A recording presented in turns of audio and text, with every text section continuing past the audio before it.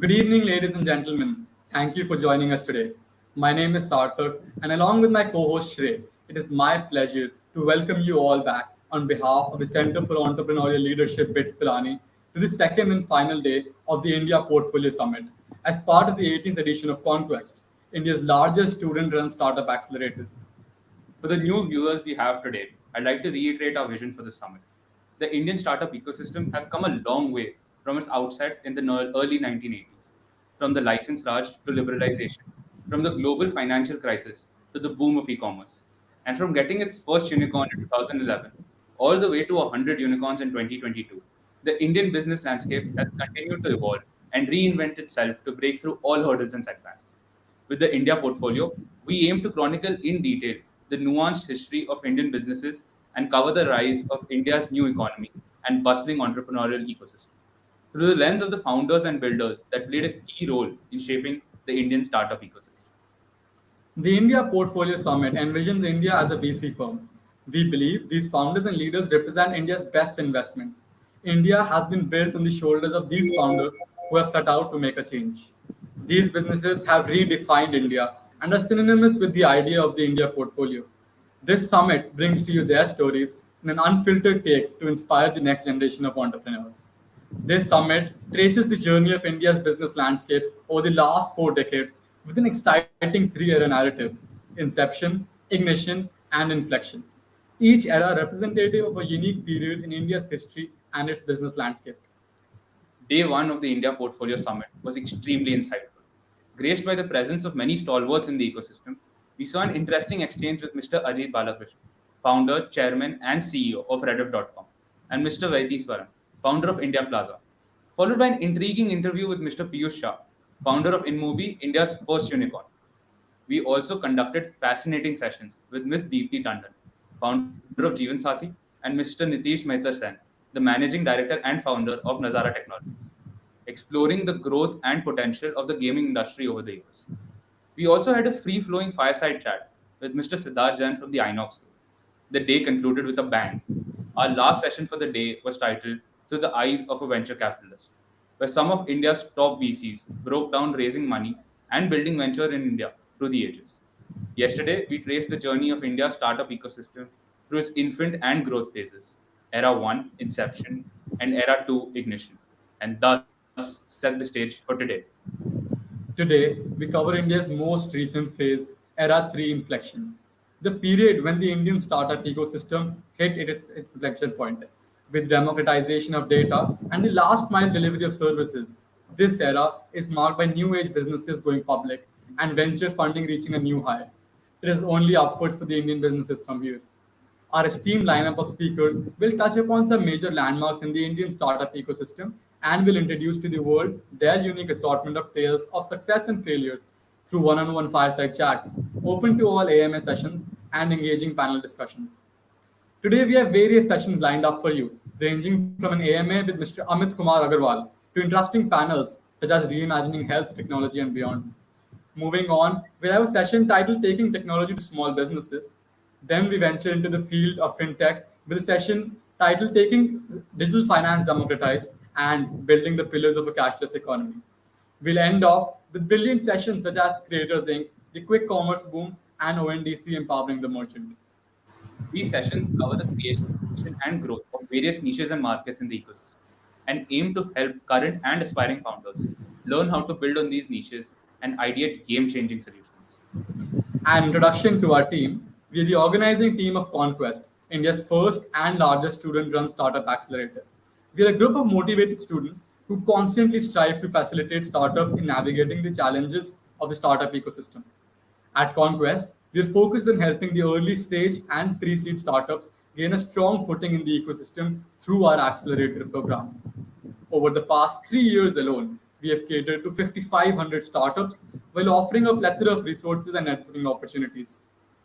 Our accelerator program has three key pillars: our online mentoring sessions with industry stalwarts, helping startups in their 0 to 1 journey, our network of investment partners, including Westbridge Capital, 100x VC, and Nexus Partners, and finally, our resource partners, giving us credits worth $100,000 and an equity less cash price for the winning startups, which has been set at 60 lakh rupees over the past 2 years. The grand finale of our accelerator program is set in Bangalore. It comprises of the top 10 startups of our cohort moving to Bangalore for a 7-day accelerator program which provides co working and co living space. The finale provides a stage to pitch in front of various stakeholders in the ecosystem: investors, industry leaders, media houses, and jury members, with their equity less cash prize up for grabs. Registration for Conquest are open till the 14th of June. To register, head over to our website conquest.org.in and click the register button. Pulling off an event like this requires incredible amounts of effort and dedication from all the stakeholders involved. And none of this would have been possible without the help of everyone that chose to invest their efforts into the India portfolio. As part of the Conquest team, we'd like to thank everyone who helped make this event the success that it is. So, a huge thank you to all the incredible speakers, brilliant moderators, invaluable partners, and the faculty and staff of our esteemed university, BITS Pilani. I'd like to now call upon two integral members of the Conquest team, Mehul Chopra and Varad Manyar, to say a few words.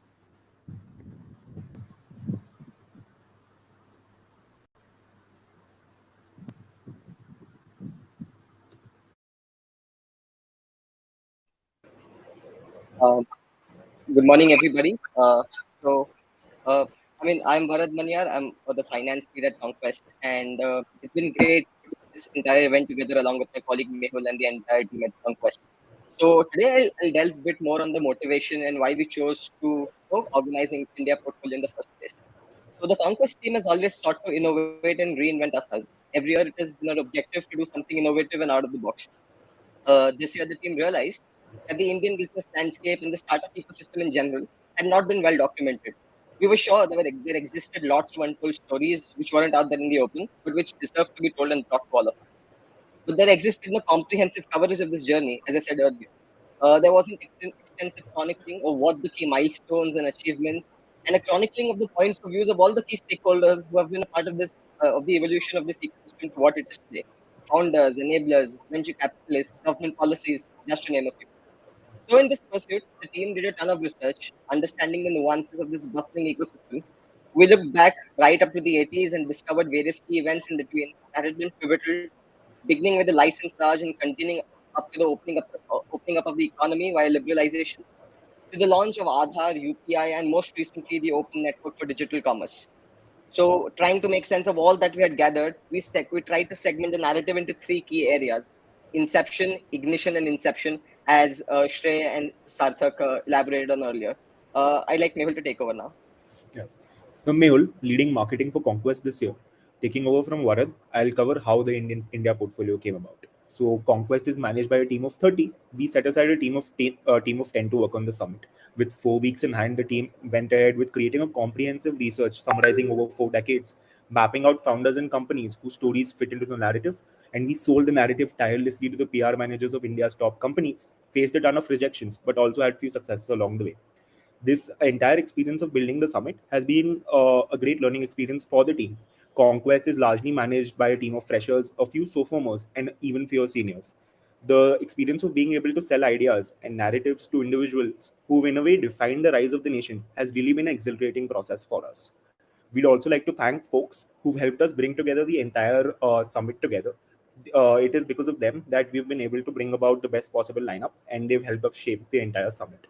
We'd especially like to thank Mr. Namant Pant from Your Story, Jivraj from the Indian Silicon Valley podcast, and Gaurav Mandlecha, the author of the Pilani Pioneers. Thank you for going out of your way to help us pull off this summit. Now, giving it back to the anchors, and yeah, Thank you. yeah, thank you.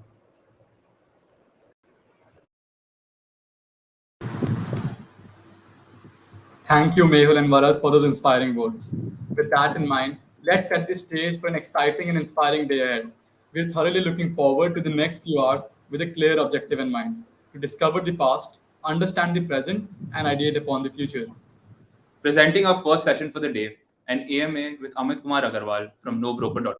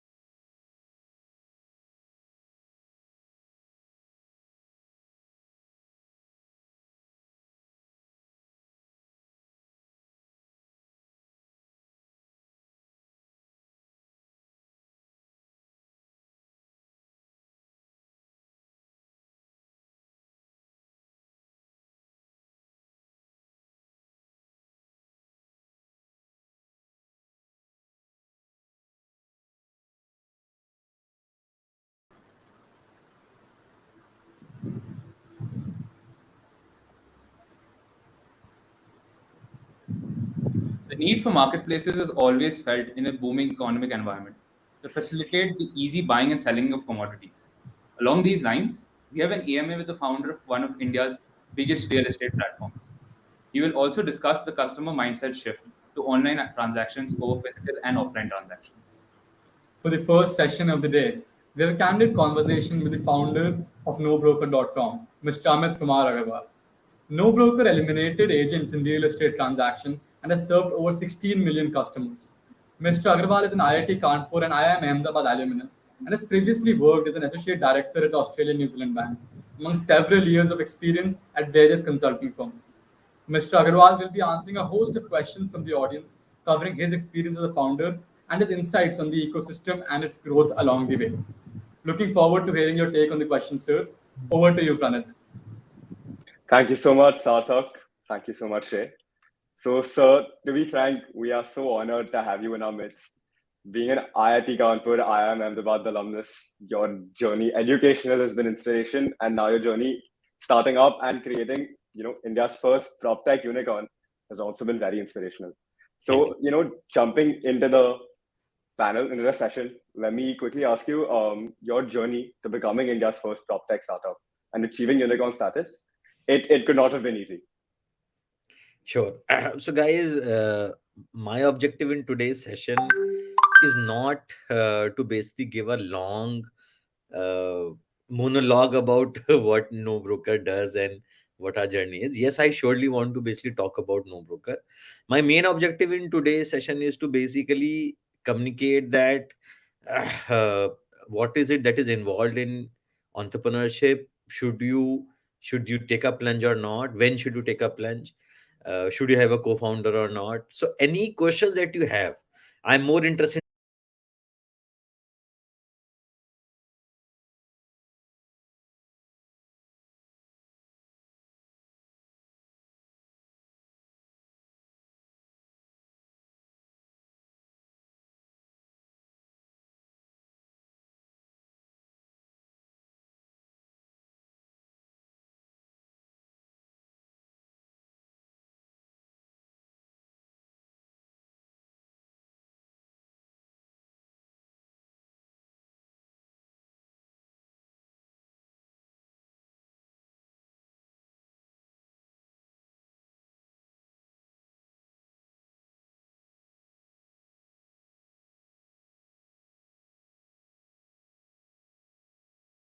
consulting for many years, and I enjoyed management consulting. I was with PwC Consulting, and I enjoyed it. I had a lot of travel and stress, but somehow it suited me. And after that, I basically, because I was consulting banks and financial services, so I joined ANZ Bank. Now, ANZ Bank was a very, very comfortable bank. So it's a foreign bank, a very rich bank, good salary, not much work, very good work-life balance. And after working there for 2 years, I realized that the life is getting very comfortable. And hence the question was that, do I really want to do this, which is basically being comfortable, getting good salary, and working for someone else, or do I want to basically take some risk? And I remember I was basically giving interview. I was trying for other companies, and I was giving an interview in another company, and I met the CEO. And when he interviewed me, I noticed basically a quote on the wall which was written, and the quote was by Mark Zuckerberg, and the quote basically said that not taking any risk in life is the biggest risk. And you just think about it, that when you don't take any risk, you do not know what is it that you have missed, because you are trying to basically take minimal risk and have a more and more comfortable life. But in the pursuit of that, you are letting go all the possibilities which life can offer. And I'm saying that taking risk is, whether you're proposing to your girlfriend or whether you are preparing for some tough task, or whether you are taking risk to prepare for a musical instrument or for a sports. I think unless you take some risk, unless you take some plunge, it's very difficult to expect disproportionately high rewards. So with that objective, So I did not take that job. I basically got that job and I declined. And I basically said that if this guy, what the code says makes sense, and if this guy can do it, should I try to basically give it a chance? And I'd already, I think the good age, or one of the good age to do your own business is when you are in 20s or in early 30s. I was already in my late 30s at that point of time, and I felt that I'm already getting late. If I basically take more time, then I will be stuck in pursuing higher salary jobs and then taking more homes and more EMIs, and then you basically build a life around it, which I wanted to not get into. And just like the electron basically orbits in a particular orbit, I felt that if I don't change my orbit now, I will be stuck in this orbit, doing comfortably well, but this is a time to basically risk to go to another orbit. So with that background in mind, I left my job. It was, and when you leave a job, lots of people call you and they congratulate you, but then they get on busy with their life, and then you are alone thinking that, hey, had I gone to office today, I would have made so much money. But finally you are alone trying to set up some business, trying to make a website, and very few customers who are coming. Investors were not very much interested because somehow in real estate, not many, no big company had come up. So it was, so the question was that, can somebody really make big in real estate? Isn't this a very tough category? And for people who haven't heard about No Broker, let me just give a background. So what we as customers basically felt was, so my batchmate from Ahmedabad and junior from IT, we three are co-founders, and we basically had rented flats while we were doing jobs, and we found very odd, why should we pay so much money to a broker? Why should we be paying a month of brokerage to a broker? And why shouldn't basically why can't technology connect with each other? So today, if I can send a friend request to anybody in the world, then why can't I basically connect with a tenant, with the owner, or with the buyer, for real estate? And why do I need this physical broker who just has our phone number and is trying to push us into a deal? Why is there not a technology in this? Now the question, investors did not investors understood that yes, this seems to be a good idea from the perspective that brokers nobody loves, but they were not convinced. And what basically they said is that, are you copying some big US company? Are you copying some big Chinese company? Is it Amazon, copy of Amazon? Is it a copy of Uber? And we said no. So actually there is no other company in the world which does non brokerage at such a uh, big level, neither today nor 8 years back. And the question was that, hey, if it's such a good idea, then why isn't somebody in US or China already doing it? How come you guys only have this idea, and why hasn't it been tried before? And if there was, there must be something, some problematic thing in this. He said, hey, we just want to have a platform where owners can post their property. We'll ban the brokers through algorithm, and we'll allow tenants and buyers to come on the platform and interact directly with the owners. And we will keep it free, and for value added services, we'll charge. Uh, so this was our assumption, but we did not find many takers, and we went around looking for funding, and it was not possible. So 1 year we struggled.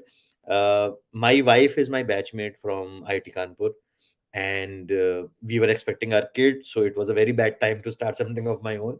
So from a timing perspective, it was very bad.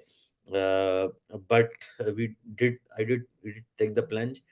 And then finally, and then there's a large real estate company which got funded, which you know about, 7 8 years back, and their funding also had a negative impact on our funding. But finally, one investors, Elevation, which was known as SAF, they trusted us and they gave us $3 million, which was 18 crore at that point of time. And we started our business. We did not take a corporate office, we took a home, and we started our business. And then one day we got attacked by brokers. So we were basically doing our own stuff. We had taken a house, and we suddenly saw 70 80 brokers standing outside the office, and they wanted to break computers. They wanted to beat our employees because they were getting threatened that we are going to take away their business. And we called, they slapped couple of employees. The female employees started crying, and we called police. But finally the police took us in the jeep to the police station. The brokers were still there. So the brokers have better connection with local police than we had. And thankfully we had an iron grill door, which our teammates basically closed, so the brokers couldn't enter. But we could not function there, so we had to, almost overnight with no notice, we had to leave. So the call center, so the website was in place, but the call center, etc., everything basically took a halt, and we had to post a note that we are experiencing issues in terms of servicing. And even when we vacated and took our stuff back, in the night, the vehicle was chased by the brokers in the night, trying to figure out as to where our new office is. We basically stayed in temporary offices for a few months, two different offices, uh, barely being able to manage. And then finally we took office. And even today, we try to hide our Google address, our office address. We don't have any facade. But I think what our investors basically felt is that it means that we are making some change. We are doing some disruption. That's why we are facing this backlash. So slowly our customers increased, and we kept on doing what we were doing. But after some time, the large real estate company that I was talking to you about, they imploded because of the some things which happened between the founder and the investors. And because they did not do well, so investors did not want to fund us. And we said, hey, what's our fault here? We are doing our job well, our numbers are good. But investors basically felt that kuch to chakkar hai real estate mein. And a lot of basically investors had put money in that company, so their hands were burned. So basically, for the first year of no broker, we could not get any money from any other Indian investor apart from the first investor who kept on trusting us. So we, so I think the real test of entrepreneurship is not when you have lots of money, but when you don't have much money. So we use the so-called cockroach startup approach, where we said we have to survive, just don't die. And we went around, we found some small investor in Singapore, some investor in Japan, some new investor in South Korea, and we took 1 million from here and there, and we survived for the next 5 years. So in the first 5 years, but our numbers kept on growing because customers kept on coming. And C2C is a very difficult business, right? If you have a B2C, so suppose if you want to do a B2C for mobile phones, you can tie up with manufacturer mobile phones. You can do some digital marketing. You can get some customers. You tie with a logistics company and you start selling the mobile phones. But for C2C, it's much more difficult because you for a house in Bandra, you need to get a 2 BHK house in Bandra on a street for 50,000 rupees. You need to get the property, and then on the same street for the same budget, for the same week of the month, you need to get a tenant or a buyer.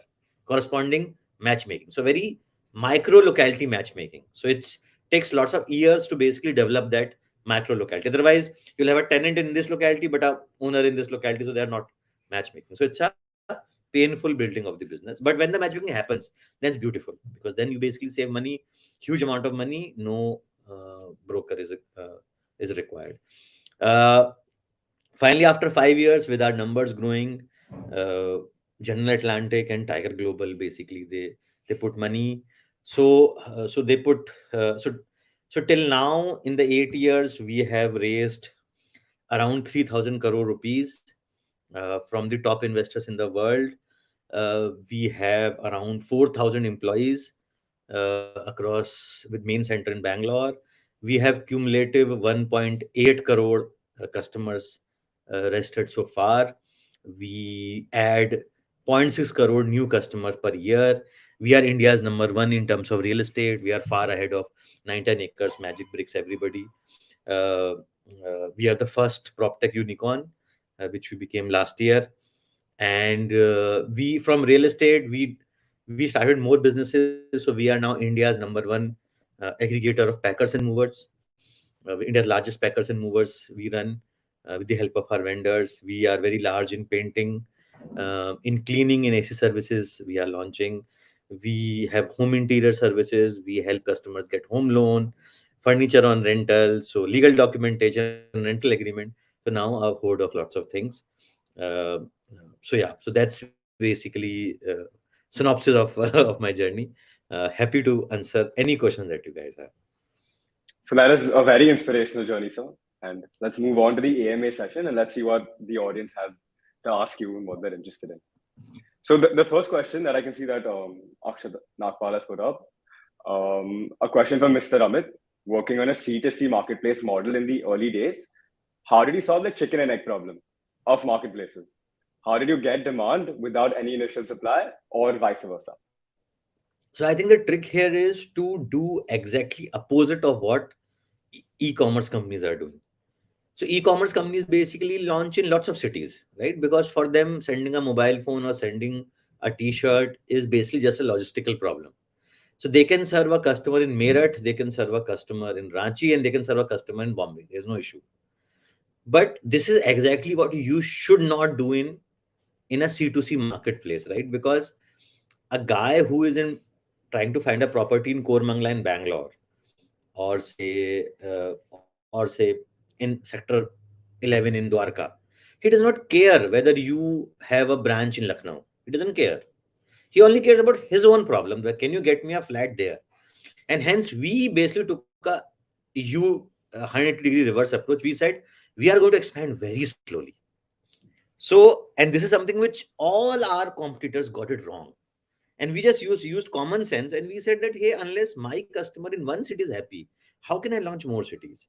So I would say that if you are doing something similar, which is a marketplace, start very small. Don't even take entire city. Take one locality where you live. Because if you take one locality, you can even distribute pamphlets, you can do manual things to basically generate demand and supply and basically do the matchmaking. So the objective is to make the problem very small.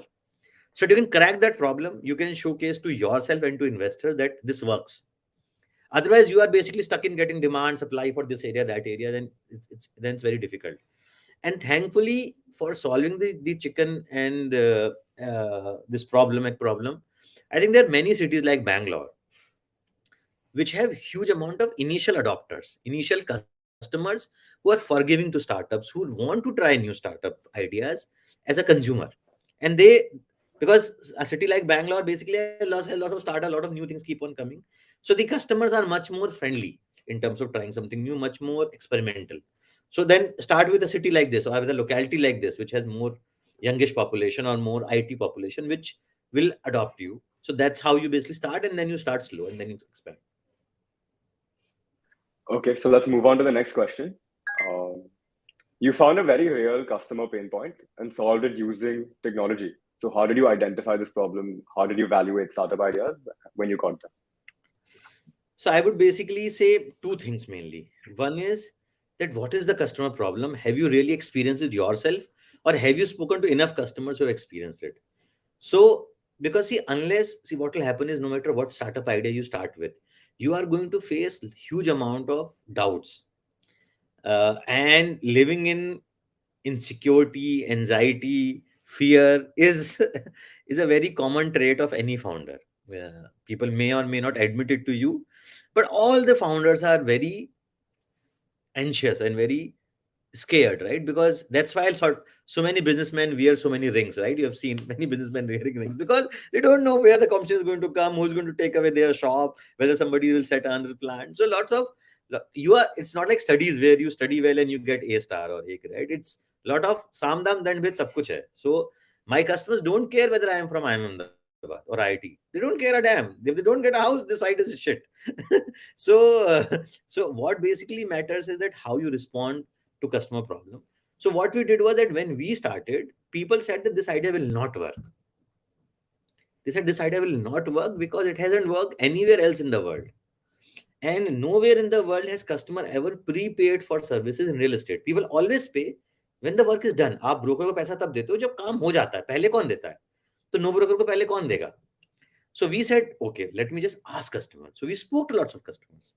We said that, will you pay for a service where you save a 1 month brokerage? Will you pay 2,000 rupees? That, yeah, I will pay. Will you pay in advance? Yes, if there's enough confidence, we'll pay. So we said, okay, we will take this plunge and we will have this trust that, okay, if we build a platform strong enough, people will start paying. So two things. One, startup that ask customers. Investor is not a decision maker. Your friends are not the decision maker. Customers are decision maker. So speak to a lot of customers and especially strangers, because your friends will give you biased opinion.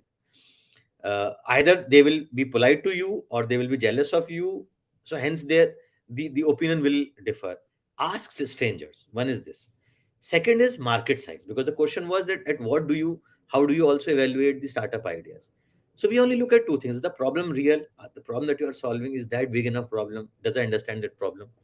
And second is the market size big? Because if the market is small, you are solving a very niche problem, then perhaps it's not a VC fundable business. Then you should just, आपको कोई मिठाई समोसे की दुकान लगानी है, so problem might be good कि अच्छा समोसा नहीं है उस एरिया में, आप बना लो, लेकिन वीसी फंडेबल नहीं है idea, so then I will not invest there. The idea is profitable, go ahead and do it. If I invest, or if any investor wants to put his money, then the idea should be scalable, should be large. It can only be large when the market size is very large. So these two things I would say. Okay, let's move to the next question. Aditya Jain asks, buying a new house is one of the most important decisions of one's life. Do you believe that people will trust machine learning or a platform over brokers with years of experience and knowledge? No, they, consumer don't trust, consumer don't care what algo you have used. So you basically see TikTok or ShareChat, they use some algo behind it. You don't go to this platform, or you don't go to Instagram, to this platform, because you think their algo is better. You go there because the content that you get appeals to you. If it doesn't appeal to you, move somewhere else. So they don't care what's going behind. So our objective is to basically make the information as transparently available as there it is. We don't want to intervene too much. So our objective is that, not that we need to do something cool like machine learning or AI. Of course we do that because it solves a problem, but we are saying about customer को फायदा कुछ हो रहा है क्या सबसे, वरना क्या क्या जरूरत है करने की. So our objective is a customer. How do we use machine learning and AI? That if a customer comes, he looks for 2 BHK in a particular locality and then goes away. The next time he comes, he uses these breadcrumbs that he has left last time. We use these digital breadcrumbs to serve him matching properties the next time. That's what we do. We are not asking them to trust us with some complicated algo. We are just saying whatever you were searching last time, we are trying to basically show you similar, which is similar to what Netflix says, that the movies that you may like, if you don't like, press somewhere else and search those properties. So I would say that machine learning and AI are a way to solve the customer problem better. A business with a focus of using machine learning AI, that I doubt should be the objective. Yeah. All right, moving on to the next question. Abhinav Mishra asks, okay, Akshay Thapale asks a question from the YouTube stream. What advice would you give to early stage startup founders on navigating the impeding funding window? So see, now they are two separate questions, but I will assume that the question is around funding. So see, there is no doubt that the funding has dried up to some extent. That's not a great news to basically share, but the good news is that the VCs are flush with cash, because they have raised huge amount of money in the past year 2 year. So you look at any top VC in the country, they have raised huge amount of funds in the last year or so. The winter has come more, or has impacted more, of series D, E, F category. So a 50 million check, a 100 million check, those are the ones which have become more difficult. Yes, the 3 million check, 5 million checks have become lesser, but they have not dried up completely. And there is still a very good chance for a good startup to raise money. Yes, the craziness in the valuations have settled down, but it keeps on happening. So I have been here, I have been in this world for past 8 years, and I keep on seeing this happening. 1 year, 1.5 years, things will be bad. Then there will be followed by 3 years of basically euphoria. Then again, 1.5 years will be bad, and so on and so forth. So the objective is to survive. Objective is to raise funds in case you are a VC fundable business. Objective is to raise funds somehow, family, friends, angel investors, and keep on surviving this till this time gets over, and then aim for a bigger number in funding. uh, uh, but right now is not the time to think that okay, let me raise later. Whatever you want to raise, if you want to raise it right now. Don't basically put yourself in the company in danger by waiting too much.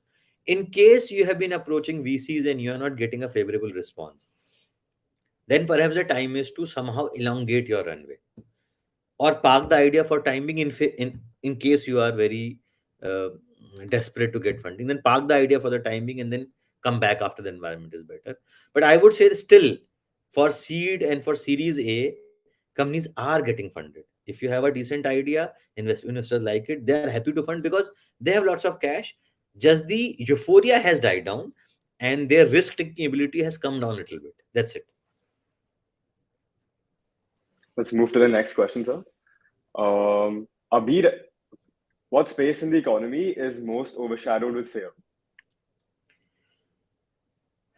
So actually, there is no space per se. Uh, it is across all sectors within the startup world.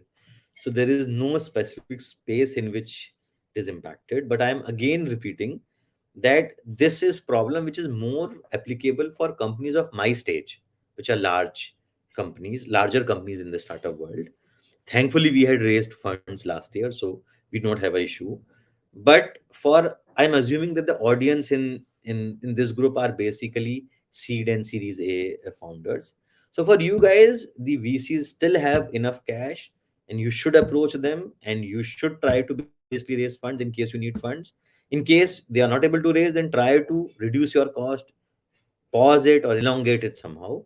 But is there any space in which investors are more cautious? Nothing like it. Generally, the euphoria has come down drastically because of whatever is happening in the US Nasdaq and the inflation rate in US and across the world.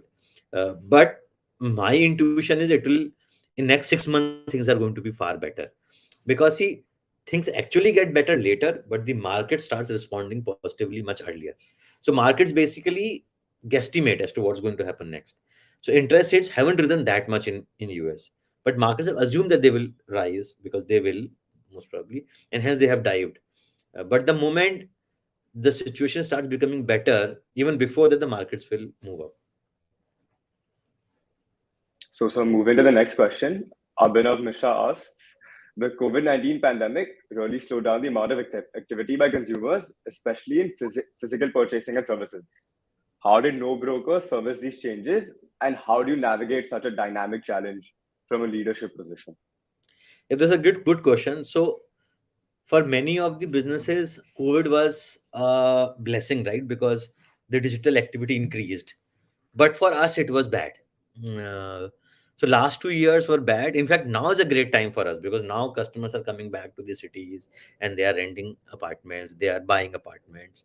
But for us, the last 2 years were bad because people were moving away from their homes.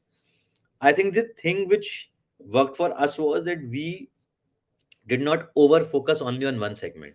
So apart from real estate, we have a huge vertical, which is a packer mover vertical. We are into home loans, we are into rental agreement, we are into home ancillary services, we are into financial services of insurance, rent pay, uh, home insurance. So what we did was in the past 2 years, we over focus on that. When we realized that real estate is not gaining pace, then we focused on all the ancillary businesses, and thankfully, those businesses did really well. So it basically helped us cover that period. Now we are hoping that we should fire on all cylinders. Okay, sir, moving to the next question. As an entrepreneur, one important skill that is often talked about is being a great storyteller. So, sir, Abir asks, I found your session extremely engaging. How did you develop these skill sets, and how important is it for budding founders? I would say that apart from actually doing business, this is the most important skill of storytelling, uh, especially from the perspective of fundraise. I would say this is being a good storyteller is a very important skill. Not at a seed stage or series A stage, even at a decacorn stage. If you can't tell a story well, then things get much more difficult for you, and vice versa. And the reason is that because you are painting a story, right? Suppose you want your girlfriend to get married to you, you need to paint a story as to how the life would be, how you would take care of her. If you basically want to join a new team of musicians or players and you are not a part of team, you need to sell yourself that as to how you would add value to them. And the stakes become very high when you are trying to raise fund because the number that you have are very small. And you have this vision in your mind that, okay, I'm trying to basically do this big. And you need to communicate that vision to the investor and to the employees who are going to join you. Why will they leave their company and join you?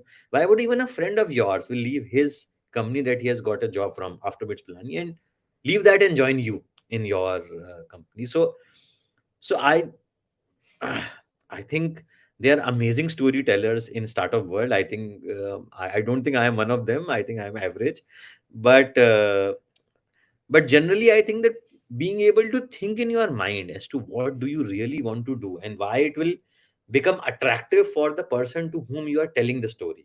So keeping his, so one is that only think about yourself, that doesn't work. Also think about what the other party wants, what will make the other party excited. And if you have those aspects, try to highlight more of those aspects, because then you are able to really engage. Otherwise you are just saying a monologue. So try to think whether what is it that your girlfriend would want to hear and whether you have that. Or what is it that your teammate would want to hear, or what is it that your investor would want to hear, either in terms of scale or in terms of expansion or in terms of profitability or in terms of the huge market size. I'll emphasize more of those points. But this is a very good question. Okay, so let's take the next question. Madhav asks, no broker works to eliminate the middleman in the property market, thus increasing efficiency by removing the middleman.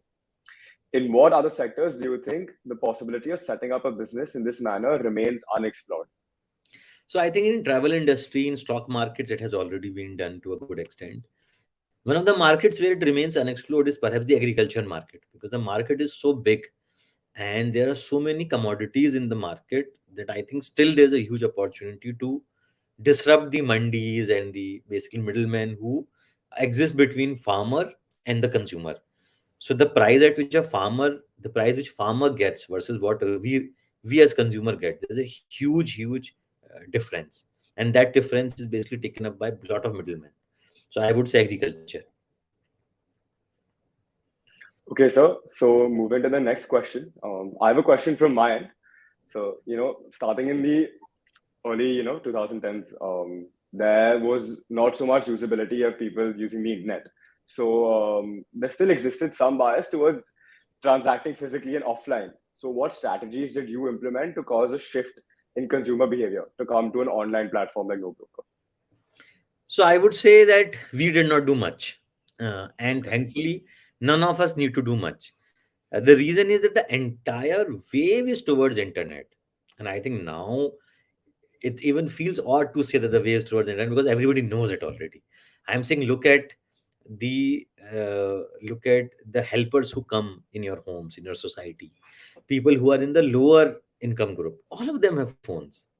Um, so a sweeper, while sweeping the street, who might not be earning that much, he or she also has a phone, and most of those phones are getting upgraded. Most of the phones are basically getting data, and their usage is increasing. You look at TikTok and ShareChat and a lot of social media platforms. I think huge number of consumers are coming from tier 2 and tier 3 towns, and the credit of this goes to telecom networks like Geo, which have come up with amazing plans. I think our job is to just survive. You have a good idea, just survive. आप जिंदा रहोगे, customer की problem सही solve कर रहे हो तो कुछ हो जाएगा.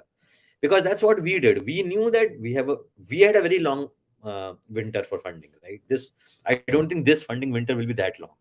Why our funding winter was long? Because nobody trusted that our idea will work, and people were scared of the bad investment in real estate in India. We were able to survive 5 year winter by basically being jugadu. You find money wherever you can. You reduce your expenses. We never bought AC in our office till now recently because we want to save money. Despite having 18 crore rupees in the bank account, we did not buy AC. We rented a water cooler, not even bought, rented a water cooler to take care of the 2 months of summer in Bangalore.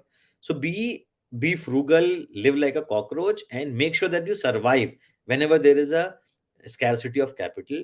If you survive, if your idea is good, things will work out because somebody will notice you, customer will notice you, investors will notice you, and your business will basically flourish. So I think this offline to online entire world is doing. and every other app is educating your customers to how to use app and how to basically use technology. So that the world is doing, we just need to be around. Fair enough. So let's take up the next question. So this is a question from our YouTube stream. Your experience with brokers in your initial years must have been extremely scary and demoralizing. So how did you keep yourself motivated in such situations and continue to go on? I think many times you just put blinkers. You just don't think about it. You don't oh, so not only brokers but even competition. Many of our competition in earlier years were extremely with good founders, very strong companies, and very huge amount of capital and funding backing them up. But we just said, okay, we are just going to do what we are doing. We can't do anything about brokers. We can't do anything about competition, quality of competition, about competition raising funds or competition giving discounts or competition giving a lot of TV ads. We can't do anything about it. So we'll just focus on our customers. So sometimes this innocent optimism that you have as an entrepreneur, you think your idea will work because your customers are going to be with you and it's going to take some time. Sometimes that works. So we just put our blinkers on, we just kept on doing what made sense to us for years and years, and we used common sense. People said that we should expand to a lot of cities. We said no, we are not going to expand because we need to make this city customer happy first before we move to another city, and we just kept on pursuing this. And thankfully it has worked till now. Okay, so let's take up the next question. Prabhat asks, you must have had considerable data regarding the movement of property demand and supply because of your platform. Is there any way in which no broker makes use of this tremendous amounts of trends related data? So the answer is yes and also no. We use the data in terms of trends as to where we should, how we should help customers. So for example, if in particular area in Bombay the demand is increasing, so we will focus our efforts more in terms of finding properties in that area. But do we use this huge amount of data to target a customer more? We don't, because what I have seen is that whenever you misuse the data to sell much more to a customer, customers get irritated and they feel that this is the breakage of the trust, and then it doesn't work. So in fact, for me also, when I used to use other websites as a consumer for real estate, I used to feel irritated because they will just save my number and they will pass it on to hundreds of brokers, and the brokers will keep on calling me for years and years. And I felt it's a very violation of my privacy that my number is being sold to unscrupulous brokers for a couple of $100. So yes, we use data for identifying trends and for helping our customers. But at individual level, we never sell data. We don't show any ad on our platform. Okay, sir. So let's take up our last question for the session. And this is quite an interesting question because it's one advice you would like to give to upcoming entrepreneurs, especially when there are a lot of other things and aspects to take on in college. What is the advice you would give on? Sure. Before this, I will just take one question of Akshat that seems interesting, which was that Okay, great. how did you decide to start up in this particular industry, considering there were no really big startup success stories there? I think we basically, so Akshat, good question. I think what we thought is that, hey, does this problem make sense? Are we paid off brokers? Yes. So do we think that we want to deal directly with the owners, with the buyers? Yes. So we said, okay, we are going to focus on it. See, when you are trying to do something new, if you try to find a lot of proof points, how will you get those proof points? It means something has already been done, right? Then if you're trying something new, there'll never be complete data supporting it. But as a consumer, so the only way out is consumers. Speak to lots of consumers.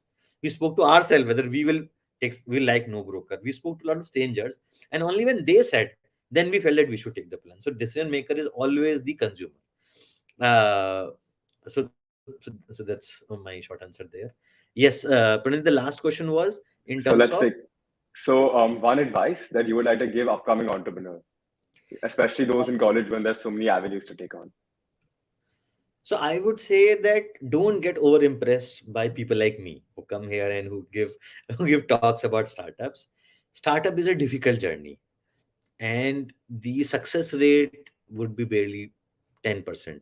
So 90 percentage would basically may or may not work. Yes, people from good colleges like BITS Plani may have or if you are intelligent, you might have a slightly higher chance than the average. So that is true. my session would be that do it for the right reason. You should find an idea, or you should believe in the idea that you want to pursue, because finally you are giving you're putting your career behind it, right? So what I'm trying to say is, don't do it because you have seen others being successful. That's only one of the reasons. You do it because you want to do it, and you are okay to take the risk. uh, and if you don't feel that calling right now, it is perfectly okay to take a job, work there for a year or 2 year, because how can you be a great leader unless you have been a great follower first? So it's perfectly okay to find a good boss, to find a good mentor, work under somebody, see how it feels to work under somebody, and what type of frustration it can generate, what type of excitement can generate. So you can remember it when you are leading others. One is this. And the other thing is, but if you are in love with the idea that you have, you think it's a great idea and you want to pursue it, then I think that you just go ahead. Then the only thing which you should make sure is, make sure of your finances, because you want to pursue idea at least for a year. So in this year, if you have any education EMI, if you have your living expenses, expenses that will you will incur for running a business, make a broad calculation of that, and make sure that you collect that money. So either you collect that money from your friends, family, or you do a job and then collect the money. But collect the money for next 1 year.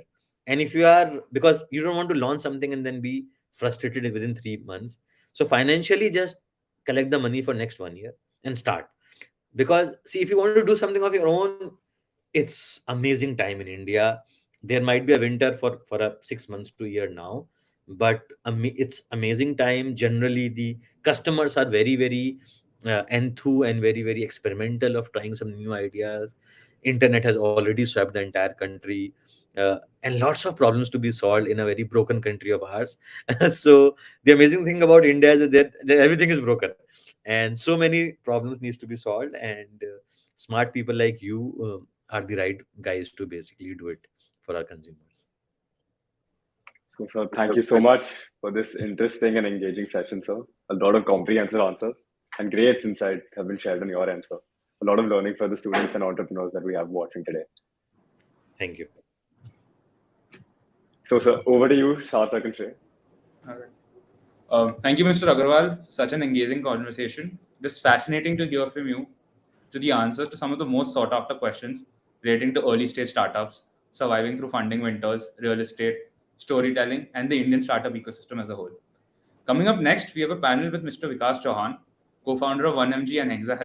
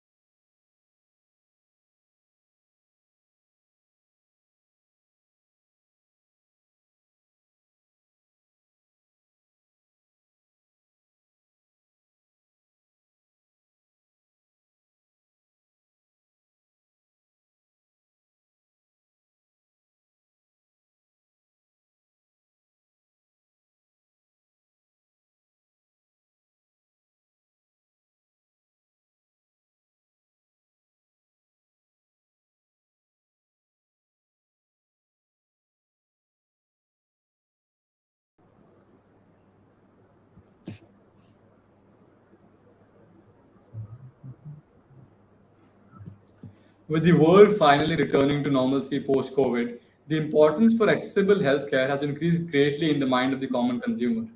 This has translated into incredible potential for founders interested in the healthcare space and has led to the creation of game changing intersection between conventional healthcare ideas and technological innovation. This sector of healthcare, health tech, has been worked to increase accessibility to quality health and well being throughout all levels of society.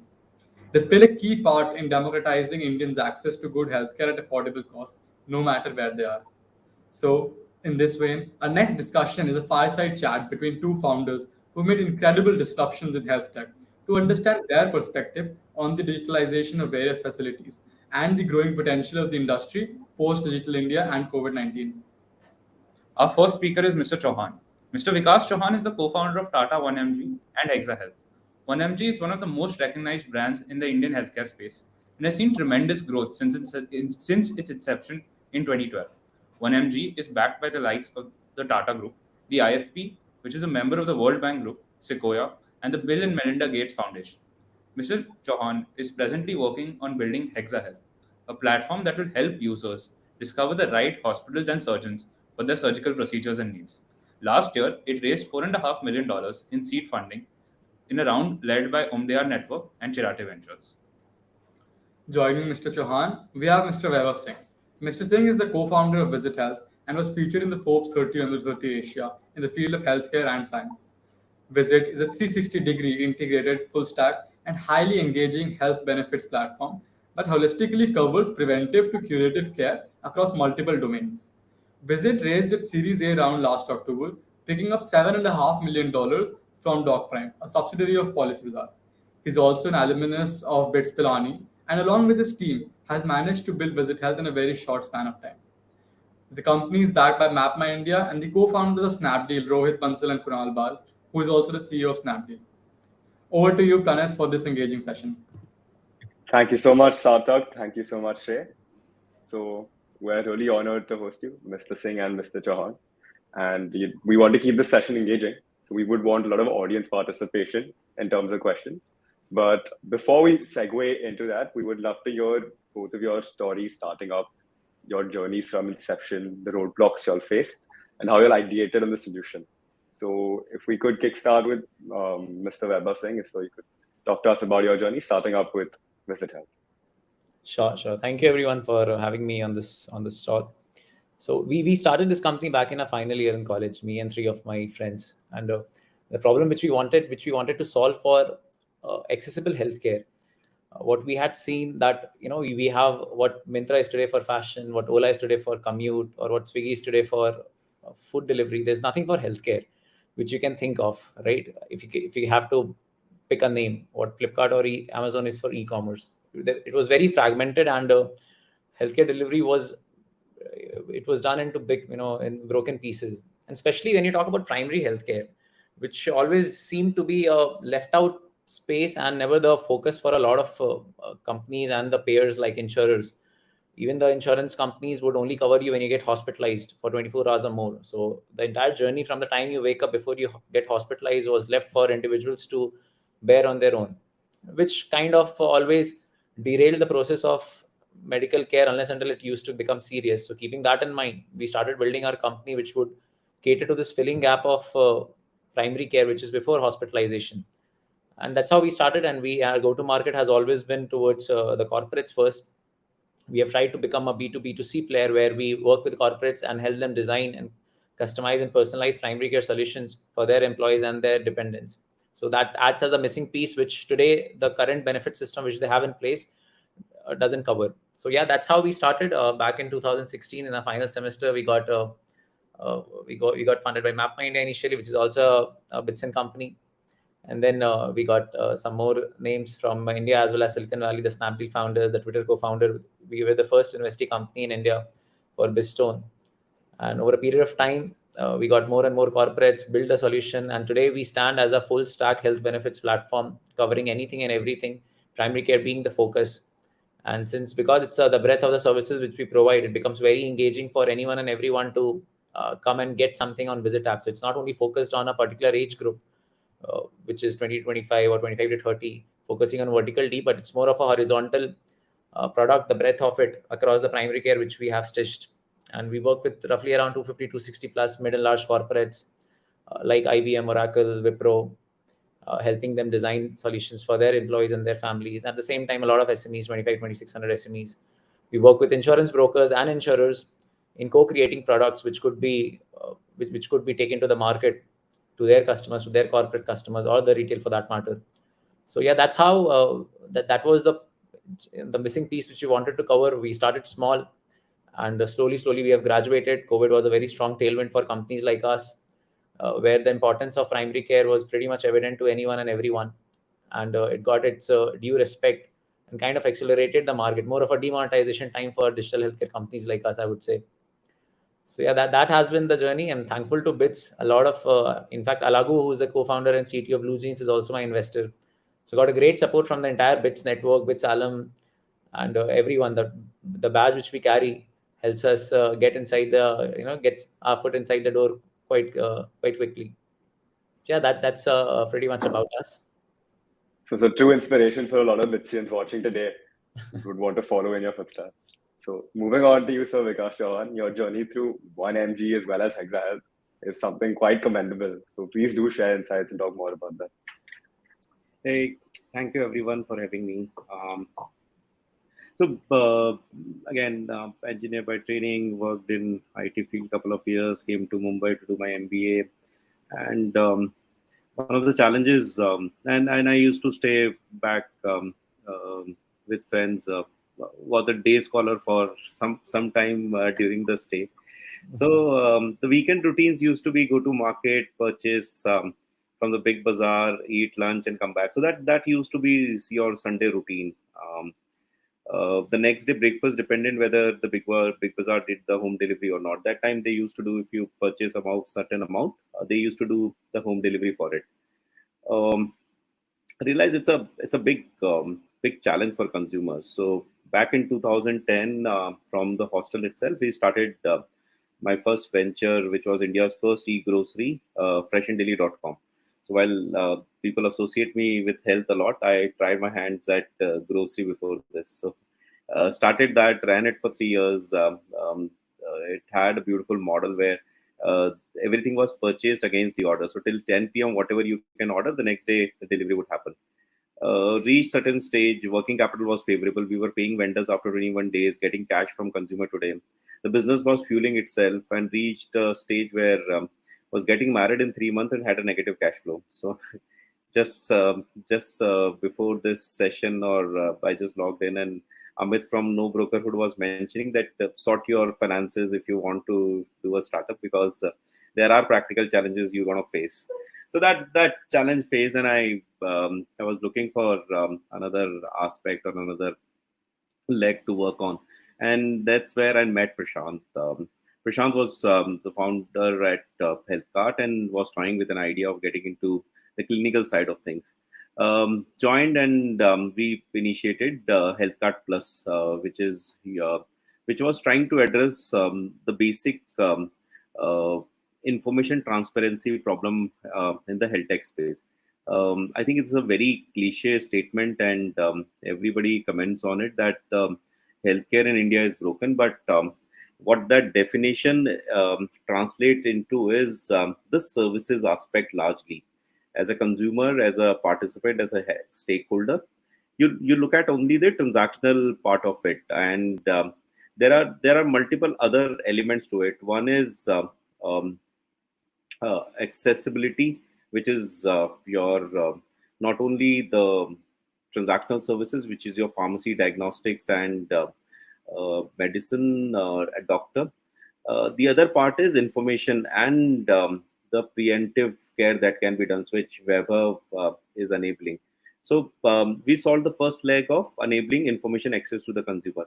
Now, the challenge in that was there was no single data repository which was available in the country, which can give you a standardized form of data that can be used.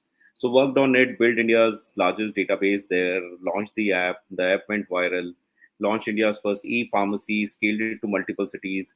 Unlike your lifestyle business, this was very different. Healthcare is a heavily regulated industry, and it required that the processes that you design are fully compliant as per the requirements from each state, because health is also a state subject. Secondly, you are dealing with health data, so there is another level of complexity that comes with it.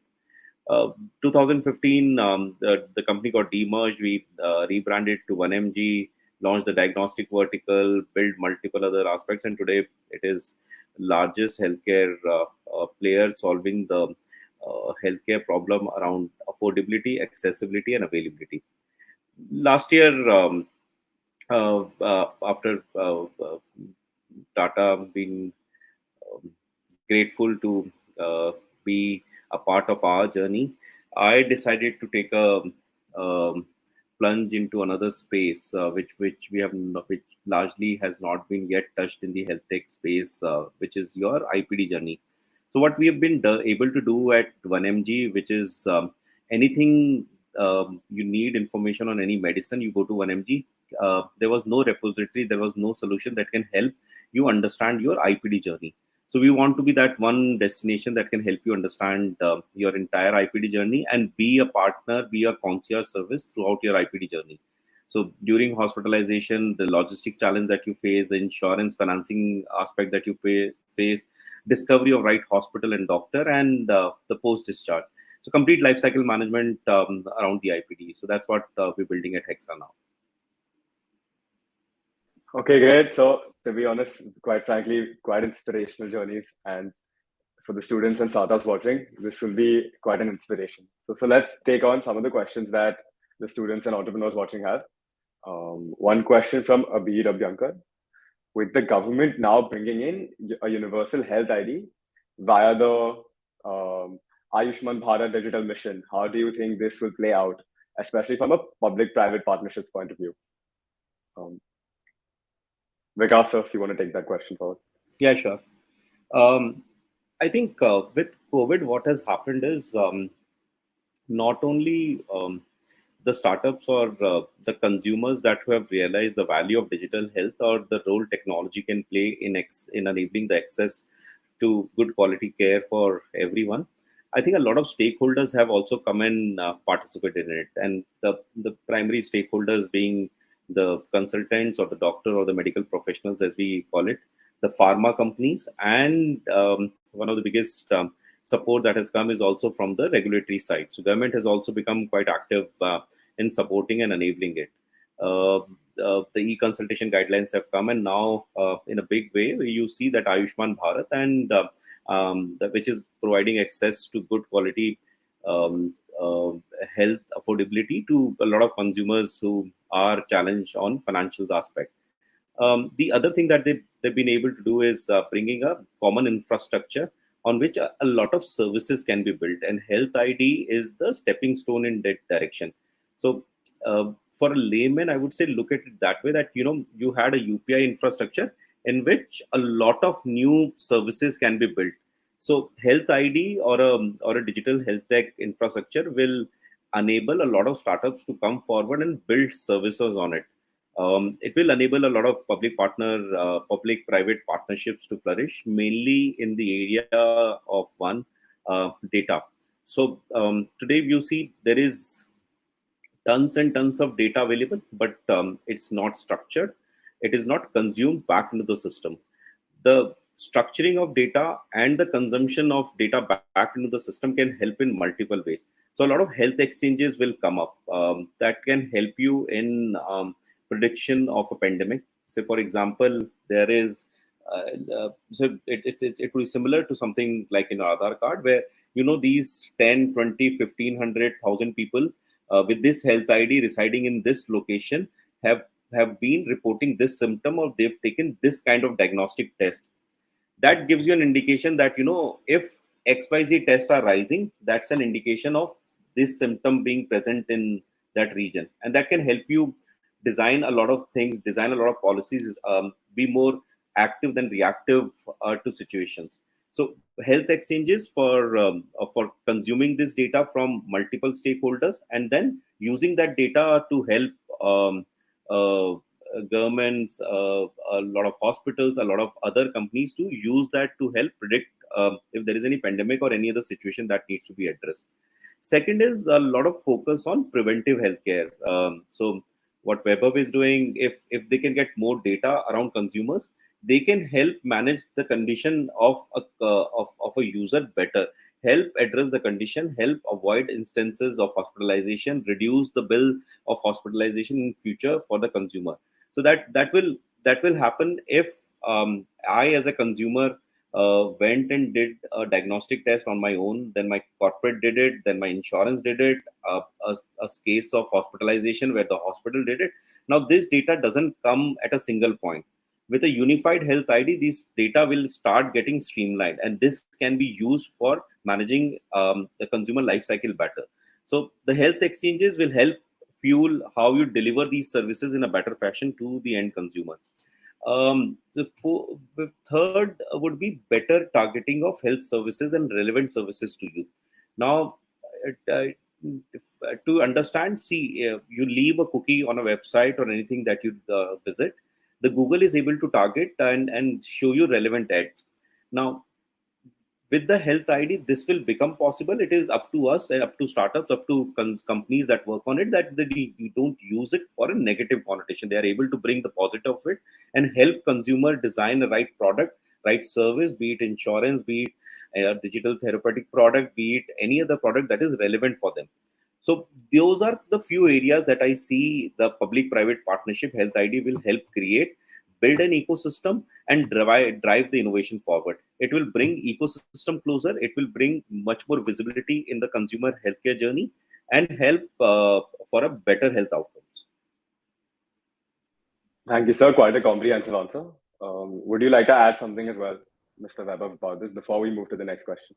Right. I think Vikas covered most of the points, and we have seen this thing being done in bits and pieces like prescription digitization, which companies like IMS and today Doxper, these companies try to do. That's the intent, that if you can get the data of what's happening in a particular locality, you can build that hyper local connect, and you will be able to probably kind of service those set of population in a much better way. Unfortunately, that hasn't been what we were expecting, but with coming out as with a unified health ID, which can be shared across the service providers, as you rightly said, something like a UPI is what they're trying to build with digital health locker and everything. The way you have a DigiLocker for your documents, you can have a similar thing for all your medical health records, which can be shared across the spectrum of service providers. That will help them also do a much better delivery of healthcare as compared to today. It starts from zero. The moment you change your service provider, it typically starts from zero again.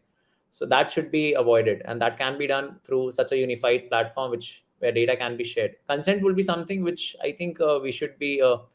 That's a challenge which I see. The way in US we have a US social security number which is shared across the relevant agencies for you to have that piece. The way we should have a healthcare piece also in India.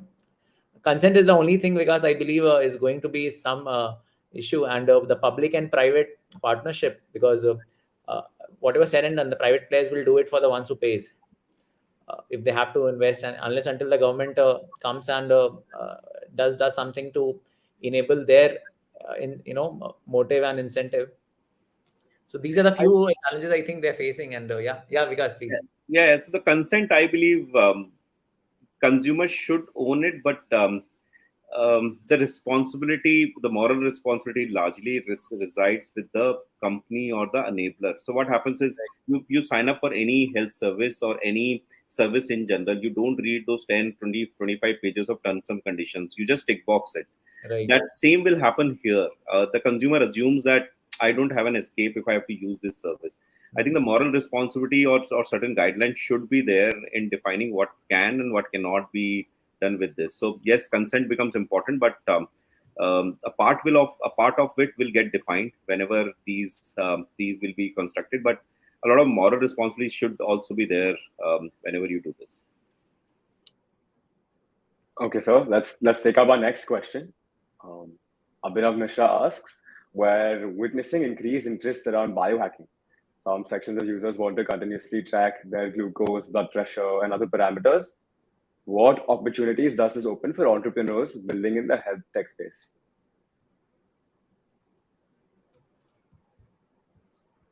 Weber, you want to take it? Yeah, sure. So this is very much relevant and an extension of what we were discussing. So for a healthcare to be put up in scale, accessibility, affordability, and remote healthcare plays a very pivotal role in terms of making it delivering it at scale. And for right delivery to happen, you definitely need, as a service provider, as a registered medical practitioner, you need the right set of data points before you make a judgment. And that data points today are being a kind of told by the patients themselves, but I would say a trusted mechanism to do that is still missing. A lot of players, like as you said, Apple Health is coming up, Google Fit, and all that. All these players where they're coming to track these. The reason behind this is to enable the medical practitioners and the service providers to take a better decisions, even if they're not physically examining you. So, do you have a system in place which can make their decision making quicker and at the same time safer also? So that, a lot of companies like Careflix, a lot of wellness selfie companies have come up where you just put your phone and be in front of the camera for 50-60 seconds, and it will read all the parameters whatever it could, and then if you can pass it on to the concerned physician, and then the decision making happens much better as compared to just you telling what you feel. So there is a lot of opportunities. If you want to scale, both the things need to scale at fast, irrespective how much good telemedicine providers or consultation or good UI UX app you build in. When you have to deliver healthcare guidance, it has to be data backed. And what better than if that can come? Why do we do test? Because I can't tell what my thyroid levels are, what my glucose levels are, but I need a system to tell me and tell my concerned physician that where I stand right now. The same thing needs to be replicated in a digital way. So the opportunity is enormous today.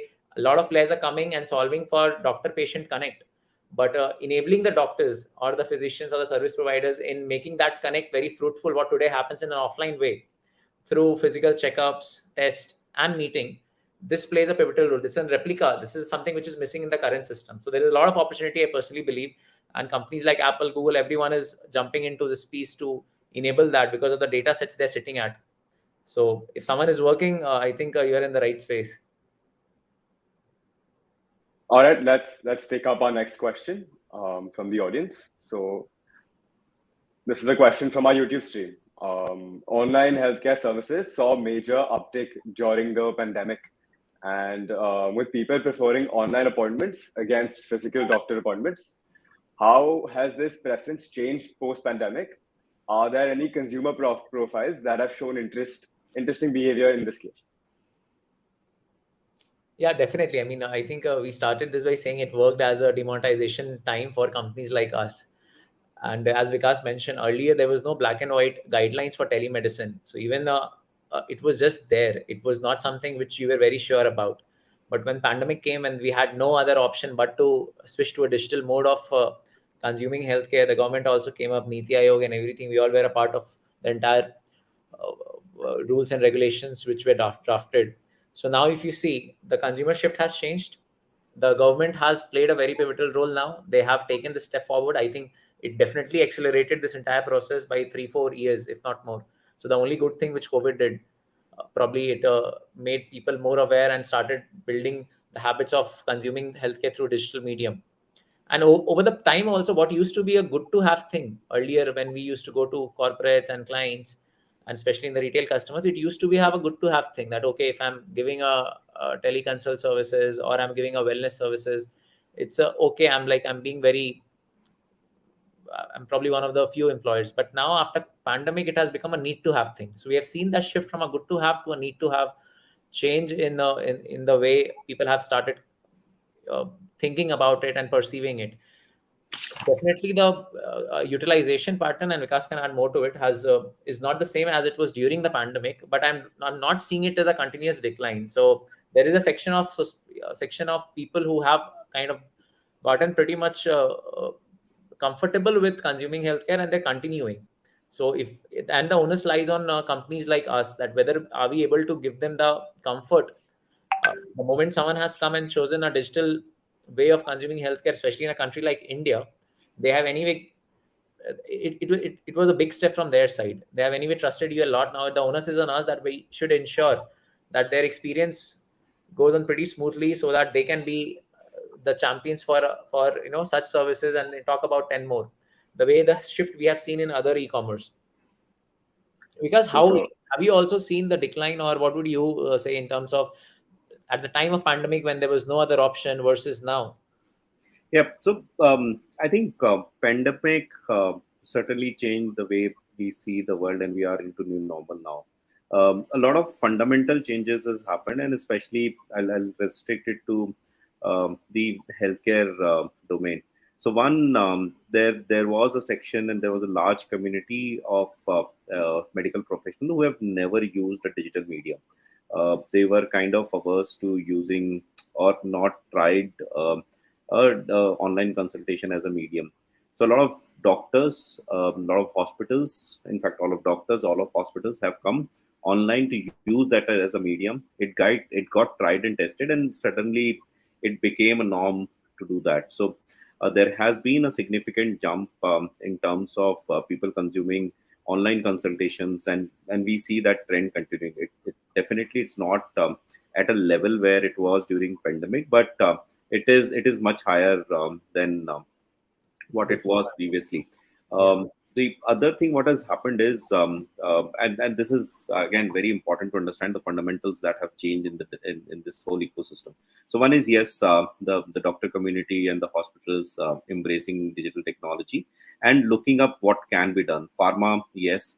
I think also on the consumer mindset, the quality of life, the focus on health as a consumer that people used to see, believe, and act previously has taken a fundamental shift. Topic like mental health or mental well-being was never heard of 2 years back before COVID, and now it has become a mainstream topic where people are coming forward, accepting, and is being treated just like another area of science, area of medicine, and not something of taboo that is always discussed under the wraps. Two, people have opened up to invest in health. So I don't say that the it has increased by tons and tons overnight, but there is a strong focus. So as Weber mentioned, it has been a demonetization moment. A lot of corporates have started investing on consumer or on their employee well-being, and that's not just because they want to do something for the employees. It's also that the employee has become conscious that this is one of the areas that I value, and if my organization is providing it, it becomes a criteria for me. And the and it's not that these services were not existing. The services were existing, but the participation has increased. So once the HR used to say please participate, now the consumers say, or the employees say that we want to participate. So the focus on whole preventive health, maintaining health, and it links to all the questions that you have mentioned, be it health ID, which is creating an inclusive ecosystem, be it biohacking, where you continuously get data. Why you need continuously data? You need continuously data to react before something can happen. Be proactive about it. If there is an instance of heart attack can come and your data is pointing in that direction, can you do something about it? Similarly with stress, are you chronic? Are you facing some symptoms of chronic stress? There are devices which are not that expensive, capturing all that and helping you do that. So these have become norms. These are fundamental shift, not only in online consultation, but consumer in general. And it's more important to understand why the shift has happened. It is just because the ecosystem has come forward, be it the provider, be it the consumer. Both have come forward in accepting it. Okay, so let's take up our next question. So this is an interesting question from Prabhat Sen, and there's some more context to the question as well.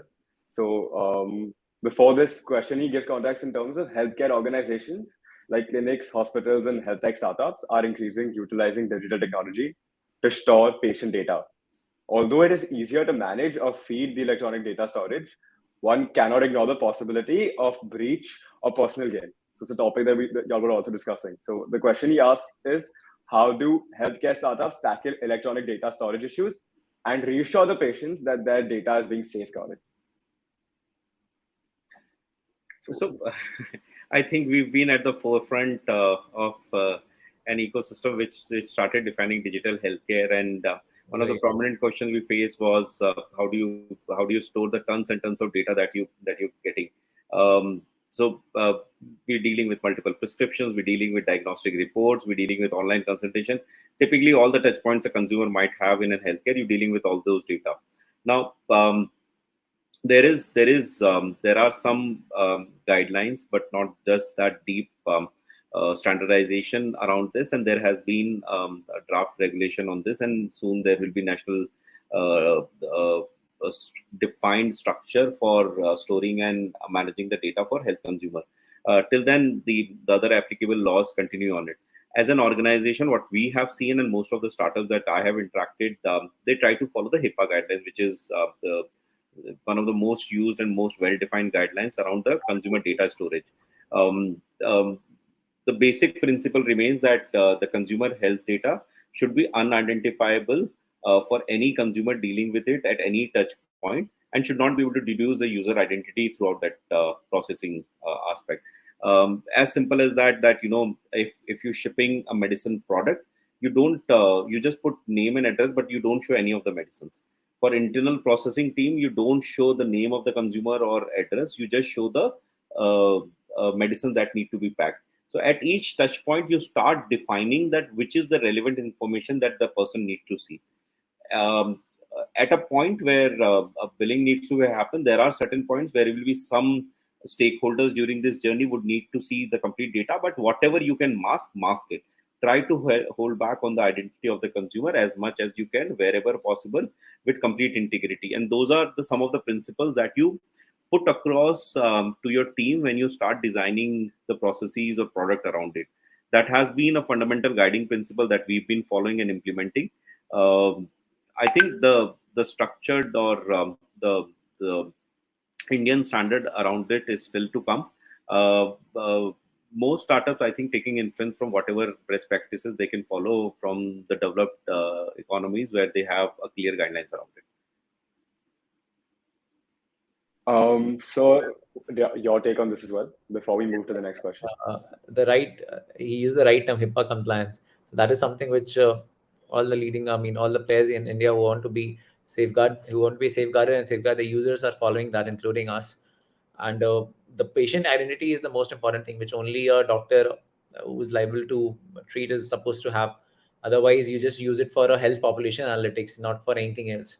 And that's pretty much important. Earlier, we had very few things, but now with the guidelines coming in during COVID, and recently, a couple of weeks back, NMC, National Medical Commission, which replaced MCI in 2020, they also came up with further more stringent compliance and guidelines, which companies like ours are supposed to be cognizant of while delivering this piece. So if you can keep that checks and balances in place, I think it should be a safe place for people to come and trust us with when it comes to their health data.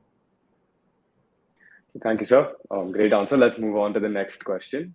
Madhav Singhal asks, scale and accessibility are some of the major challenges when it comes to sophisticated procedures and surgeries. Considering how you are working towards democratizing this, what are some of the innovations and technology solutions being implemented? So Vikas, sir, if you could take this question on, give us your insights on it. Yeah, very fair. So when we started the 1mg part, the scaling up or democratizing it was in fact a challenge. But you start building the problem in a way that you look at smaller pieces of a problem at one stage and then solve for a constructed large output. So, for example, we solve for information asymmetry which is existing in the ecosystem first, and the same principles we are using here. So, first is if you see the challenges for a consumer, say suppose you've been recommended a process around gallbladder surgery. Now, it can be done by A method, B method, C method, and in that there are possible outcomes. Now, when you meet a doctor, he might give you option A and B and help ask you to choose. If you meet another doctor, he says no, only B is better, A is not, and they will only talk about the relevant points which might be useful for you to make a decision. But they don't help you understand why it is and what is the overall picture. So from a product perspective, what we are building is one, if a procedure or if a surgery use case has been provided to you, what all the different options or what all different procedures which are available that that you need to decide on, depending on your age, depending on your body type, depending on your complexity. A procedure A might be better versus procedure B. Second is, in India, healthcare is, as much as it is a clinical problem, it's also a financial problem. So a lot of things get designed around, or a lot of things get decided upon what is the cost of treatment. A lot of things are put on back burner. A lot of things, and I'm not talking about the emergency cases, but more time, for example, the knee replacement. A lot of misinformation is there around the knee replacement, and most of the people, even they can afford, they don't want to do it, and people face that challenge. So one is arranging that information. Step two is arranging the right set of doctors and hospitals. The decision can be as simple as, say, suppose you are a 60-year-old male and there is a 30-year-old male. Both of them require a surgery. Now, for a 35-year fit individual, a setup where there is no ICU might work, which can help save on the cost. But for a 60-year-old, it has to be a setup where there is an ICU, because the complication of the surgery might occur because of the age factor. Similarly, if you had a cardiac history, you need a hospital which has a cardiac department. There might be complications around cardiac during the surgery. So those are the things that we are building in the decision making tree at our end, picking up those clinical data points, how to choose basis your past history, your current diagnosis, the condition that you are in, and then help you choose which is the right doctor or hospital for your treatment. There are also elements around insurance that plays a role. There will be certain hospitals that you choose that you have to pay additional copay. The room rent might be beyond your range. There are hospitals which might be in your range in room rent, and there will be lesser copay. So enabling that information into a simpler algorithm where you answer certain bot-driven questions, and we are able to, at the back end, process that information, use AI, and give you that data point that these are the hospitals and these are the possible scenarios for you. Say, we are not here to tell you that this is what the only solution you have. We are here to tell you that if you choose option A, which is this hospital, this doctor, this insurance, this cost, this is the outcome that you can expect in terms of your the out-of-pocket expense that you might want to do it, whether there will be post-op bleeding, scar, no scar, or whatever. Secondly, if you choose option B, will it be painless, non-painless? What is the impact on the expenses? What will be the days of the recovery period B, and ABC. So we help consumer get to the objective decision making in this as much as possible for deciding on this. The more you use technology as enabler for this, the solution become much more expandable, much more scalable from implementation point of view. Weber, sir, if we could have your quick opinion on this as well, your take on this topic. Definitely. I mean, I could see the other question, which is also on a similar thing. How do you use a patient to trust an AI-driven platform? So if you see a consultation, if you break it down, there are three parts to it. One is the data collection, one is the analysis, and the third part is the advice. So the AI never gives you an advice. It helps. And if you observe a doctor-patient connection or a communication which happens in an offline clinic, the majority of the time goes in the analysis piece, in data collection analysis. Once the doctor has gone through that, the advice doesn't take that much of time. So the first and the second part is where AI can definitely help in asking the right questions. As Vikas said, we also use a decision tree at the back end. So it kind of bases your last question. It further gets into a different path and asks you the next possible question or the relevant question. So the data collection with a summary and a probable analysis is something which helps the doctor make a right advice. It's an assistant piece. The advice is never coming from an AI. The advice always comes from a human, and this is not also legally allowed, that on the other side of the panel, there is a automated bot which is giving you advice. So that doesn't happen. So you have to break it down that where you can use AI. The AI helps in reducing time in terms of asking the right question, data collection and analysis piece. that basis your past history, basis the answers you have given to the questions, and the geographical area you are situated in, 6 out of 10 or 7 out of 10 people with the similar symptoms were found to be, let's say, were found to have jaundice or were found to have dengue. Then you get connected to a specialist, which helps you in finally reducing that and giving you a probable diagnosis. Just to address the next part of the question, where nothing beats the word of mouth, just to give you data point, out of 10, if there are only 6 consumers who end up being in the same hospital for the surgery, the 4 goes to look for another alternatives. And if you gone to a hospital, that is your word of mouth. The option 2 is what you start discovering online or whatever. Just to give you another data point, surgery is searched more than Swiggy on Google. So a lot of consumers are coming online to search for this vertical. So it helped where Yelp like platforms have come. Yelp like platforms have come in US. Trustpilot for travel, TripAdvisor in hotels. So there are multiple examples where consumer need. So your word of mouth can help you push in a direction, but you need more data, more information to make those decisions. And what has happened is the information is available. It's just not structured. How do you present that structured information to the consumer to build that relevant decision set? So you're not always like, this is the doctor and this is the hospital I'll go to. You have a consideration set. And between that consideration set, some consideration might come from your word of mouth, some consideration might come from your online research, some from your own research. And the right information is provided to you, you make that decision between this consideration set. This is the recommendation I want to go with. So less or unavailability of data, unavailability of structured information has limited this to happen in health tech. Now you see that a lot of startups, a lot of new business models enabling that in health tech. In other industry, it has happened already. So all your white goods, there is a standard comparison, or your mobiles, it's a standard comparison. Health, it's not apples to apples as such. A lot of subjective decision making also goes there. A lot of inferential based aspect of decision making is also there. But at least some starting point to look at in the right direction is what we are enabling at this stage. Thank you so much, sir. Since we're running short on time, let me hand it back to our anchors. Quite an insightful session, and thank you so much for devoting time to the India portfolio. So over to you, Shrey and Sarthak. All right. Thank you, Pranit. Thank you, Mr. Chauhan and Mr. Singh, for your invaluable insights and knowledge.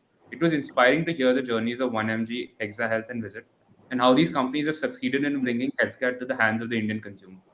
This knowledge, I know for sure, will go a long way in helping our audience understand how health-facing businesses are built. For our next session, we'll be having a panel discussion. Uh,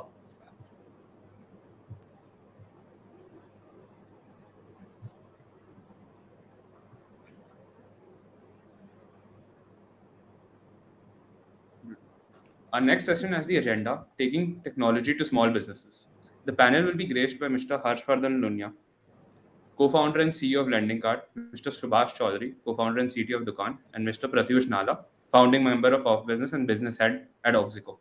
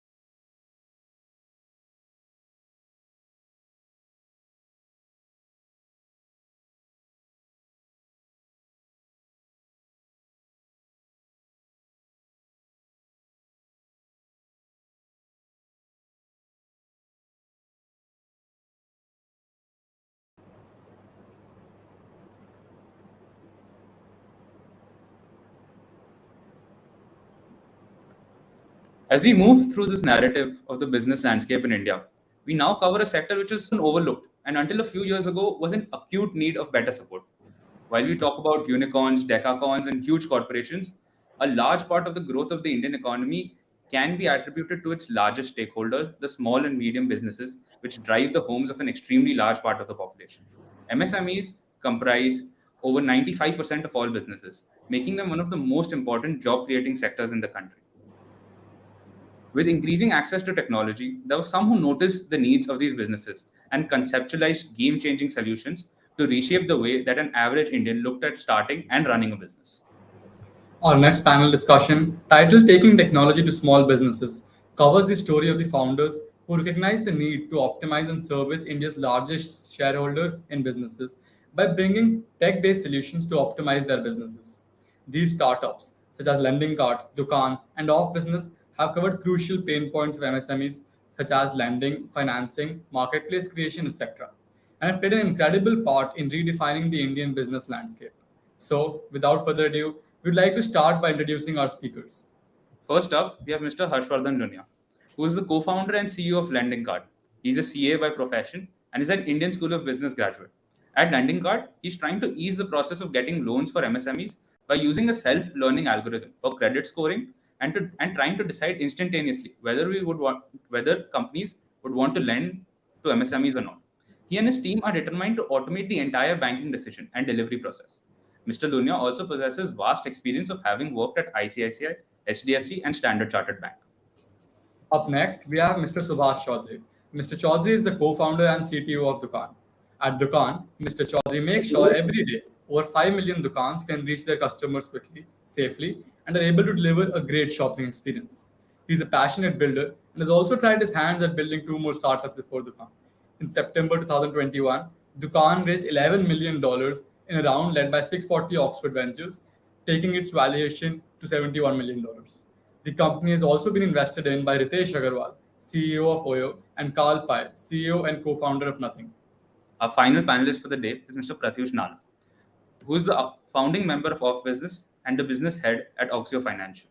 Off Business is a tech-enabled platform which facilitates the procurement of credit and raw material for SMEs, with a focus on manufacturing and infrastructure sectors.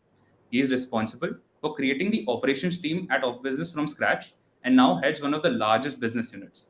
He's an IIT Bombay alumnus and has achieved all of this at a very young age of 27 years.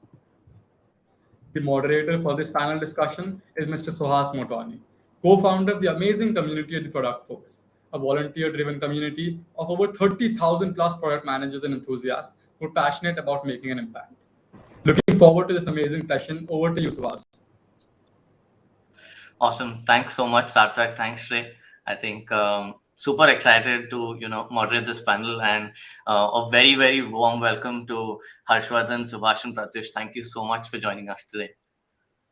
Thanks, Suhas. Thanks for inviting us. Thanks, Vas. Awesome. Excited for this. I think we have a interesting 30-minute discussion lined up. To kick things off, I think just to give our audience the importance of this sector, the MSME sector in India has a contribution over 30% of the country's GDP, with around 50% of total exports, right? So this probably becomes a really interesting fertile ground for lots of new age startups to come and solve a lot of problems, right?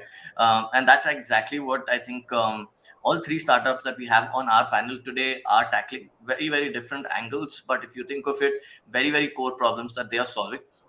To kick right in, I think Harshvardhan, we'd love to start with you and get your inputs on. We believe this sector has historically been underserved by tech, but that has probably been rapidly changing over the last decade.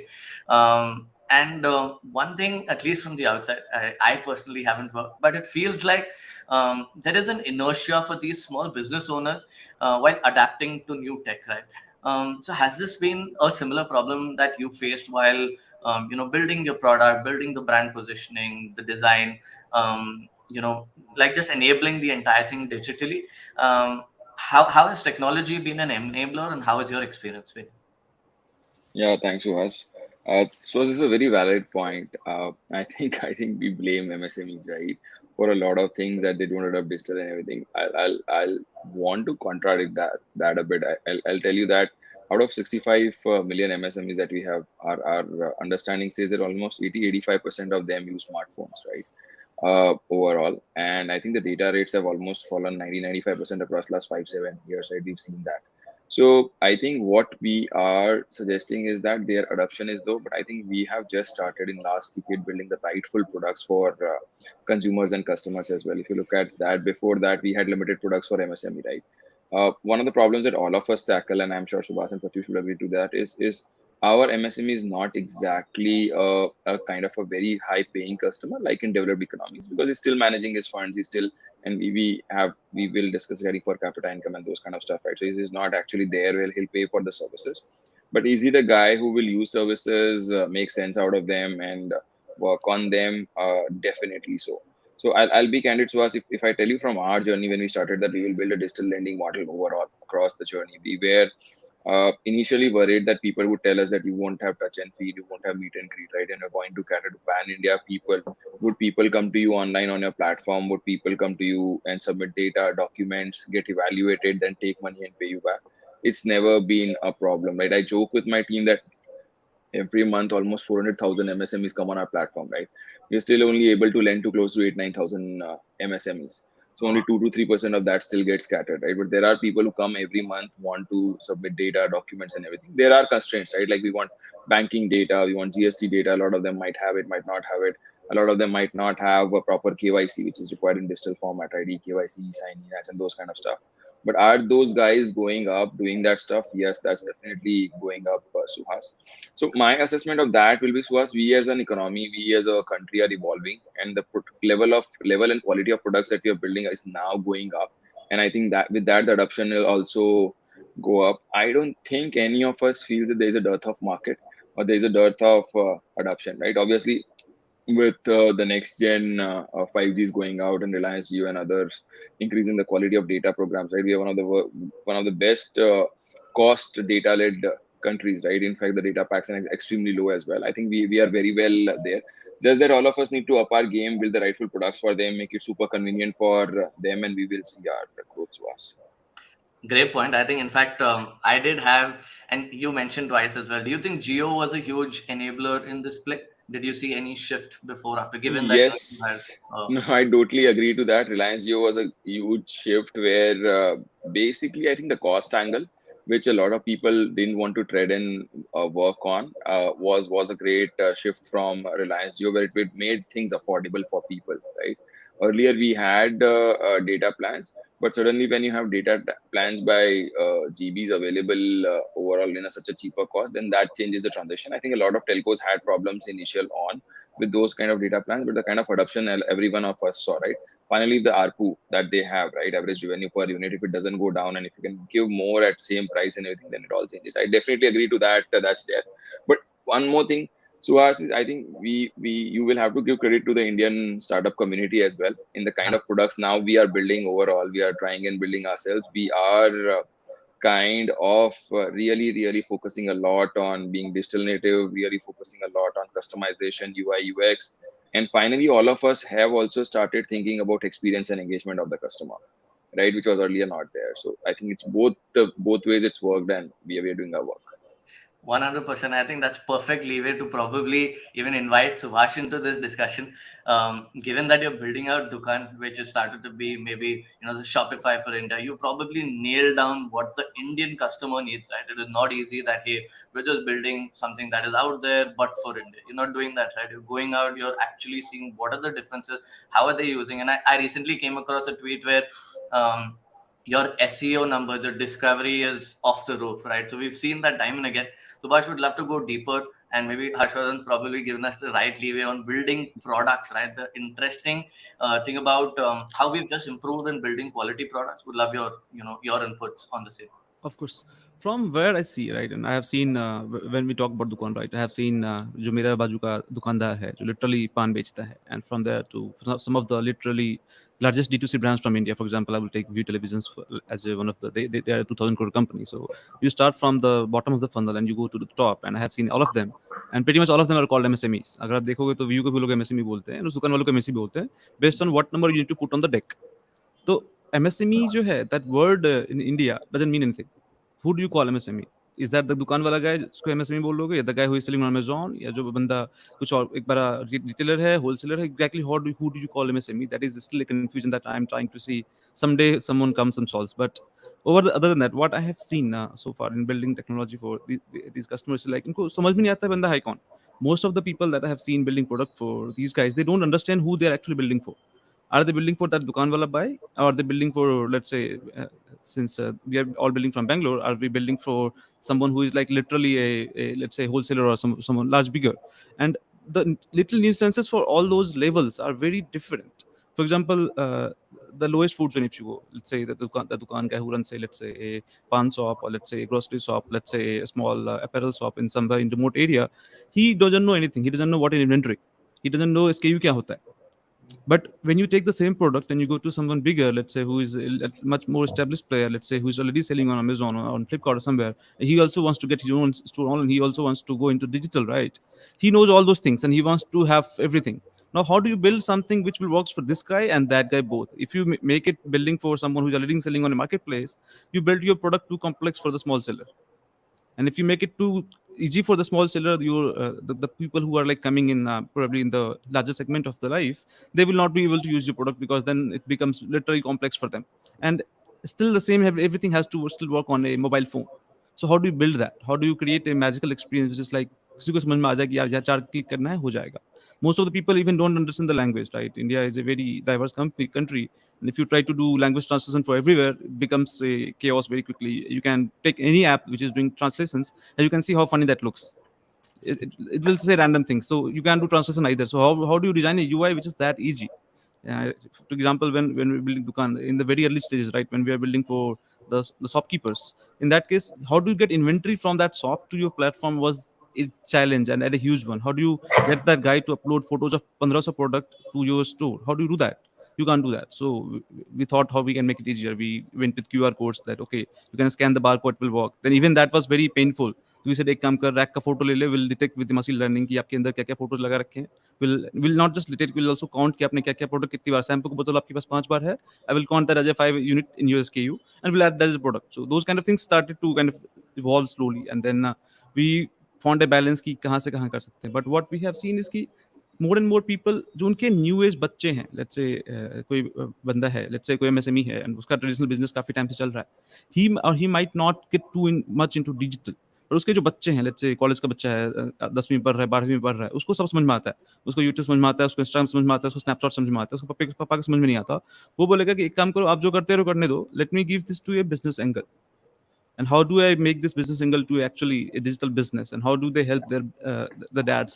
That is the kind of story that we get really deep into. I'll touch more on that when we talk. Right now I will not take too much time in the intro part, but this is the kind of experience that we have seen. यार ये क्या है, मतलब हम यहाँ से बैठ के हमको कुछ अलग ही लगता है, but when we actually go and see in the field, कुछ और ही होता है. So sure. Hey, thanks for sharing that. So, but just before I go and invite Pratyush into the discussion, one question that came up, I think, some of our organizers were also thinking around it, is have you had any interesting experiments with the WhatsApp business? They have this catalog that's come out, right? Especially for the very small business owners. Have you had some insights given, you would have probably studied the product deeper, some integration, some interesting experiments, anything that you can share with us? Yeah. So 1.5 साल पहले एक interview था on YouTube with Backstage of Millionaires. They asked me the same question: Who do you see as a competitor? Do you see WhatsApp catalog as a competitor? That day my answer was कि इन लोगों से ना हो पाएगा. We are 1.5 years now. Still, my thoughts are same कि WhatsApp commerce नहीं चलेगा. They simply don't know how to build a product for India. And no matter what they do, they won't be able to get it right. And we have seen them, and it's not कि एक month, 2 week, 3 month का है. I have seen it for not 2.5 years. The kind of little things that you have in India. Simple sa, I will show the cake. They are trying to build a complete commerce experience on WhatsApp, correct? The little nuances of COD India में देखोगे ना, मौत आ जाती है बना समझने के लिए कि चलता कैसे है। हम लोगों को दिमाग खराब हो जाता है, ये क्या करना चाह रहा है बंदा। यू हैव सिंपल सीओडी, आपको यहाँ से यहाँ भेजना है इतना लगेगा, यहाँ से यहाँ भेजना है इतना लगेगा, यहाँ से यहाँ भेजना है इतना लगेगा, रिटर्न आएगा तो ये होगा। अब बंदा बोलता है ठीक है, मेरे को अगर सीओडी रहेगा, 500 रुपये का प्रोडक्ट है, मुझे उस पर ऑफ देना है, 600 का है तो ऑफ नहीं देना है, इस एरिया में है तो ऑफ देना है, इस एरिया में है तो ऑफ नहीं देना है। How do you build all those kind of experience inside WhatsApp checkout?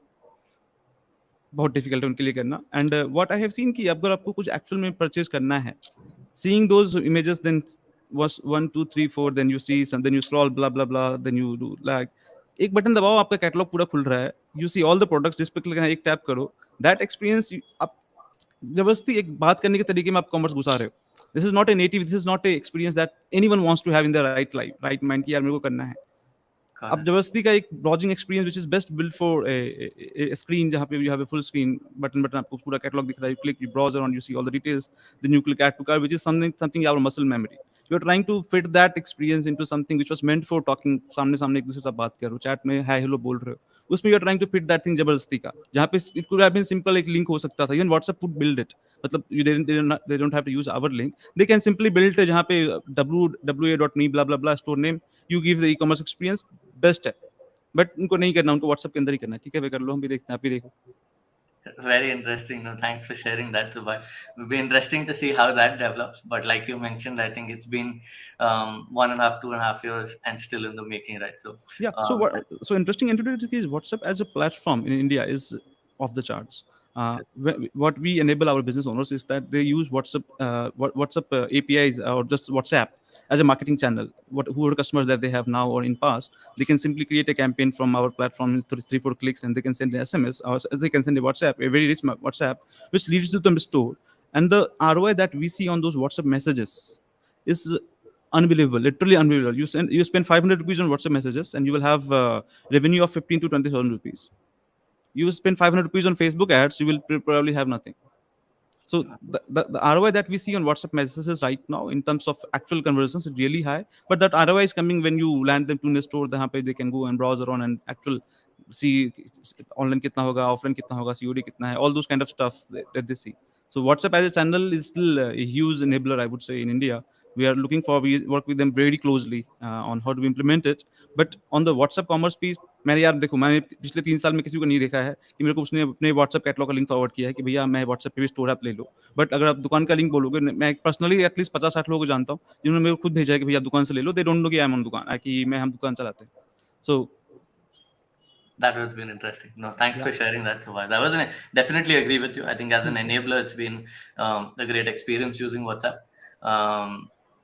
Prachish, welcoming you onto the panel. Thank you so much again for joining us. Cutting the segue into the revenue aspect, I think creating products for MSMEs that help increase their revenue in general has very significant second order effects, right? And as a platform, first of all, I think Off Business has been in the news for round after round. So it's just been there. And as a platform, you help bring more business to MSMEs, right? You've been around for a long time, founding team member since more than 6 years now. So any anecdotes that you can share with us? We'd love to learn how your experience has been over the years, and given how significant these second order effects are, how do you see that changing in the next couple of years? Thanks, Suhas, for the invite, first and foremost. So see, and a very interesting discussion upon, tech's adoption, as well as how tech can actually help scale businesses, as well as, a big tech company coming in the MSME segment. And as Harshvardhan was saying, MSME segment mein right now, the adoption of tech might not be at the levels at which might be there in US or UK or somewhere else. And India, it's not there currently, right? And there are a number of factors associated with that. So see, tech play within a B2B segment can be, broadly categorized into 3 major segments as to where tech plays a role. So one of the segments is basically, lead generation or creating a sort of a marketplace for something or the other, right? Now, say, suppose there is RXL, which is a marketplace for supply chain bill discounting, right? And it's working pretty well for them right now. And that is one of the segments where tech is actually picking up within the MSME segments, to be very frank.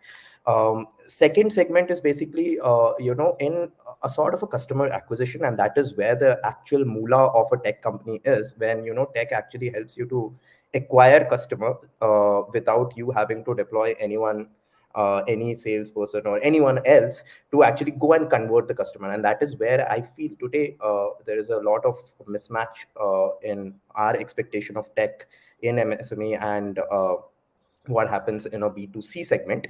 But to be very frank, within customer acquisition segment, one of the companies which has built a very sizable as well as a fantastic business around this is actually IndiaMart, which is, customer acquisition actually happens completely online. And that is something which, which stands as an example as to tech can actually be utilized in the correct way to actually, acquire customers. And the third area where actually tech can be implemented is user experience. So once you have acquired the customer, you want to retain the customer, or supplement them with other products, other offerings which you have, and that is where user experience actually comes in. Right. So to put it shortly, off business actually wants to get into all three of them. Currently, we are pretty good in pretty good as in we are very good in lead generation as well as marketplace. So as you were saying, we help SMEs to actually increase their business. It's through a platform called Bid Assist, where it's a marketplace where you can go and look out for tenders and apply for tenders, and you get a transparent picture of who all are the bidders of the tenders and where all are the opportunities to increase your business eventually. So that itself translates into a lead generation for us for various other products which we want to offer to the customer. So for example, if we want to once the customer is happy with the tender, and we get to know the nature of the business the SME is in, so we get to know what kind of raw materials does the SME require. And raw material consumes almost 60 to 70% of an SME's cost, and that is where secondly we are into. And thirdly, we also want to get into, once you want to acquire, once you want to procure this raw materials, you of course need financing. And that is, the third segment which we are into. So that is how it has trickled down, right from, lead, lead generation through Bid Assist, and offering other products which actually are very, very critical to an SME's operation, as well as critical to increasing the revenues of the SME and increasing their business and enabling their growth eventually.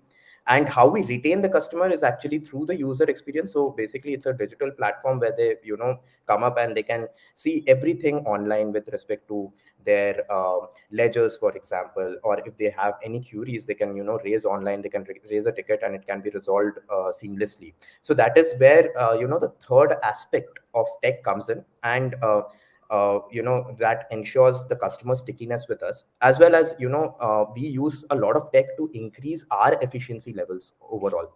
Right. So for example, while we are lending to customers, so we receive documents, say suppose balance sheet, profit and loss statement, and all those things we receive from the customer. But we then translate them into a lot of parameters, which actually helps us to analyze very easily whether a first cut analysis whether the customer has the ability to pay or not. Now that is not one of the only criteria on which we lend. Of course, we look at a lot of other factors, and whether the customer has the willingness to pay or not, pay back to you or not.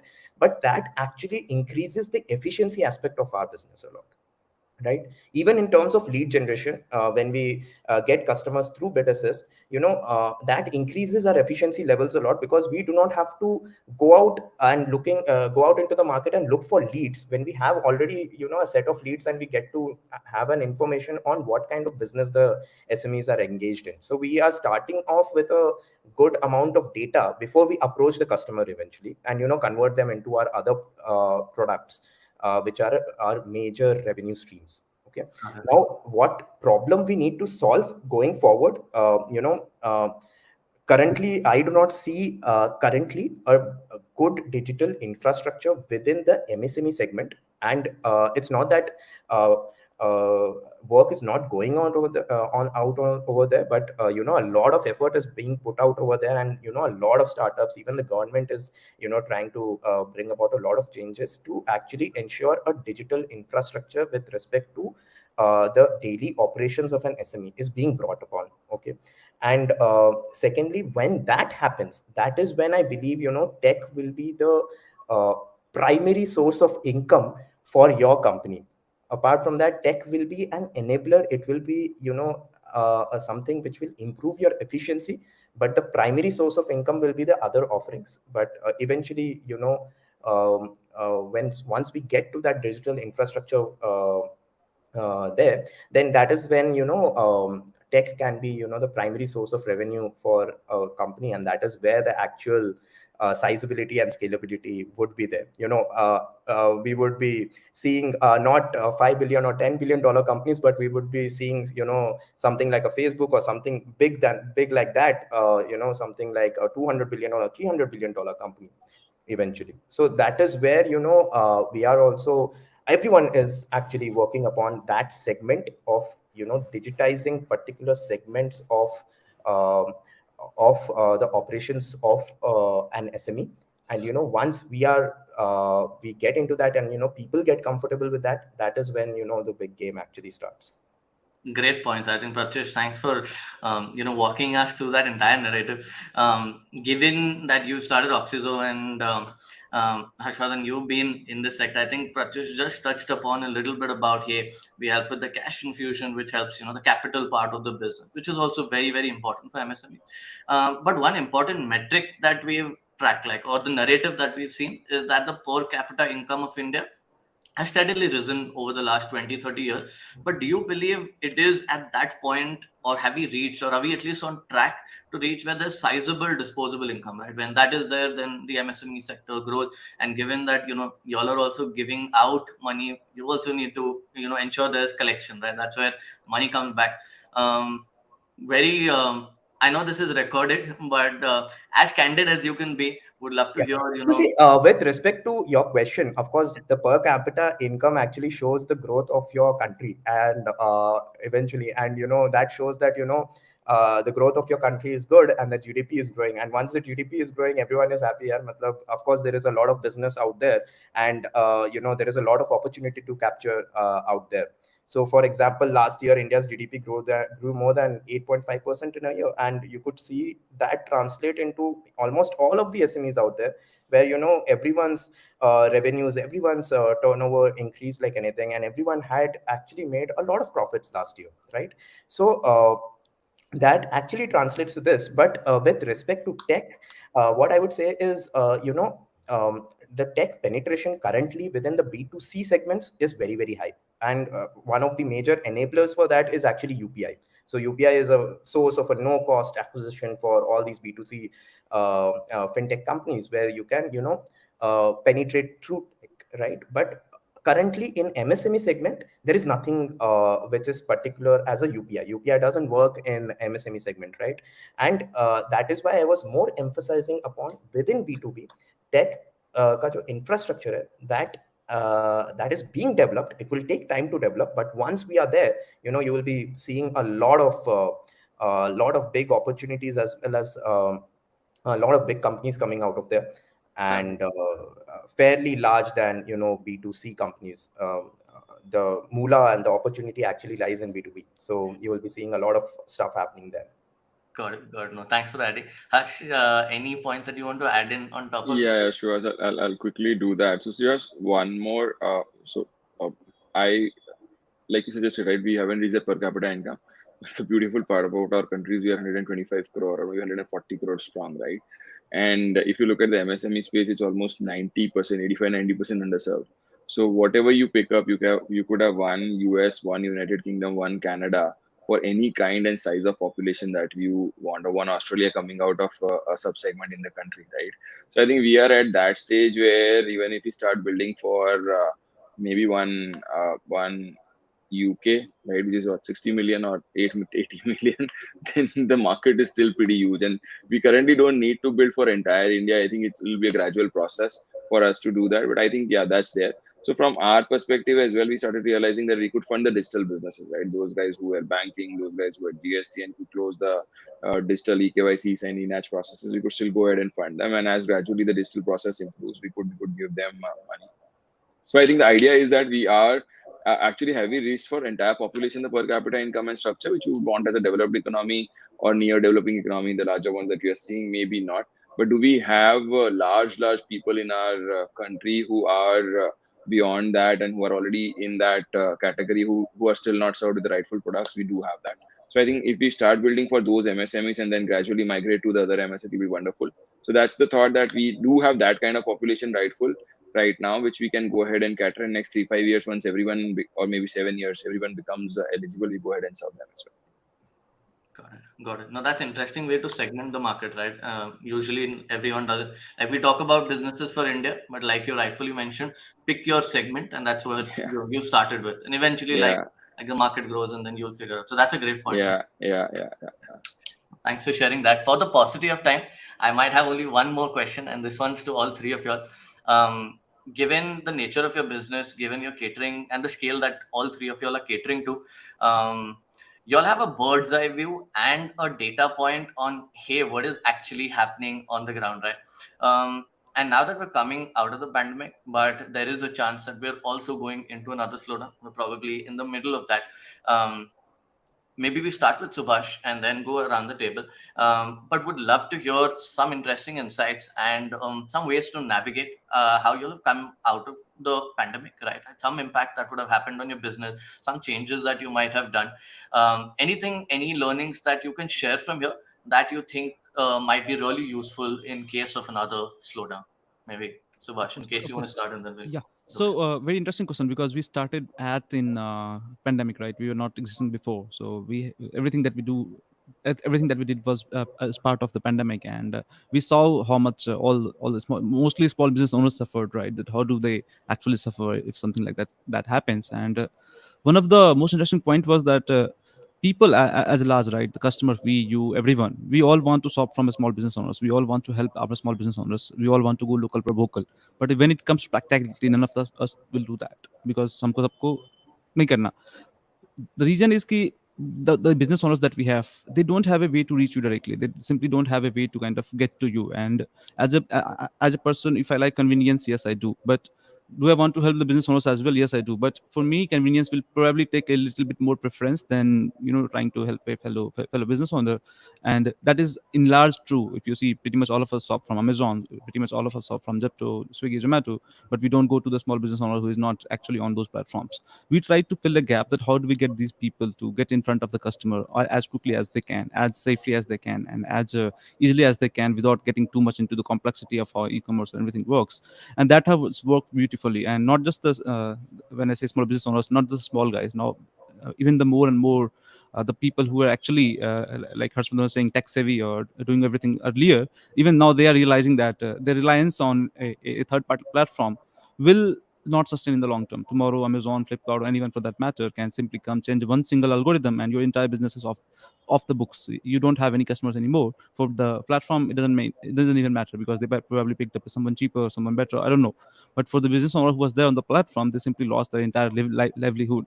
How do you prevent something like that from happening? That is basically building your own brand. How do you build your own customer base? How do you a marketplace, or anywhere you can kind of get a quick boost is fine, but that is what is a quick boost. It's not the way to sustain for the long term. You have to have your own kind of channel, whatever you call it, identity or whatever you call it, but you have to have your own customer base that you can bank on, that you are serving well, that knows who you are, and that's the kind of way to go. It doesn't matter whether it's a slowdown or not. That is something you should always have.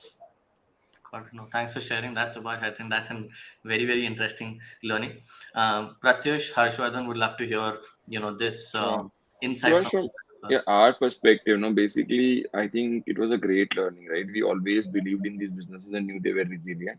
But COVID basically told us that they were actually quite resilient, right? Overall, other than the lockdown and everything, the people came back very sharply in their business, focusing a lot more. And I think both before COVID wave turn, we had seen a resurgence, right, or a re-emergence from all these small businesses where they were doing pretty good businesses. Overall, again, I think we normally discount small businesses thinking that they don't understand their business, they don't basically go ahead and align their business and stuff like that. But it doesn't happen that way. They're pretty much aligned. They work and they know and understand their businesses very well as well, Suhas. So I think our fact that these businesses are backbone, and for us also the realizing that because we normally cater to micro units, they normally cater to people in and around them only, right? To the small, to the direct consumers. So we didn't see so much impact, but resilience and their resilience was one of the pretty good point that we got to understand at this time. That is amazing. I think that's a whole lot of optimism.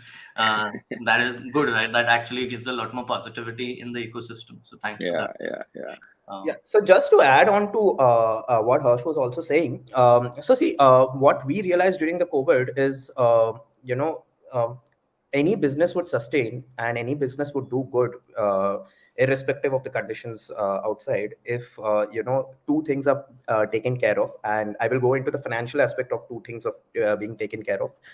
One is doing a profitable business, ensuring that whatever business model you're building, it's profitable, at least at the unit economic level in the initial times, and eventually it has a path to profitability. And secondly is ensuring that the cash cycle is good. Like building a very heavily profitable business with a ridiculous cash cycle and matlab cash mein convert hi nahi ho raha, which is that doesn't make any sense, right? So striking a right balance, building a profitable business and ensuring that the cash cycle is good is what we did during the last 6 years. And that is why during the COVID times also, these principles we had followed at that point of time, and that is what actually made us grow even bigger. And what we ensure is that this particular principle of making profit and ensuring that the cash cycle is good, we actually trickle it down to each and every individual member of our business. So even if you talk to the most anyone in off business, actually, anyone would say that these are the two things which I have to do when I am working over here, or when I'm trying to do sales over here, or when I'm trying to convert a customer.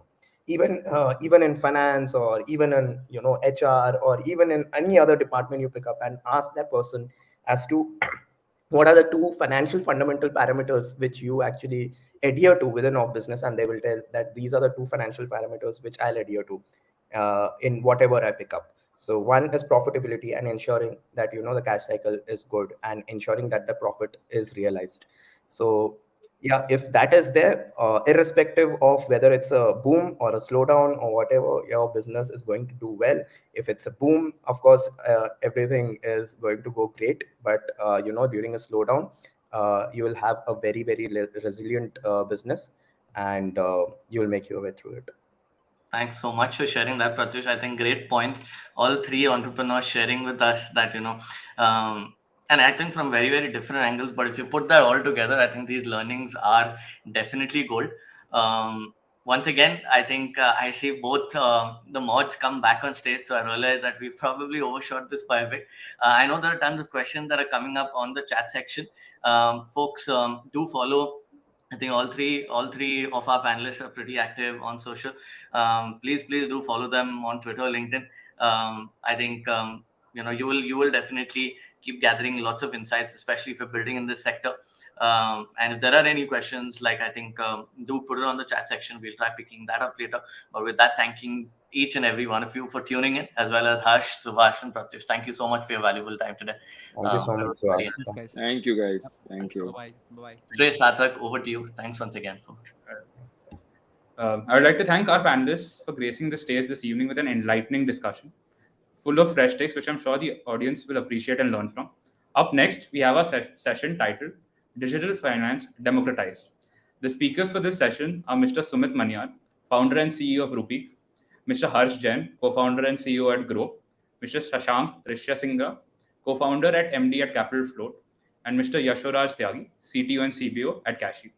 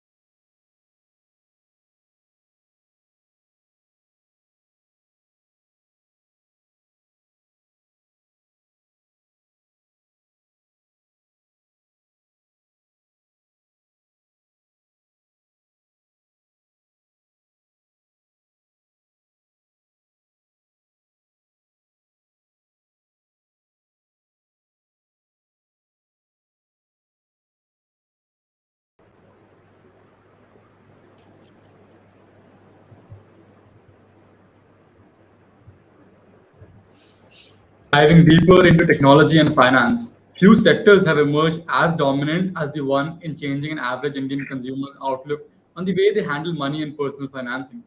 The fintech industry has undoubtedly been amongst the fastest growing sectors, both in terms of market size and in terms of founder potential.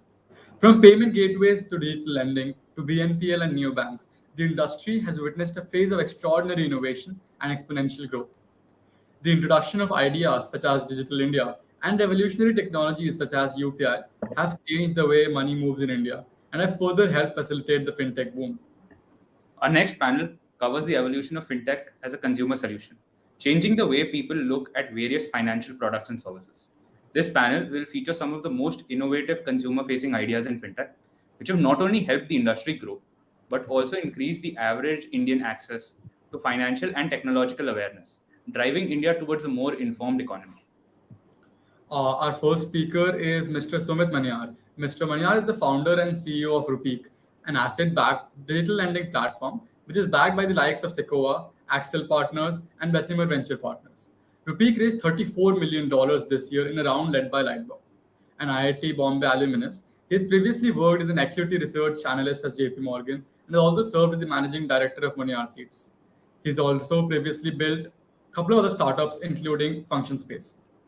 Joining the panel, we have Mr. Harsh Jain, who is the CEO and co-founder, COO and co-founder at Grow, the startup which joined the Unicorn Club in April last year. Grow, backed by Tiger Global and Sequoia, tripled its valuation in just 6 months. He heads customer acquisition, retention, and business expansion at Grow. Prior to this, he has been product manager at Flipkart, where he built products for marketplace and logistics. He holds a BTech in electrical engineering and a master's in information and communication engineering from IIT Delhi. Mr. Jain studied for his MBA in product management and marketing from UCL. Next, I would like to introduce Mr. Shashank Rishasringa.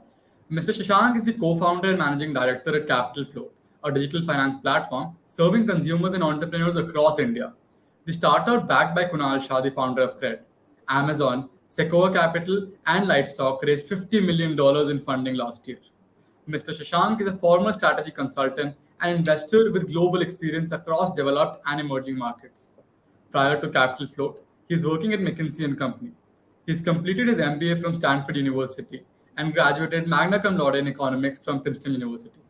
Our final panelist for the session is Mr. Yashraj Tyagi, an alumnus of BITS Pilani and UC Berkeley. Mr. Tyagi is the CTO and CBO at Cash, an online marketplace for personal loans which enables salaried and self-employed individuals to obtain personal loans with customized terms, amounts, and repayment options.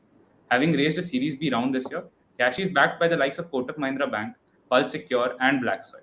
He's also previously served as a consultant for KPMG. This panel session will be moderated by Jivraj Singh Sachar, host of one of India's biggest startup-focused podcast, the Indian Silicon Valley Podcast.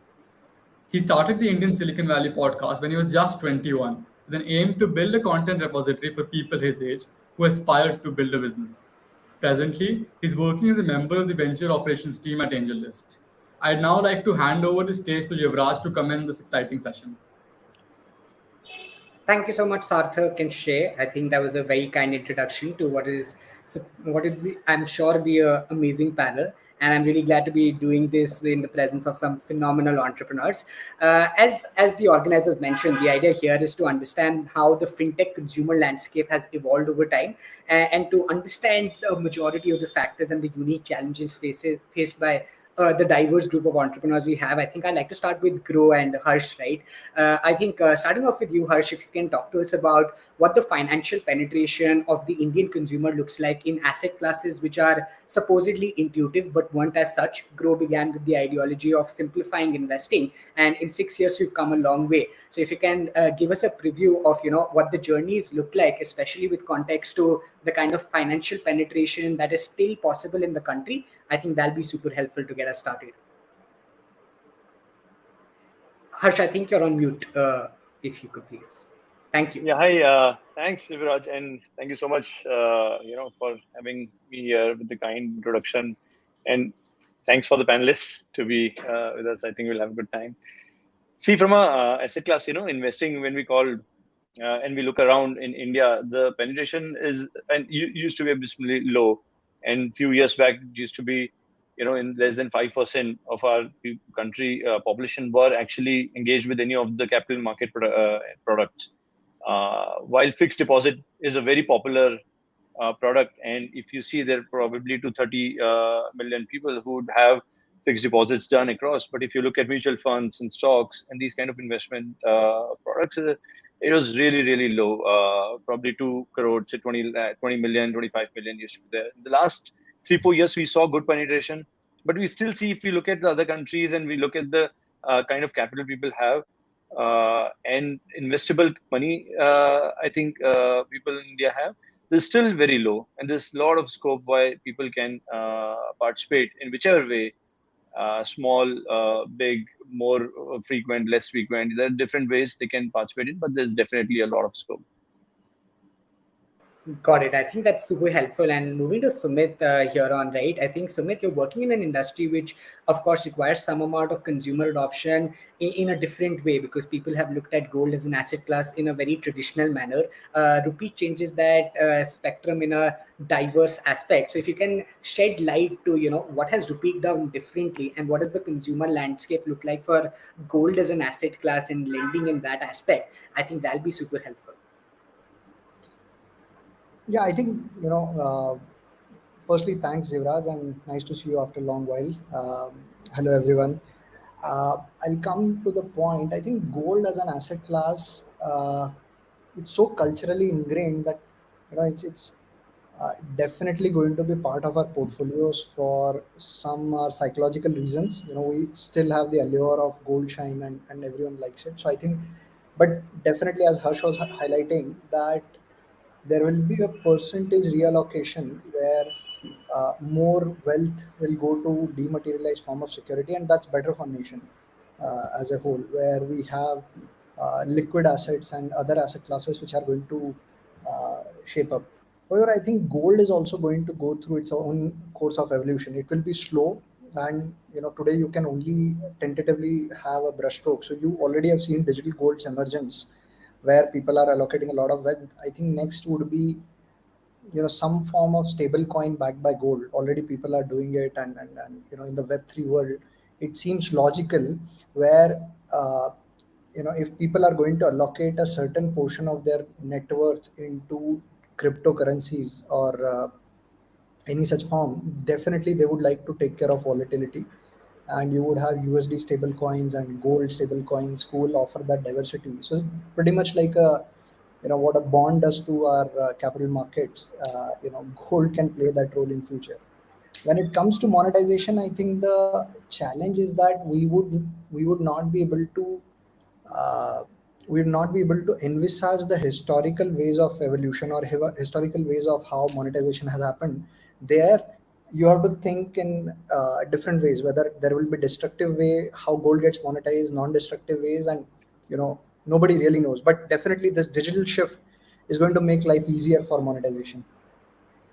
Got it, got it. So I think the digital shift is a common pattern that's emerging through this conversation. Moving to Shashank, I think for capital float, there's been a small pivot, if I'm not wrong, as well, going from the SME side to more consumer-facing lending as well, and that's happened in the last couple of years. So if you can talk to us about what the recent market trends of maybe UPI, the account aggregator framework, and multiple other initiatives on a broad basis, what does that do to consumer-facing lending, and what have you observed in the capital float journey that has been unique to building out a consumer-facing fintech product?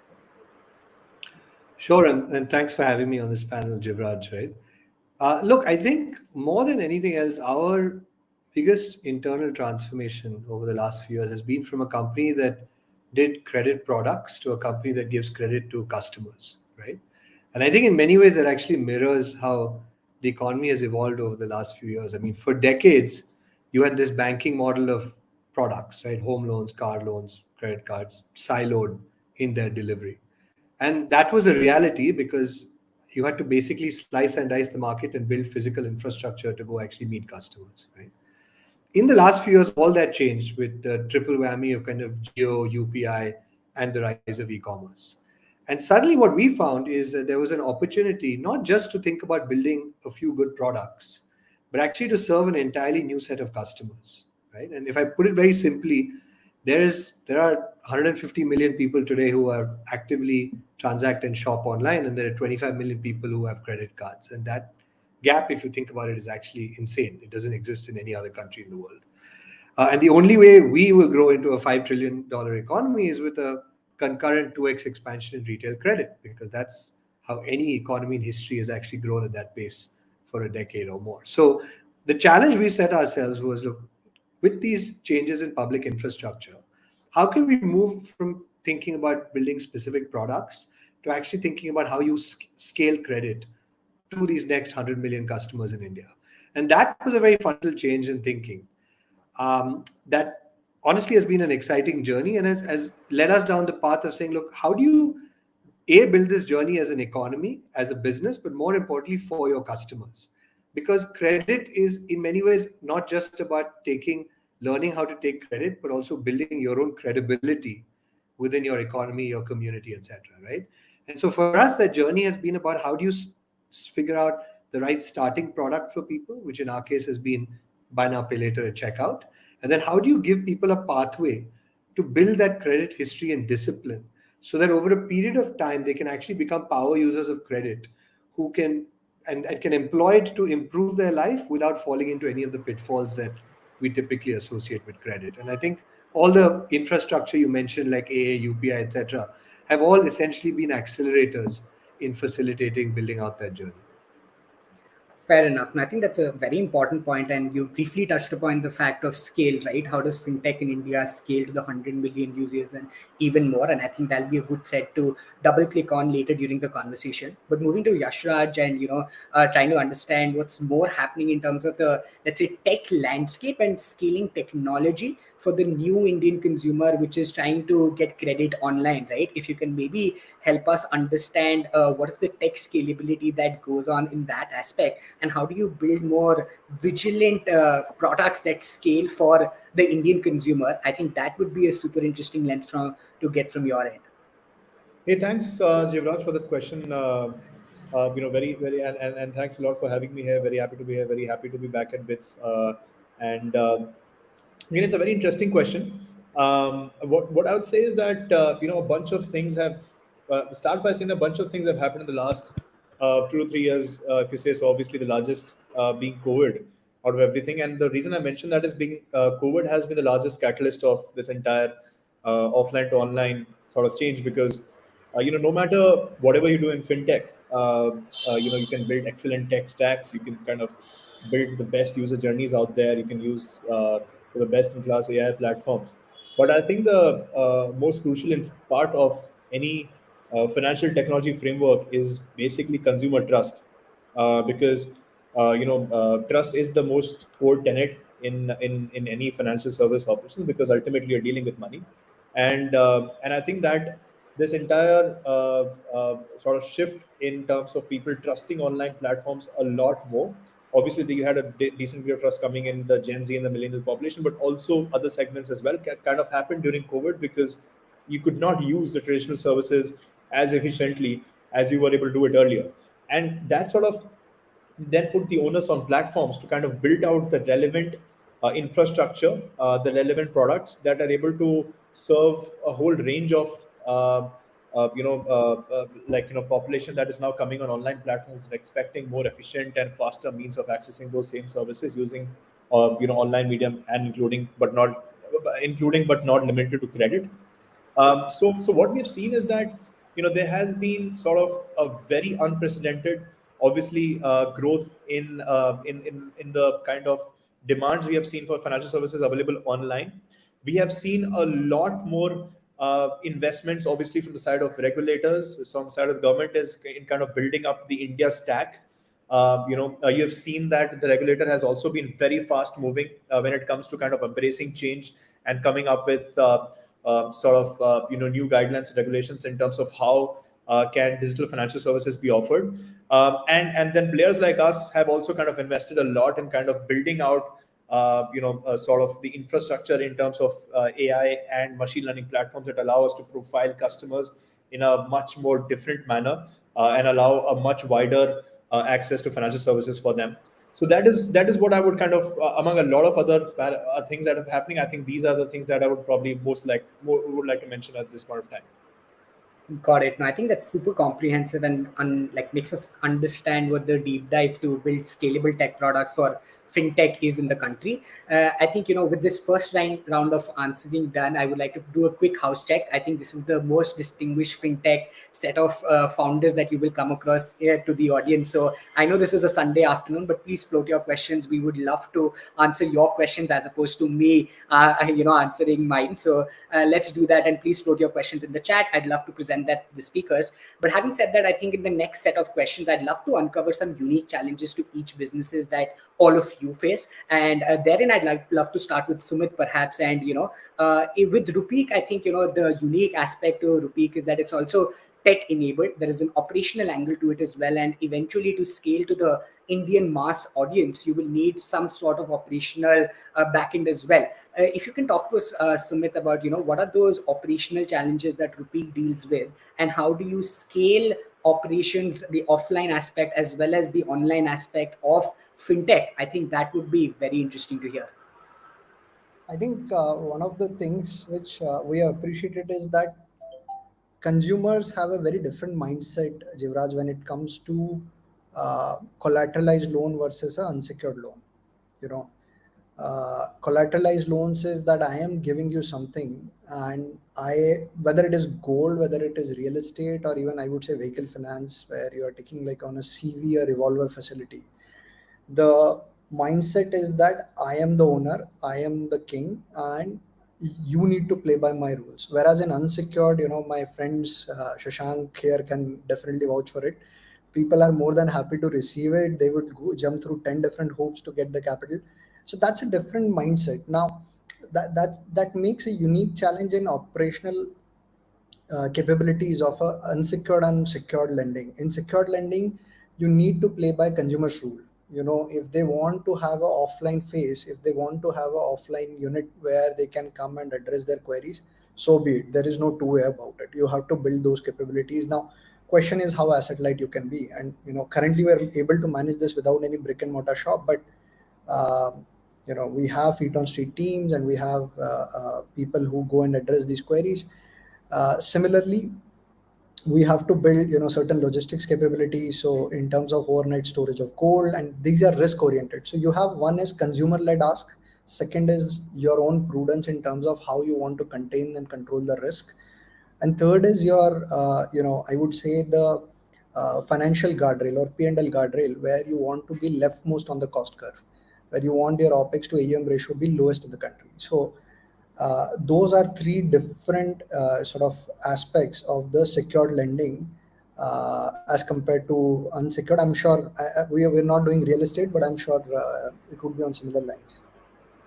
Got it. No, that's interesting to hear, especially if when we hear about tech-enabled businesses, and that goes to show how tech-enabled businesses succeed. But talking about unsecured loans, and maybe moving to Shashank from here, would love to know from you, Shashank, that as to when you talk about scalability in terms of credit, what is the core IP that you have to build as a company so that you're differentiating, especially when it comes to penetration? Because we all hear that in fintech, lending is the king, that's the largest market, whatnot. But what does capital flow do differently when building out core IP, be it in terms of convenience of getting loans, or be it in terms of reducing NPAs, whatnot, right? If you can shed some light there, I think that'll be very helpful for the audience.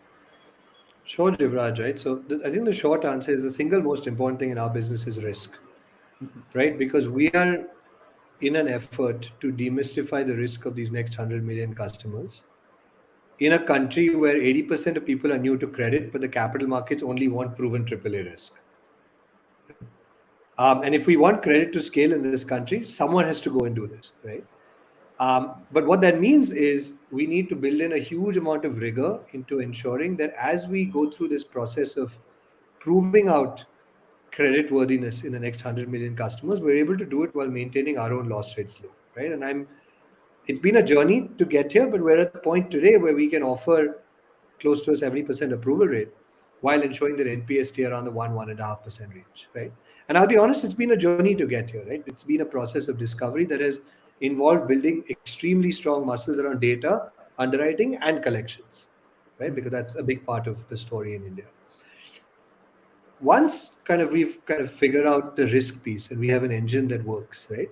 Then the second question becomes how do you change mindsets and behaviors around credit so that it scales in a way that is sustainable, right? Because again, we're a country that needs credit but have all sorts of taboos around it, right? And in our mind, that starts with dignity, which is why while a customer may jump through hoops, as Sumit said, we want to give them the best possible experience, right? So the second part is rigor. So ensuring that there is the right balance between giving the customer control and also us maintaining control. So at any point in time, the customer doesn't overlever himself or herself. And then the third is about creating these positive feedback loops that create credit culture in India, right? Which very simply put means you start small, and as you demonstrate strong financial behavior, your credit grows with you, and more opportunities to use credit start to unlock in your life, right? And I think these two things, right, risk and then building credit culture in the country through dignity, control, and positive feedback. This is really, I would say, where the IP gets created in this business. And yeah, again, when I say IP, I think in India, execution is IP, right? Everyone knows what needs to be done, but it's hard to do it. And so building the right organizational muscles to be able to actually do this and then rinse, repeat, I think that's really where the secret sauce ends up. And it's a work in progress for us, as I'm sure with most people. Got it. And I think that's super helpful. Thanks for sharing those lessons. I think, Shashank, I think a lot of important points there in terms of awareness, in terms of the literacy, in terms of trust building also. I would love to move gears to Harsh perhaps. And Harsh, as we all know, Grow is one of the most prominent and scalable fintech products in the consumer landscape.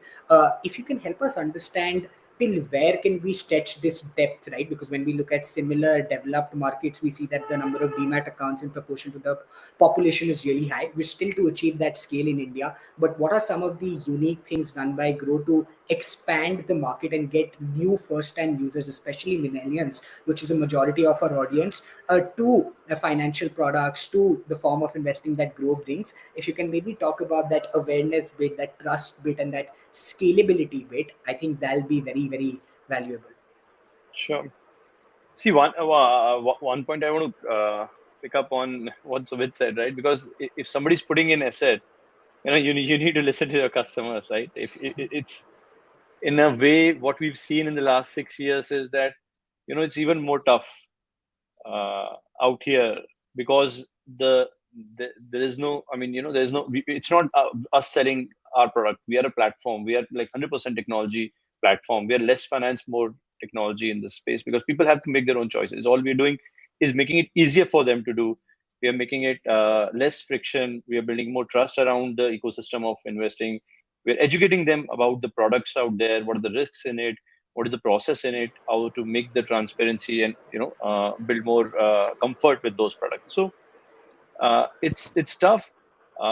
Fortunately, in India, the awareness, basic awareness of investing money, which begins with saving. You save money, which is like you don't want to spend more, and you keep the money for future.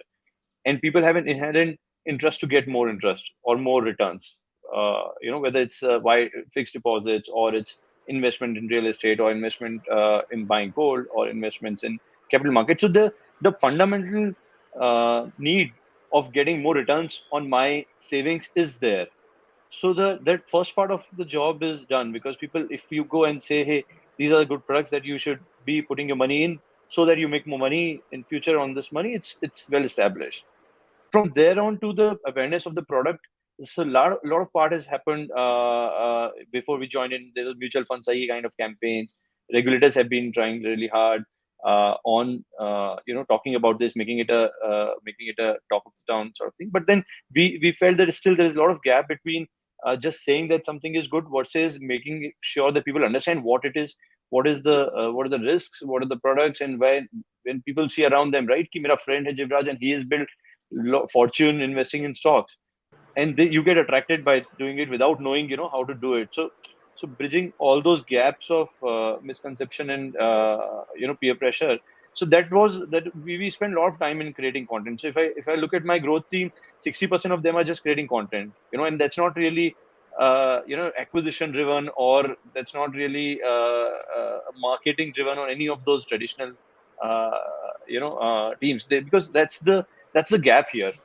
And obviously, when we get into different products, probably the gap will be different, and we'll have to solve it differently. But large part of it, like, once you create that level of curiosity, then second level is remove the friction. So right from onboarding, why there are 65 to 70% of the users are the first time investor in the industry. They've never been in the space. We do their KYC for the first time. And that all come because now there's a low friction. So they see that it's easy, simple, and then they get onto it. So blocks, it's a Lego. It works, gradually. Shyam was also saying it takes time, and saying it now is, part of it is easy because we've been doing it on it for last 6 years, and now probably next few years also will continue optimizing. Absolutely, and I'm sure for the right reasons. We are all benefactors of products that all of you are building. So kudos to that, and kudos to how it's bridging the gap for financial access, as you mentioned. So great to hear that. Moving to Yashraj, I think an interesting question pops up is given that you're focusing on a specific consumer class, which are, let's say, salaried young millennials and employees. If you can help us decode what the young salaried employee in India really wants. What does that consumer graphic really looks for in, like, fintech products when credit is concerned? I think that'd be a unique insight, especially to understand how to build for that audience. And I'm sure a lot of curious builders in the audience will seek a lot of value from that. No, thanks, thanks again, Devraj, and there is the salaried, or the salaried class in India, or the recent entrance to the salaried class in India for the last 4 to 5 years. You've seen that there's a big shift in terms of behavior and acceptance to credit. Even a decade back, the way anybody would view taking on credit is very different from the way people view credit right now. Everybody's aware that we have made decent enough shift towards a mindset in which people don't kind of mind having a healthy credit based lifestyle, in which they are able to kind of meet their short term obligations by taking on credit, in which they are not very over leveraged, and they're able to kind of manage their own finances very well. And that's why kind of having credit instruments out there that make accessibility to credit even more sort of easy is sort of the need of the hour. If you look at, like, out of this entire sort of salary base that we have even in tier 1 cities, and then you look at the total credit card user base in India, that's peanuts compared to where it should be. And still you have sort of the traditional financial institutions out there lending money to only a fraction of customers out there. So there is the Indian millennial and the Indian Gen Z, which is entered in the workforce, does need contextual credit, if I may say. It might not be saying that, okay, I want to go and take a personal loan, but if they're doing, so kind of getting consumer durables, or kind of doing any kind of financing for them for any short-term needs, or have any medical expenses, or any other short-term obligations to meet, they would not mind taking credit for that, because they're aware of credit instruments. They know that what it means to take on credit. It's not viewed as a taboo anymore. But now they want access to these instruments out there.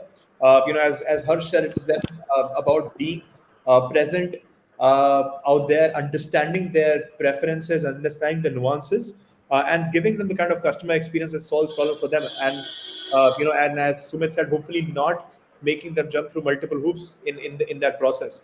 The second part which I'd like to add is that while we do that, specifically to credit, which Shashank said, the most core tenet over there for building for credit instruments for them is to actually understand risk, right? Because since consumer behavior has shifted, since the nature of providing financial services has become more online in nature, the way of profiling and evaluating credit is also becoming completely different, specifically when you deal with an unsecured asset class like what we do. And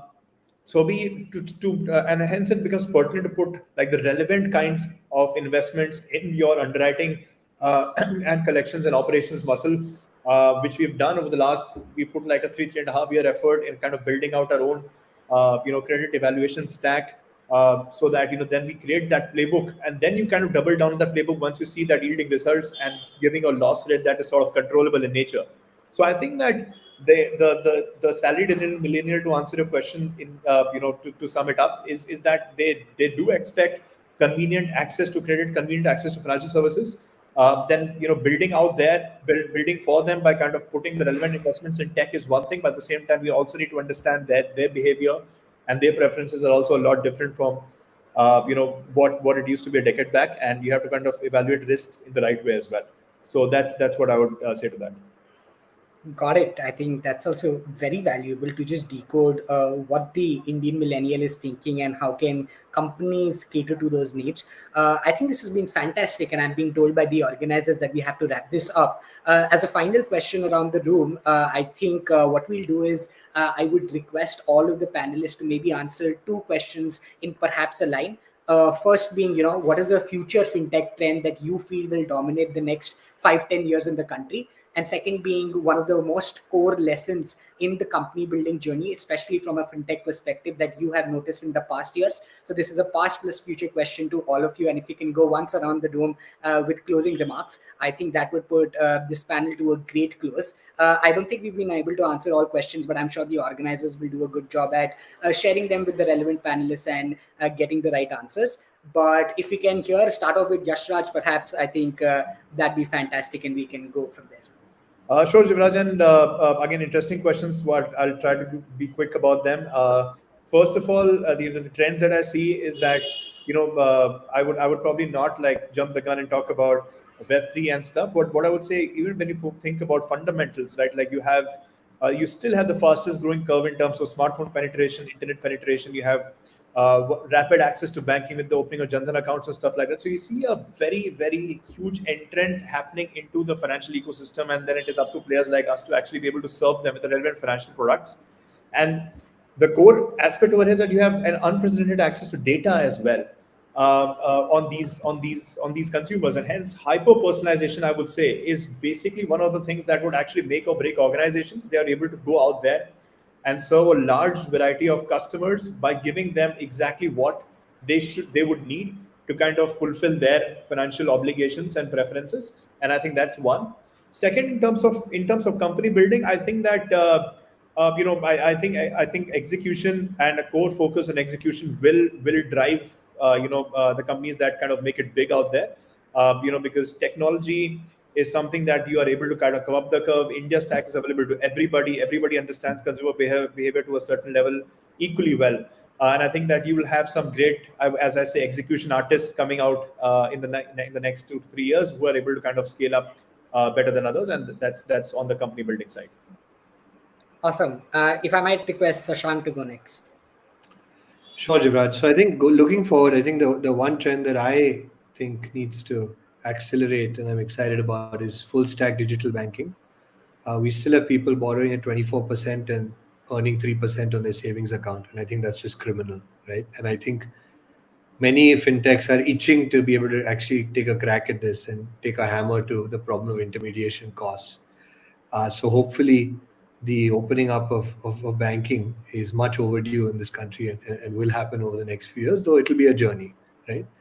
I think the second thing, which is actually on org, which is linked to that, is actually governance, right? I think fintech is littered with risks in India, right? And when I say governance, I'm not just talking about things like audit and board, but actually being able to have the right kind of internal controls and discipline, top to bottom within an organization, right? And I think the real win for fintech in India is when some of us actually become scaled financial institutions that have the same respect and credibility as an HDFC or an SBI today, but have the agility of a Google or a Facebook or an Amazon, right? And I think that doesn't come. We're all over-indexing on the tech part right now, but I think the piece around governance and institutional strength and depth is going to be a key organizational focus for us and for many others in the ecosystem. Awesome. I think super important point is there. Thanks for sharing that, Shashank. Next up is Sumit. You can go next. That'll be awesome. Eerily similar to Shashank. I think with the forward-looking, if fintechs do not get access to lower cost of fund, I don't know. I mean, they will be always tempted to take, especially in the tough cycles, take more risk than warranted. And what disproportionate advantage banks have is access to cheapest form of capital, which allows them to play in the least risky segment. and ultimately through cycles, that is the segment you want to be as an asset builder. So I think access to lower cost of fund, digital banking is one way to go about it. And again, we understand there is a systemic risk standpoint which regulator doesn't want to open up and start distributing licenses like a candy, but there has to be some solutioning around it if fintechs have to thrive. Otherwise, we'll always be behind the curve. That is one. Second is, I think what is extremely important is that risk adjusted return. A lot of time I mean, it's one line statement but a lifetime of practice. The challenge on risk adjusted return is that you end up taking at times more risk for the same return, and again through cycles that goes for a toss. So those two are, according to me, very very important to get right. Got it. I think that's fabulous, and thanks for sharing that, Sumit. We start with Harsh, and we're ending with Harsh. Harsh, why don't you go next, and please help us conclude. Sure. So, see, forward-looking, I think the prominent trend in the next 5-10 years we'll see will be of DIY, do it yourself. Whether it's investing, lending, payments, or any of the financial products, or even beyond also. Because now what we've seen the last 3-4 years, and what's a trend, that this generation of people who are growing, scaling really fast, are the people who want things on their own. They have access to all the information. There are, like, offerings a commodity now. Everybody can offer a good design and a good UI and very good, very scalable backend technology. But I think people will make their own choices. So giving them the comfort of non-sales calls, non-pushy products, and kind of thing is going to be the next 10 years or longer trend of how people will invest, or people will invest their time or their money with respect to any product that they pick. And from a corporate point of view, I think, Jivraj, I mean, it may sound like, very common knowledge, but it's more like, customer focus. And that's easier said than done, because when the times are tough, people have pressure to, start focusing on bottom line more than customer, and maybe the growth, or sometimes competitive pressure. There's so many different pressures that a startup or a company undergoes, and it's very easy to talk about it but lose the customer focus, the customer first, customer focus. And if companies can sustain that as a culture, as a structure, then that's going to be one of the success mantras for the company. Awesome. I think, again, super valuable pointers, and that brings us to a wonderful close. I think what we've eventually heard is full stack banking, digital lending on a greater level, and lower cost of interest, hyper personalization, and DIY are the future trends that will dominate. And if founders can focus on execution, customer focus, and board governance, and etc., I think those will be the pillars that will stand the test of time and build the companies of tomorrow. Thank you so much to all the panelists on behalf of the event and the team Conquest. I think this has been absolutely fantastic, and I'm sure to those who listen, they have derived great value. I certainly have, and a huge shout out to everybody for spending their Sunday afternoon with us. Over to the organizers. Thanks, Shrey and Sarthak. Yeah. Thank you, Jivraj, and thanks to all the panelists for their unique perspectives on this exciting topic, which has frankly taken our nation by storm over the last few years. It was extremely engaging to watch such a lively and informative conversation regarding a type of technology that has become an integral part of our daily lives.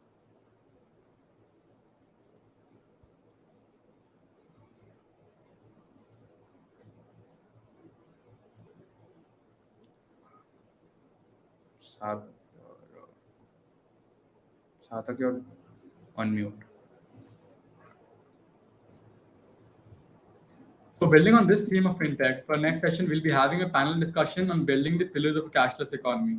The speakers for this session will include Mr. Mohit Sani, founder, MD, and CEO of Innova Capital, Mr. Sahil Kini, co-founder and CEO of Setu, and Mr. Javed Iqbal, co-founder of Rupify.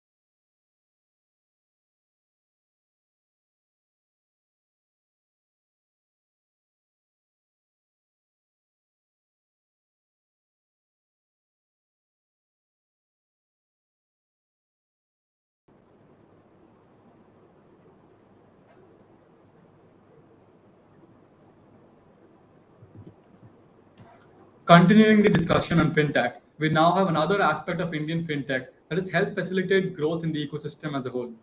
With digitalization on the rise in a rapidly growing ecosystem, the changing needs of the end consumer have also changed the needs of businesses to facilitate growth. With technology emerging at the forefront of the Indian businesses, the need for strong, technologically driven financial infrastructure has rapidly increased in the country. Indian founders have built on this need in a host of innovative ways, from providing seamless APIs to allowing companies to integrate their financial structures online, to incentivize last mile lending solutions and local businesses, to integrating payment gateways and facilitating the BNPL model into business lending. The B2B fintech industry has emerged as a key proponent of the successful digitalization and scaling of businesses over the last few years. Our next panel, titled Building the Pillars of a Cashless Economy, delves deeper into the journey of the B2B fintech industry and how the evolution of the financial infrastructure in businesses and the ecosystem in India has helped revolutionize the way businesses look at finance. The first panelist for today is Mr. Mohit Saini. Mr. Mohit is the managing director and CEO of Finova Capital. Finova stands for Financial Innovation. It is an NBFC which helps finance the 30 million Indian MSMEs at reasonable costs and in a transparent manner. Prior to this, he's also a joint general manager at one of the largest banks in the country, ICICI Bank.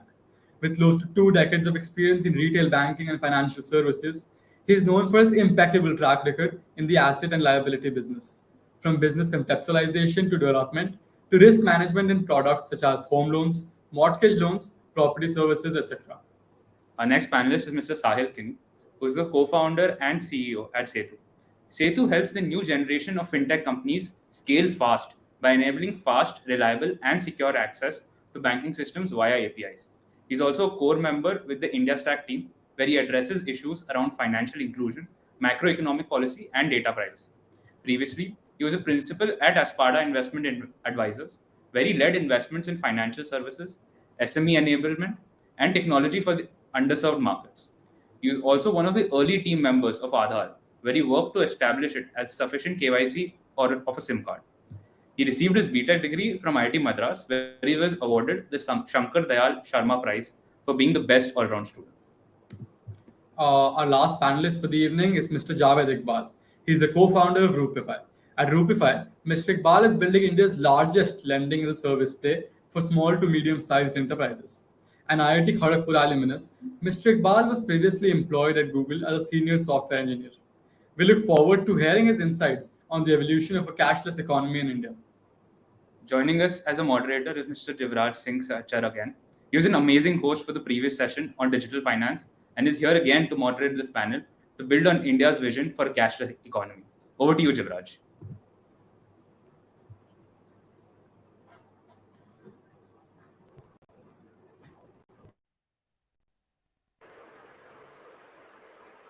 Awesome. I think we're live. Thank you so much for that kind introduction by the organizers, and wonderful to be moderating this distinguished panel to discuss some not so spoken of in the mainstream fintech initiatives that are changing the landscape for a majority of the SMEs in the country. As I was sharing at the backstage, I think the idea with this conversation is to decode much of the major trends, the headwinds in the industry that have led to the democratization of capital and services for SMEs, and a lot of the panelists can share some light there. Starting off with Mohit, I think the interesting aspect of building for SMEs at scale and enabling credit for them is something that remains to be a mystery, especially from a consumer standpoint, which is not too close to the SME, and a majority of our audience is a millennial in colleges, right? So if you can maybe describe to us the consumer persona that you cater to, and what are some of the core observations from having served them for a large variety of time, and also in at scale. I think that will be very helpful to get us started. Yeah, hi. First of all, thanks for having me in. Yes, as you rightly pointed out, in fact, we are NBFC. We are focused on MSME. And while working with one of the India's largest bank in my previous stint, we realized that there exists a humongous potential. Whatever data we look at, whether we look at credit to GDP, whether we look at mortgage to GDP, we realize that we are very, very credit underpenetrated. And this credit underpenetration does not happen in major towns. This is happening in smaller towns. So we said that we will be going after Cat B, Cat C, Cat D towns, and we will try to cater to unreached, unorganized people, because even the opportunity sizing there itself is very, very humongous. Just to, though everyone would have access to data, but we would still need to understand there are 63 million MSME out there. There are 69% of that is from services. 130 million they are people are employed, and overall the opportunity sizing which comes even close to 930, 940 USD billion. And that's what overall the opportunity sizing which exists, only 15-16% of that is catered by the mainstream banks, NBFCs and cooperative bank. And overall people say that around 85% of overall market sizing is going to informal segment, and India's growth story revolves around this segment. And this is something which people need to focus on, because on one side we say 29-30% of MSME contribution happens to GDP, and on the other side we say 85% of the finance which happens through informal segment. So that is what happens to be the crux of our business. And we always believe, and as you would also know, any business which has to start, which has to become sustainable, should first start with opportunity sizing. We should know whether the hidden need is there or whether the explicit need is there, and then basis that one need to start the business. So our entire focus is getting into MSME, getting into Cat B, Cat C, Cat D towns. And another thing here is worthwhile relevant is people consider that MSME means only manufacturing, small manufacturing, whereas roughly 69-70% of overall MSME are into services sector. MSME manufacturing still can get a loan because they have some plant machinery, they have some documentation, they have some inventory, they have some documentation. But roughly the 70% of MSME which is into services and trading, they still struggle because they don't have the formal documentation, they don't have a formal access to credit. And that is something we thought would be a focus area, and that is something which we thought will take India ahead in terms of all those figures which I have quoted. So that became the fulcrum of our business, and that became the fulcrum of our journey. Got it. I think that's super helpful in establishing context, especially from a problem statement point of view, and the kind of penetration that is still lacking and the opportunity that lies ahead of us. I would love to move on to Sahil further and understand the kind of adoption in MSME in SMEs that he has seen, perhaps with your set of challenges of especially tech enablement with APIs. If you can focus on what has the experience been in terms of the adoption, the penetration, especially market tailwinds that have led to this in the last couple of years, I think that would be very valuable. Sure. No, thank you. Jivraj, if you'll allow me, I'd like to publish a poll on stage here. I just wanted Please to get a sense of the background of people who are listening in the audience. Because we're talking about MSMEs, I wanted to get a sense of how their family earns, just to get to see if anybody here comes from a business family or not. Sure. Or is most of the people here, because then giving people a sense of context of how their life is very important. My guess, and I think it's bearing out slowly. We have a very small sample set of polls here, but my guess is that most of our audience comes from a salaried or a professional background, and very few people would have had grown up in a business family, and a business family is very different. The nature of existence of a business family is they're typically very small. Most businesses, we hear numbers of 20 million, 30 million, X million SMEs in India. Usually they're like 1 man, 2 man, 5 man operations, and if it's 5 or 10 people in an SME, then they are usually family members of people who worked in that same business for a very long time. The makeup of a small business in India is very basic in a sense, and so thinking of them as much more sophisticated than individuals or even well-educated retail people is not the way to kind of look at it. And that's why you've had they have been, I think, lots of there's a lot of software, a lot of tooling being invented to help businesses run themselves. And probably the biggest success story in India really so far is an old success story and continues to be the biggest one today, is Tally. Tally, I think, is paid for by more than 2 million businesses. There are universities, literally, there are colleges that teach people how to use Tally. And that should tell you something about how when a software is truly taken up at scale and actually used for digitization or running, it is, again, there is someone who is doing it for that business. That it's not like the proprietor is sitting there and doing Tally entries. That almost never happens. In fact, I'm fairly confident that more than 95% of the users of Tally are not proprietors. And when you start thinking about software adoption or digital adoption by small owners, I think there was a lot of talk around Kirana tech that happened in the last couple of years or so, and a bunch of companies received large amount of funding to build this, and a lot of them have struggled to monetize as you've gone forward. But there is one place where the promoter really gets involved, and that is credit, and that's why you see Moitzer's business, Finova, and even what Javed is doing with Rupify.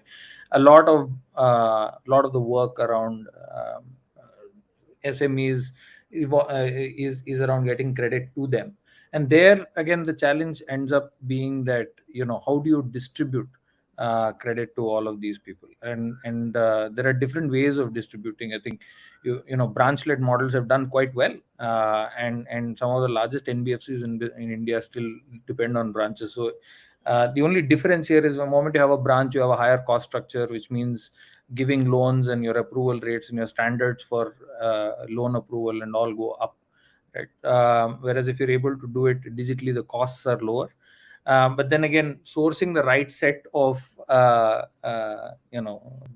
borrowers is not easy. So the way you go about distributing it ends up being a massive differentiator. Obviously, there are many aspects to the lending business, but it's a simple business at the end of the day. It's about getting the right borrowers and giving them the most amount of money that makes sense to them at the right price, and then collecting that money. Each part of this is hard. But I think since we're focusing on how do we take penetration further, distribution is an important part to sit and focus on. And what our theory is at Setu is that to be able to actually distribute at the lowest cost, you need to make it almost ubiquitous. You need to make credit available in nearly any application wherever it makes sense contextually, right? Today, you can source loans through a branch, you can source loans through your app, you can source loans through some agent networks, etc. And I don't think any of these are going away anytime soon. They're all right for a certain type of loans. But I think to actually push beyond the kind of rich creamy layer that we've been able to profitably serve with credit, you've got to be able to adopt interesting ways of distributing credit. And that's what part of what we do. We make it possible for you to embed different types of financial products, and credit is one of them. And business loans in credit is a particular type of credit. And so that's what we enable. We make it possible for any third-party application to not only source a loan, but go through that end-to-end onboarding process and get access to a loan. And we also provide collections infrastructure so that third-party applications can enable credit on their app and collect money. And that adoption. I think it's very early days yet. I think there are lots of problems that we need to solve for, and I think, like I said, these 2-3 parts are important, where who does the underwriting, who's going to guarantee the risk, how much what is the approval rate, because if you're sourcing loans on a particular platform, then the platform will be like, if you don't approve most of my merchants, then I will have a bad experience, and they will my rating will go down, or my customer satisfaction rating will go down. And so to solve all of these problems, I think will take a long time. But I think we're starting to build some compelling infrastructure to make credit accessible at scale. Absolutely. I think that's super comprehensive, Sahil. Thank you so much for that. Addresses the problem of how to scale distribution and use tech as a lever to scale penetration. So I think that's super helpful. Moving to Javed, I think it'll be really great to hear from you. In your experience of building Groupify and leading the wave of lending as a service, I'm sure there are multiple stakeholders that you have to deal with, and scaling with SMEs and especially in credit with a platform approach seems to be a challenging problem statement in and of itself. If you can help us address what are some unique things that you've done along the journey to address this problem statement, and where does this head perhaps, right, in context, I think that will be really helpful. Yeah, sure. So basically, when we sort of started, we looked at the small businesses, and working capital was one of the biggest challenges for them, especially that got accentuated when the pandemic hit and there was a lockdown. But sort of one thing that we sort of thought we may not be the best at is sort of giving them loans. There are multiple players out there, and sort of I don't think we could have done that the best at the best rate or the best possible fashion. So we sort of looked at what are the other ways to help them and help them massively. So that's where we figured that one of the biggest sort of working capital requirements for them is sort of to purchase inventory, right? For example, if you look at any kirana store, every month 4 or 5 times he has to purchase inventory so that he can sell it and make money profit of that. Similarly, if you look at a pharmacy store, similar story. If you look at an agri store, similar story, all of that, right? So that is where we sort of figured out that if we connect very technologically the two parties, which is the buyer and the seller, that is where we can do contextual credit, and we can in fact do it in a way where the interest is not even borne by the shopkeeper or the retailer. The margin can actually be borne by the seller because eventually their sales are going up. So that is the product that we took. It took us some time to develop that. This is because we also wanted to do it very formally, in the sense that these are ticket sizes that are slightly higher than what you see in the consumer world. So there was no informal thing that we could have done. So we partnered with banks, we partnered with NBFCs, we took the entire infrastructure that could do it in a very compliant KYC way, and we handled all regulations with respect to the interest or the MDR being borne by the seller. All of that, we built that, and I think today we partner with more than 30-40 marketplaces, or even more than that possibly, and serve more than 1 lakh retailers. So that's what we do. Awesome. No, I think that's super helpful. I would like to, I think, very quickly double click on that and understand from you, when you're working with multiple stakeholders, partner banks, NBFCs, and, addressing your core consumer, how do you manage stakeholders effectively, right? Because these are fairly diverse folks in nature. And while the objective may be common, it is difficult to align themselves towards that common objective. So for any young builder listening in the audience, I think aligning stakeholders can be a great point. So would love to hear your thoughts there. So yeah, I mean, what we try to do is sort of create a very transparent and transparent platform. For example, the lending partner, for example, or the bank or the NBFC can very easily, transparently see all the retailers who are signing up from, say, marketplace A or marketplace B. Similarly, the marketplace can very well easily see that my retailer X is going to, say, lender Y or lender Z, right? Similarly, the retailer can see very visibly and transparently. Okay, I'm gonna get credit from, say, lender Y. So all of that visibility is built into the platform, and I mean it's not easy. I mean there is a lot of compliance that we deal with in terms of money flow, in terms of collections, in terms of what we can do as a business correspondent of these banks. But eventually over time we have sort of built that. Got it. That's super helpful. Thanks, Javed. Moving to Mohit, I think would love to know from you, Mohit, in your experience as to how the regulatory framework, which is of course ever evolving, has impacted lending, especially from an NBFC point of view. Because I'm guessing that there are multiple, challenges, not just internally, but regulatory challenges are often very outwardly. There's very little control you have over them, but those are something that you of course have to be compliant with and work alongside in the journey. So maybe if you can focus on the qualitative aspect of what it means to challenge not challenge, but work alongside the regulators and manage that. And also what some of the regulations mean for the overall ecosystem, so that young builders can have a more foresight to what to do in B2B lending, what to do in B2B SMEs. So I think that would be really helpful. Yeah, I think this is a very, very relevant and kind of current kind of question wherein people are grappling with. The NBFCs normally have boomed earlier because there was an arbitrage opportunity available. People used to say that there is a less regulation in NBFCs, and that's how this got sprung up, and they are easy, they can maneuver in the field and all. Of late, what has happened because of some crisis, because of issues which happened with some of the NBFCs, the current scenario is that I would say regulator has tightened up NBFCs more than even the banks, I would say, because, a couple of examples which I would say, the accounting system, Ind AS is applicable to NBFCs and it is not still applicable to banks.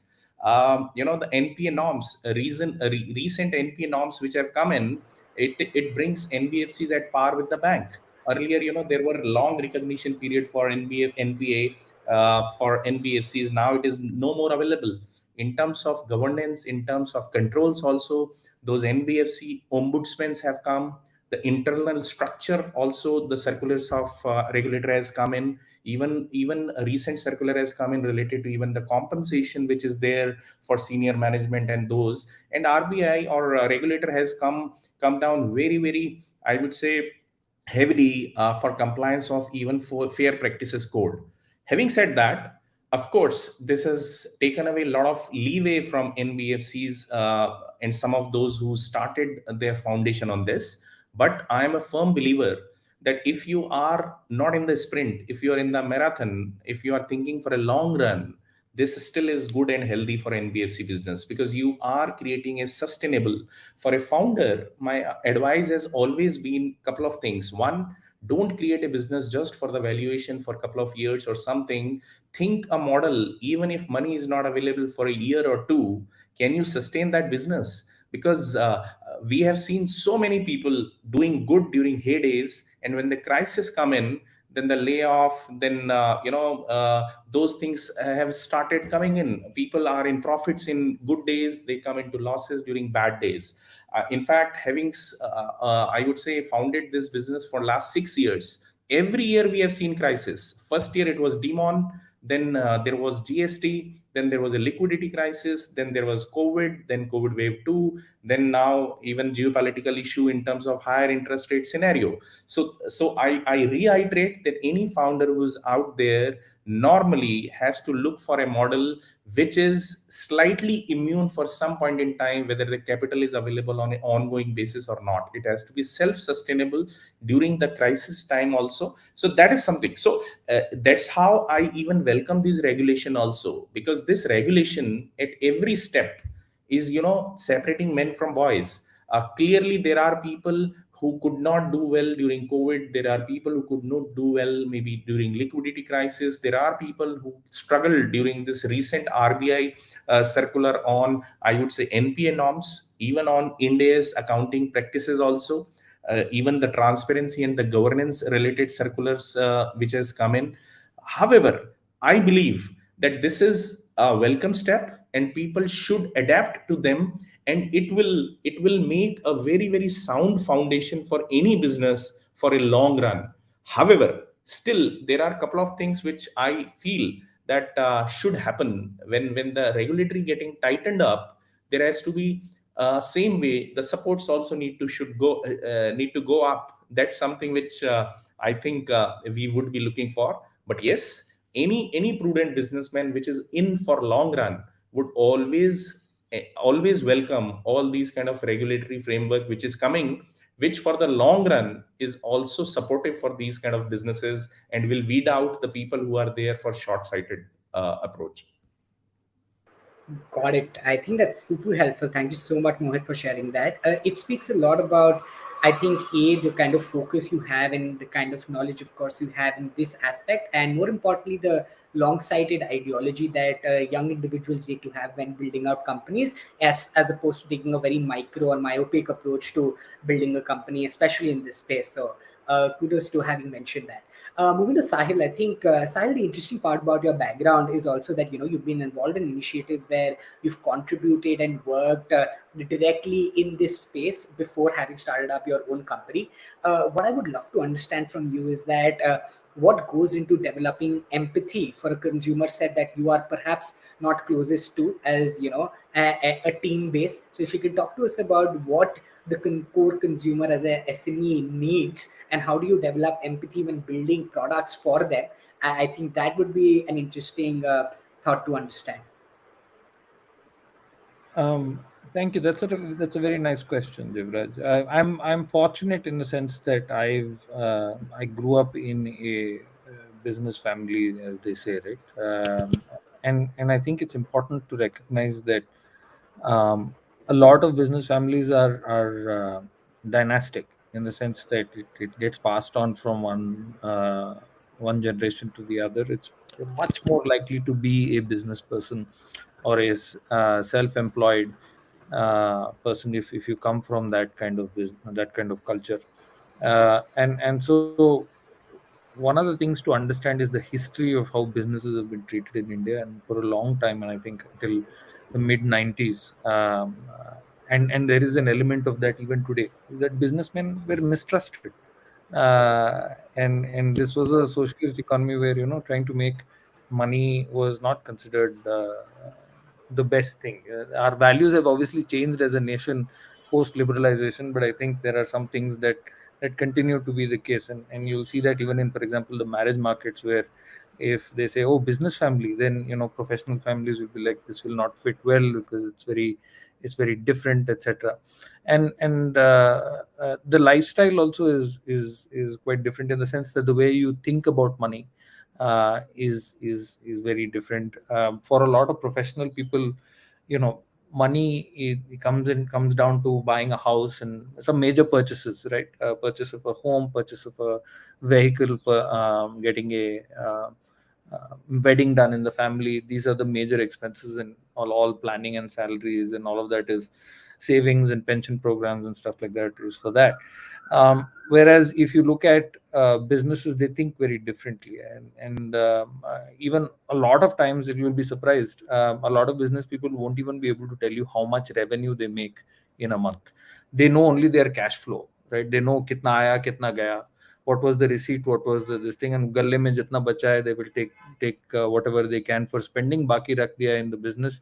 So a lot of and I see Mohit smiling because I think he's experienced that before, right?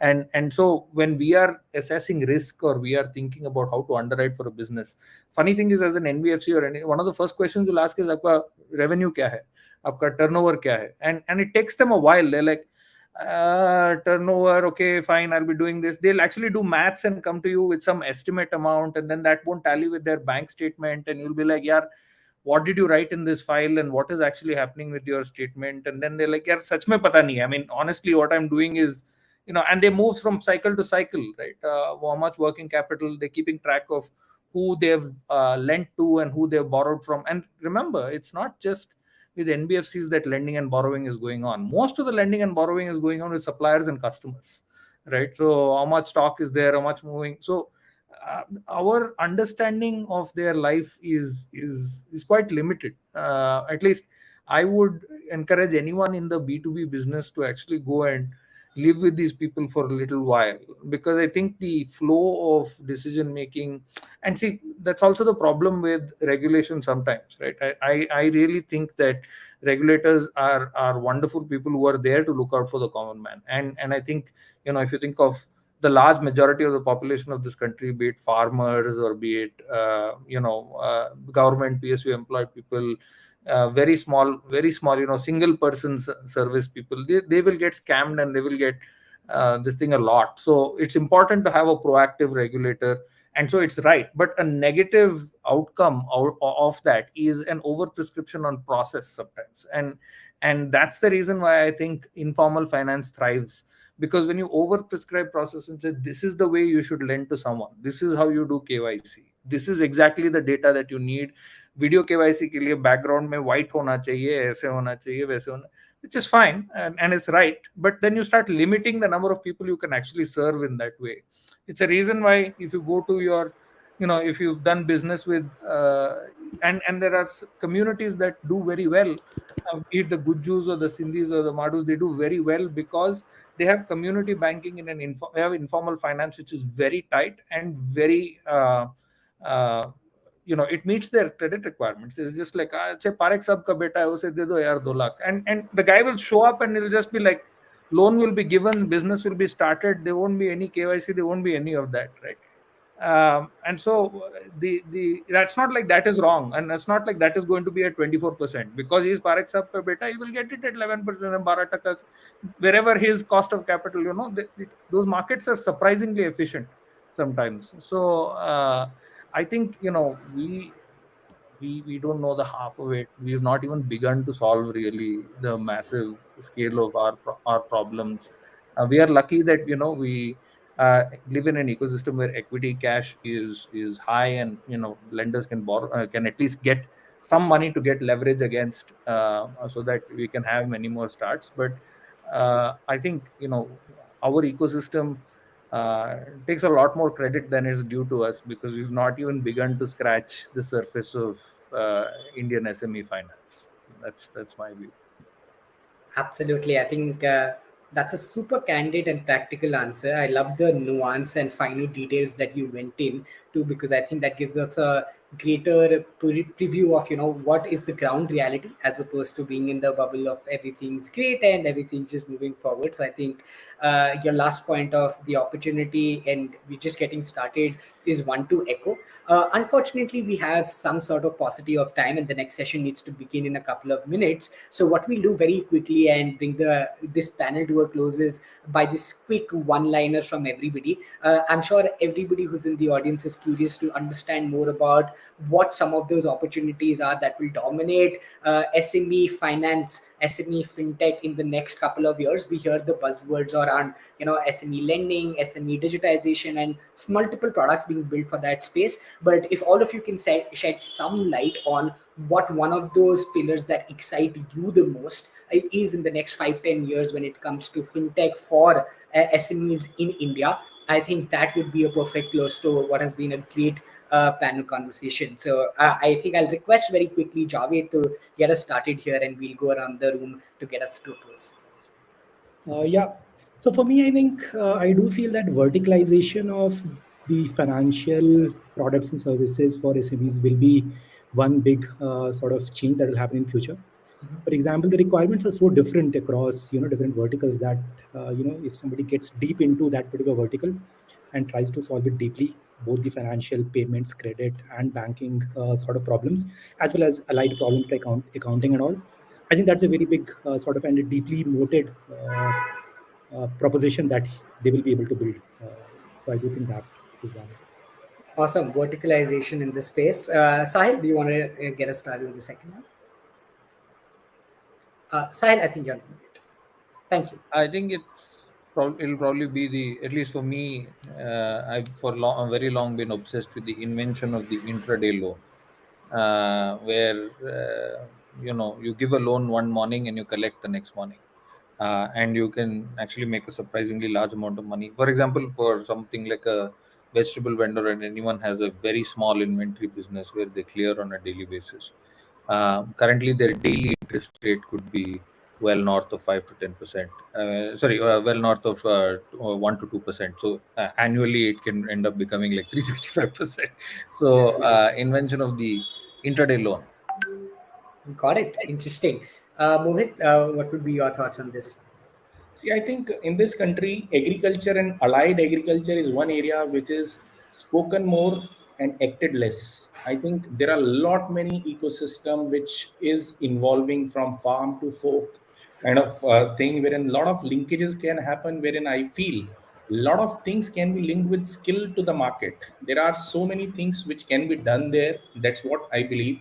However, there would be one more statement which I would like to attribute to future startup people or people who are looking for that, is that in current fintech, sometimes the people wherein people are struggling is where the tech is more and fin is less.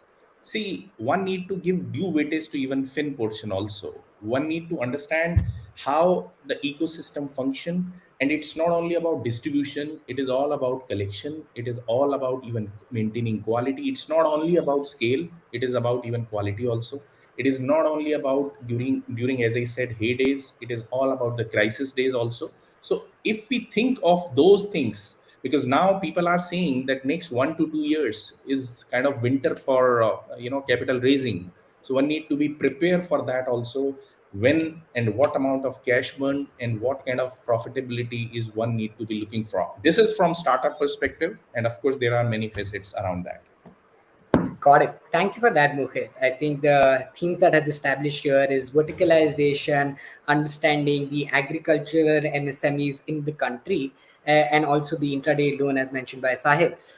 With that, I think we come to a great close to this wonderful panel. I think we've learned a ton about B2B fintech, which is not the most sexiest or best thing to talk about, but something that moves the economy of the country by great virtues. And we had some of the best people on the panel to address this. Thank you so much on behalf of the organizers for spending your Sunday afternoon with us. I'm sure the audience, including myself, have taken back a bunch of wisdomous points that will help us in the future.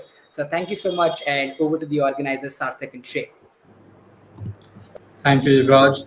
That was a great discussion to watch, and one I'm sure our audience has taken a lot from. All the points have been raised in the past half an hour. I'd like to thank our panelists for taking the time to come and have this interesting discussion, and thank you for hosting this session, Jivraj. Our next session is a panel discussion called Creators Inc., where we will be joined by Manish Pandey from Josh Talks, Ranjit Pratap Singh, co-founder and CEO of Pratilipy, Swaroop Nanda, co-founder of Pencil, and Vinay Pillai, who is a VP at Cloud.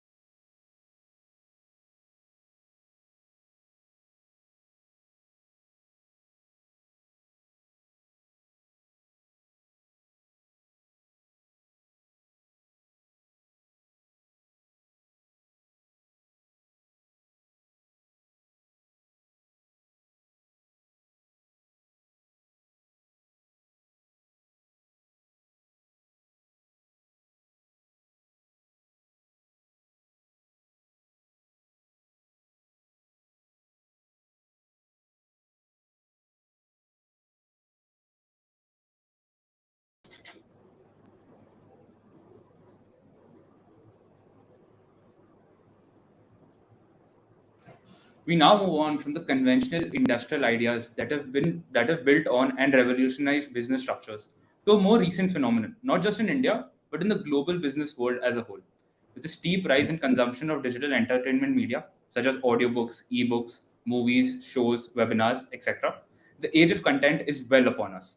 Moving online due to the pandemic has allowed incredible potential for both creators and consumers in the content space, and the creator economy has seen exponential growth in the Indian landscape over the past few years. Our next panel, Creators Inc., seeks to cover some of the biggest proponents of driving the creator economy space in India. The panel will cover the growth of the content space through the eyes of businesses and personalities that have played a crucial role in the realization of the creator and content boom by bridging the gap between creators and consumers across India. The first member of this exciting panel is Manish Pandey or Bade Bhaiya. As the head of people operations and culture, is the go-to person for everyone at Josh Talks. Aside from his full-time job, Manish is primarily known for providing mentorships, consultancy services, and guiding entrepreneurs and creators build and scale their brands. Having coached some of the most successful creators like Ranveer Alabadia aka Beer Biceps, he has been dubbed as the unofficial coach of India's content creators. Our next panelist is Mr. Ranjit Pratap Singh, co-founder and CEO at Pratilipi, where he's trying to make India read again in a language, device, and format of their own choice. Pratilipi is the largest Indian language storytelling platform with over 400,000 writers in 12 languages and over 30 million active users every month.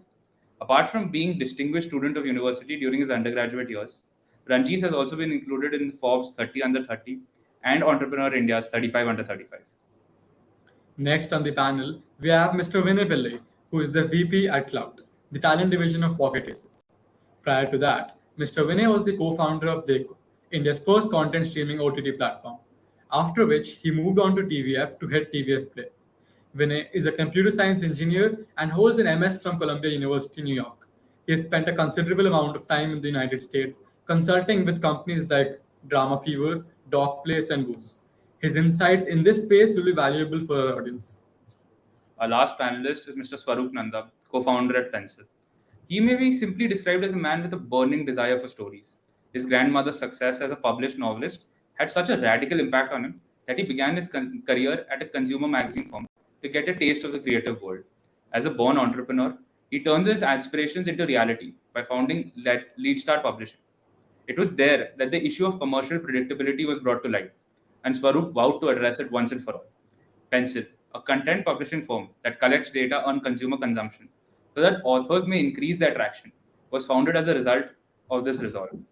Today, Pencil is valued at over $1.5 million and has proven to VC industry how the book publishing domain can be turned into a profitable venture.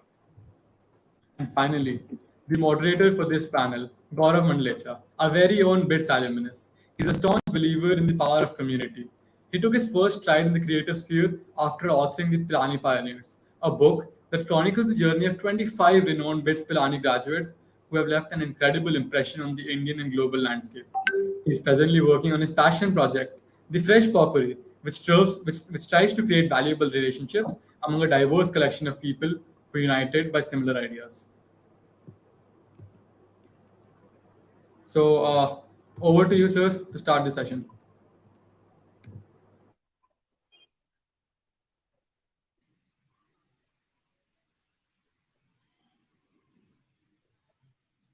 Gaurav, you are on mute. Oops, sorry. Yeah. I think good evening to everyone. Thanks, Shrey and Sankalp, for the kind introduction of all the panelists. Took a very heavy burden off my chest, and it's just so wonderful to get into the conversation right away. I think all of you gentlemen here have built out and put your own mark in what content is in India today, and I'm so glad to be having this conversation with you.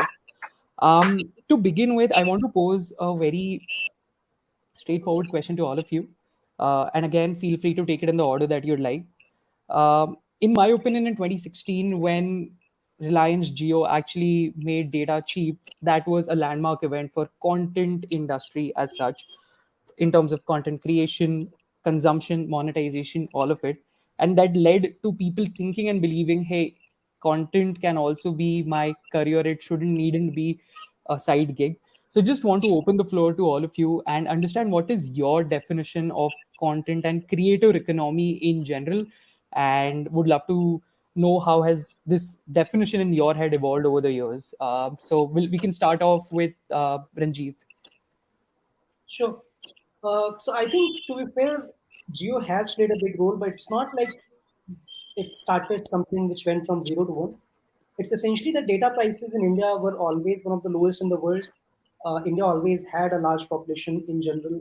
I think what happened was that the progress that was typically going to take maybe 4 to 5 years, Geo just kind of condensed all of that into maybe 2 years. So it just accelerated what was already happening across different domains. Coming to more specifically creator content, I think essentially you need to get to a critical mass where there are enough consumers, enough creators, and enough capital available where things start making sense. And over the last 3 to 4 years, we are getting to that stage where it kind of starts making sense for a lot of different formats. Uh, that is probably it. It's still a long way to go. Even today, I do think that there's still a bunch of problems that we still need to resolve. Creator monetization is still a largely an unsolved problem, at least from direct consumer perspective. Moderation is still largely unsolved problem. We still need to figure out a way to solve that at scale. I think it's still very early days, but we definitely have some promising signs ahead. Got it. Yeah, Vinay? I don't mind going next. So I think one of the core things that it changed was that prior to, and it's attributed to two things. One is obviously Geo, and the other is the boom of, like, low end smartphones in the country. Because and again, agreeing with Ranjit, I think it would have happened regardless. It's just that it accelerated the process. But the major thing that these two things, these two factors created is, prior to this, content watching was a collective experience in India, right? So we watched movies in theaters. We watched, some people had one television, some had two, but it was largely, not a very personal experience. I think one of the core things that both of these factors changed is now, everyone with a phone was a consumer and had their own device for the same. Laptops as a whole didn't really pick up as in the personal sector. It, primarily stuck to the business sector in the country. And the moment it became personalized, that's when there was so much more appetite for individual, interest content, and making content that's catered to even niche communities. Otherwise, prior to that, essentially, if anything went on to become popular, it had to appeal to a large mass of people in a community setting. So if your most of your 9 o'clock shows, or any of the prime time slots were things that the family could watch, or things that, like sport, that everyone could watch, now you see so much more of unique individualized content. Like now, if you're a gamer, or you're interested in gaming, you can specifically just go and watch streamers. I mean, those kind of things could only happen with individual devices coming into, equal play.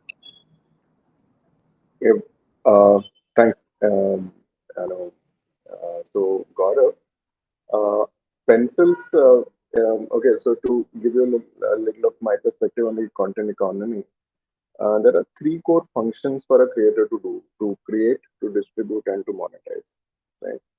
While majority of the content creator economy or startups have been focusing on distribution, we've been focusing on creation and monetization. Right. So having, so Pencil has just about 30,000 creators right now, right? But are possibly the highest earners in the writing space, right? So where we have been focusing on is to take creators where money is being made, right? So we began with the consumer layer where our set of creator tools can be used to create an ebook, a paperback, an AI-enabled audio book, an enhanced ebook, and directly push it to 400 plus retailers globally. So whether it's Kindle, Kobo, wherever the audiences were there, we would take you there. We are just opening our enterprise layer. It's opening on 15th of July. So creators can directly start pitching their stories to studios and already platforms in India and US. And the third layer is going to be opening up for speaking engagements. So our focus entirely has been creator tools plus helping creators monetize. It's also great to see Manish here. So Manish happens to be one of my authors as well, and it was something that we were trying out with a new experiment called Pencil Select for very selective writers. So yeah, thanks for that. Um, yeah, Got it. yeah. Yes. Yeah. Manish? Thank you everybody for adding nice perspective. I mean, you guys have been there, done that kind of a thing, right? And been enabler of the creator economy. I have, in contrary, having fun, right? I've been having fun with creators, trying to jam with them, try and see what works, what doesn't work, right?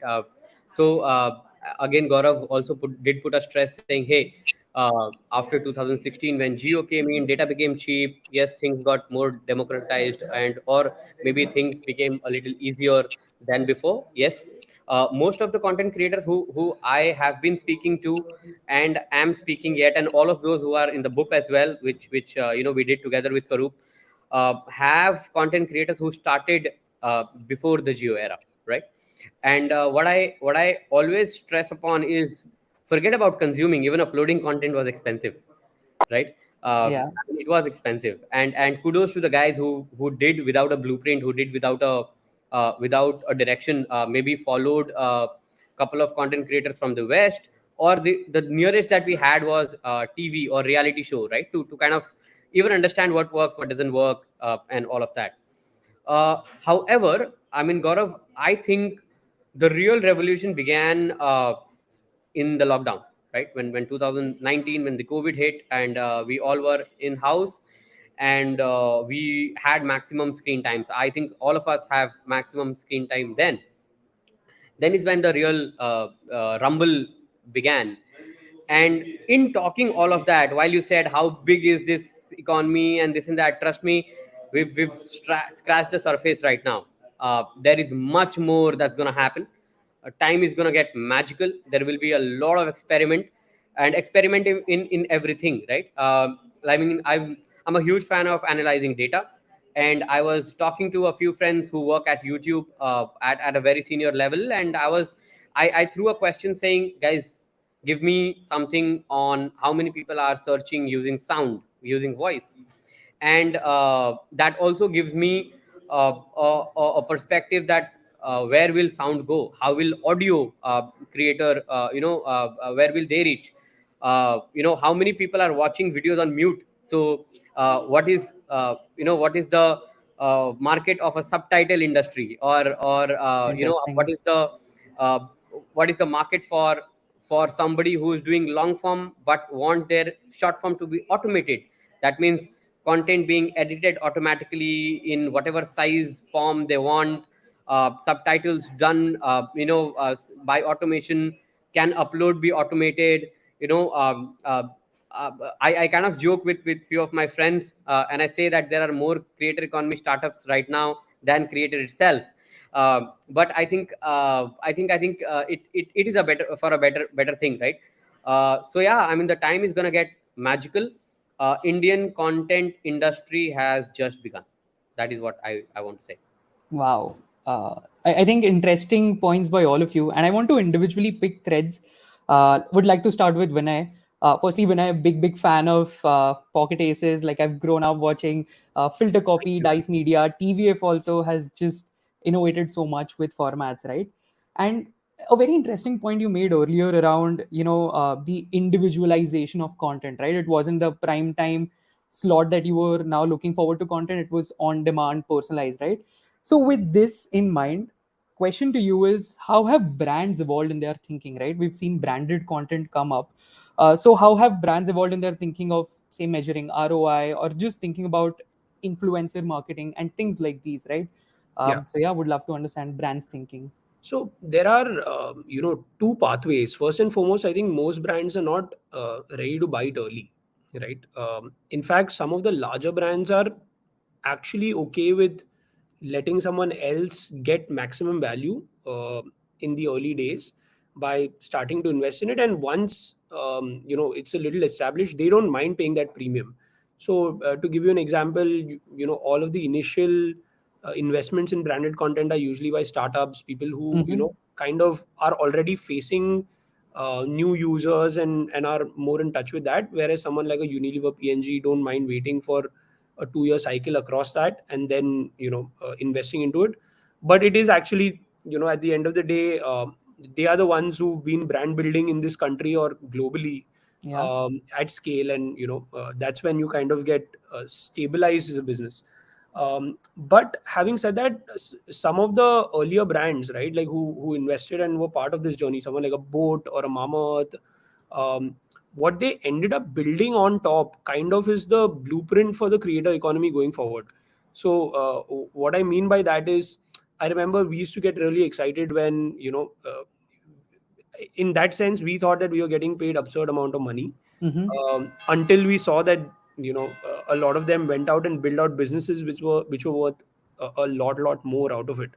And I think where all of this kind of pans out to is even creators are going to now like focus and see on what is the purchase power in different audiences that they cater to, and secondly, once they establish that, what is the right product for them to build, and what is the right service or product for them to build to go out and address that need, because their voice is so strong with a lot of those consumers.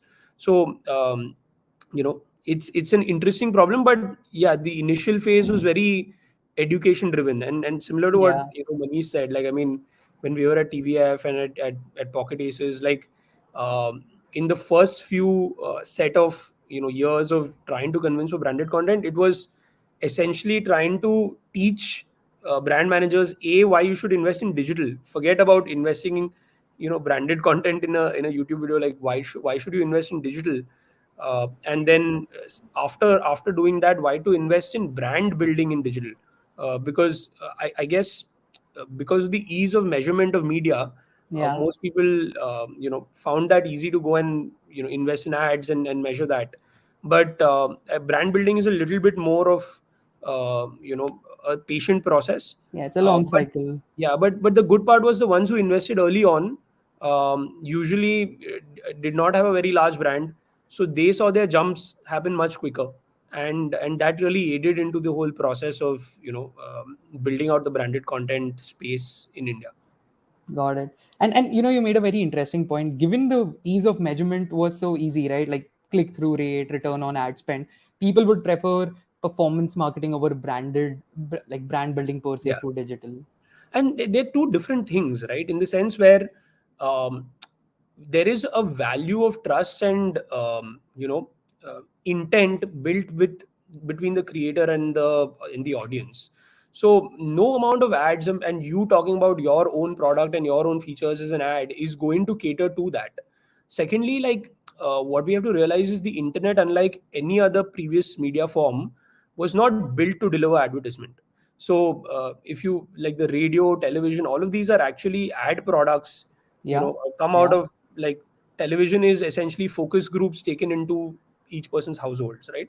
So which is why the moment there's an ad, everything stops, your entire screen is an ad, and you can't really do anything else.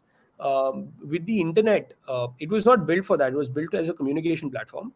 Media delivery became one of the ways of doing things on it. But even today, if you're viewing a YouTube ad, you can basically work on another tab. So how to integrate and be part of the actual content that someone's there for, and more of a pull mechanism Mm-hmm. of delivering brand messaging, is why I think we've seen the rise of branded content. Got it. Very interesting points you made, and I'll come back to you very soon with further questions. But my next question is to Ranjit. I think, Ranjit, what is very unique about you is this passion for storytelling per se, right? And you've been building Pratilipi right from 2015, if I'm not mistaken. Um, I was just reading one of the media interviews you had done, and it said you used to read as many as 140 books a year. Is that true? That seems about right. Wow, wow, that's just a large number, and I can just imagine the kind of passion it has developed for you to build a platform which was agnostic of language, device, format, right? Curious to understand, and a difficult question though, what has been the most unique insight you've found about the Indian audience over these years, right? क्या क्या content genre format चमकता है India में, right? Can you give us a pulse of the Indian audience? Funnily enough, the biggest insight has been something that I've been saying all the time, that somehow people are always looking for magic bullets, that this is what works for India but doesn't work for US, this works for Europe, doesn't work for Germany. I don't even know what. Unfortunately, the world is a lot more nuanced than that. The world is that, like, some people would like X, some people would like Y, some people like Z. The beauty of internet is that we can personalize and figure out that, okay, for X kind of people we recommend X content, for Y kind of people we recommend Y content, for Z kind of people we recommend Z content. The honest answer is, like, so, like, for example, literature, which is our biggest product, our top three genres are suspense and thriller, love and romance, and horror and paranormal. But all of these three combined is only about 31% of readership. If you combine our top 50 genres, that would be about 80% of our readership. Just to be clear, Wow, so diverse. 500 million reads a month. So the Yeah. remaining 20% of readership basically means 100 million reads a month. So essentially, there is, as in, it's just lazy thinking to generalize and say that X works in Bihar and Y works in UP, because, like, there are people in Bihar who like Game of Thrones, there are people in Bihar who like Gangs of Wasseypur, there are people in Bihar who like Iron Man, and so on and so forth. And, like, it's our job as founders, as storytellers, as creators, to essentially figure out what our niche is, instead of saying that this is what is going to work for everyone. Yeah, fair enough. I think, yeah, it's lazy thinking to think, huh, this is the one size fits all, right? So thanks, Ranjit, for that. Swaroop, I have a very personal question to you, right? And kudos to the work you've been doing with Pencil. I tried publishing my own book, and I can imagine the kind of difficulty, a first-time author faces, right? Curious to understand your take on. So what I think social media has done is made us seek for instant gratification, right? Like, our attention spans are decreasing. So my take is that, books as a category are becoming difficult for people to read. What is your take on, just the long form content per se in text? Swaroop, you're on mute. Yeah, thanks for the question, Gaurav. So prior to Pencil, I have built LeadStart, which is a trad publishing company. I've built Become Shakespeare, which is a supported self-publishing entity. And then from our learnings from those two companies earlier and now brands, we built Pencil.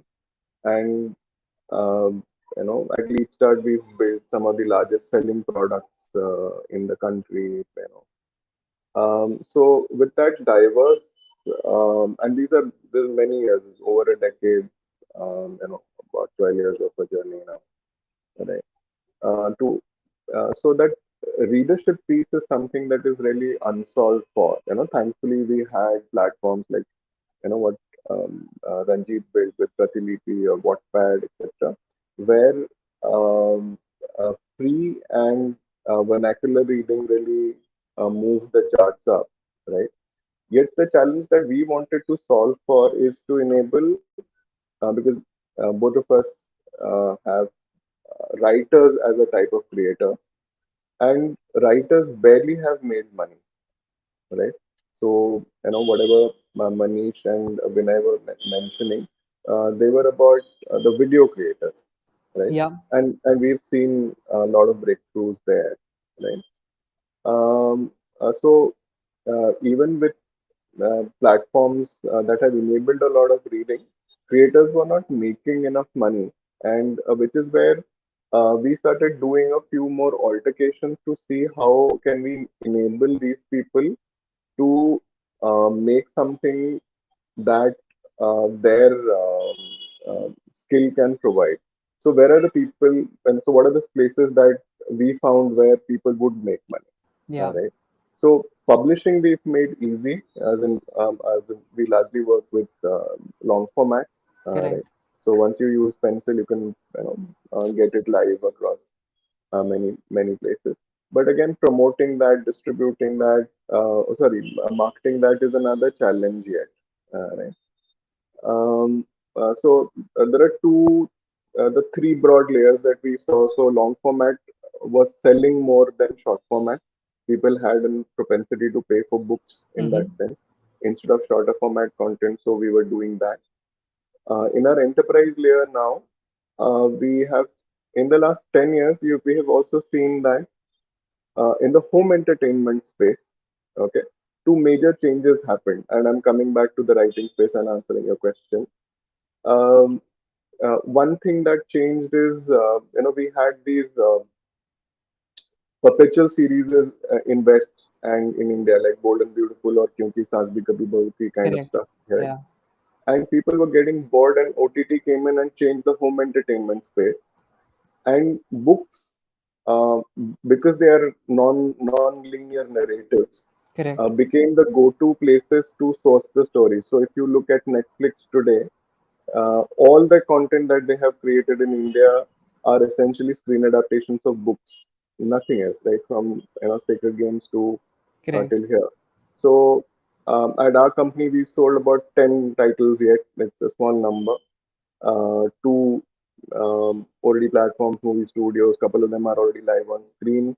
And discovering that layer, now we created something where anybody can come in and start to pitch a story to a movie studio or an OTT platform, Mm-hmm. where the payouts will be significantly higher, Correct.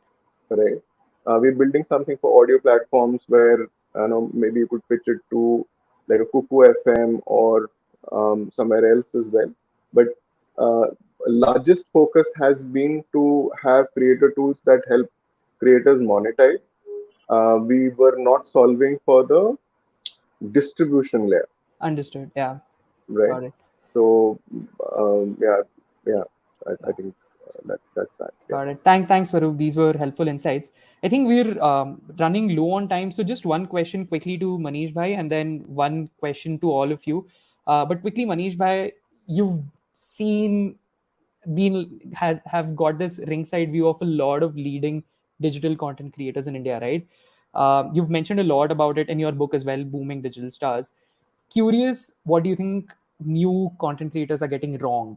क्या गलत mindset से लोग घुस रहे हैं to get this as a career? Well, I don't think any of us hold or stand to say that ye galat hai, because there isn't a Bible for it, right? There isn't a Yeah, structured fair. something for it. However, just a submission of thought, and I would like young content creators to think about it, right? So traditionally speaking, and I'm a guy who likes going back to the roots and thinking about stuff, right? Before writing a book, you read 100 book. Same rule should apply for content creation also, right? Yeah. If you picking a niche and a subject, you should have a good muscle knowledge of that particular subject. I kind of sometimes get scared when 18-year-old guys start giving financial this I mean, what do you call, suggestions or Yeah. personal finance ideas, Gyan, yeah. right? That somewhere gets a little scary for me, but I think again, that's how you would learn what to do and what not to do, right? um few things is that's kind of getting wrong, not wrong, I mean, I think the time will teach is before they the content creators, before they create any content, they start thinking about monetization, right? Yeah. I was interacting with Ankur, and Ankur does a course called How to YouTube, and he invited me to speak to 30-40 young content creators who've joined it. And when we say young, they are decently good. They have been creating content for a couple of years. That means they must have done like 100-200 pieces of video, right? I said, guys, until and unless you've done 300 days of work in it, or sorry, 700 days of work in it, don't think of monetizing, right? And if you read Bhuvan's chapter in the book, wherein Rohit has explained it very well, and he actually, there are two pages dedicated to it, where Rohit says and puts it very hard that why did Rohit and Bhuvan as a team take a call of not monetizing with certain at when they were at certain size, and only monetize after a certain size, and why do they say no to many brands, or strategically choose say to no to many brands, so that they can work with the best of it, and make a smart chunk of money, right? So these are two things that I would like the young content creators to think of. There is where role of people like Vinay or Pranav and Viraj and Rohit Bhai, they all come in place and they mentor these creators that when and how should they monetize, right? Got uh, it. and this is where I am seeing that there is a lot of wisdom which is coming, and I'm grateful for people like Vinay who've been in it for like 7 8 years. They've gone out, studied. I mean, Vinay is an Ivy League graduate. He's gone, seen the world, and come back and contribute to this particular thing, right? We are a juvenile industry. The content creation, the creator economy is a word that we've got, बहुत swaggy लगता है कि यार एक industry को एक word मिल गया है, right? So it is a very juvenile kind of a teenager kind of a industry, right? I mean, we have 20 30 years to learn and implement. So yeah, these are a couple of things I think, but who are we to say who's doing what wrong and right? I mean, the results will speak for it. Yeah. The work will speak for it. And you know, by the time we are speaking, I mean, there are people uploading videos and turning entrepreneurs, and now we also have a unicorn from content creation world. So it's great, man. I'm like, I get up with so much energy every day. So I'm really enthralled with what's happening around, and happy to be contributing in whatever ways I can. Awesome, awesome. I had one more question, but seems like we are short on time. But this panel has been extremely insightful. Thank you, everyone, for sharing your insights. I'll pass it on to Shrey and Sarthak for the next session. Thank you, guys. Thank you, everyone. It was a pleasure listening to all the panelists' takes on the creator economy, an industry we're all exposed to, but don't necessarily analyze in such in-depth manner. Up next, we have a very exciting fireside chat on the quick commerce boom with Mr. Adit Palicha, founder and CEO of Zepto, to be hosted by Ayush Wadhwa,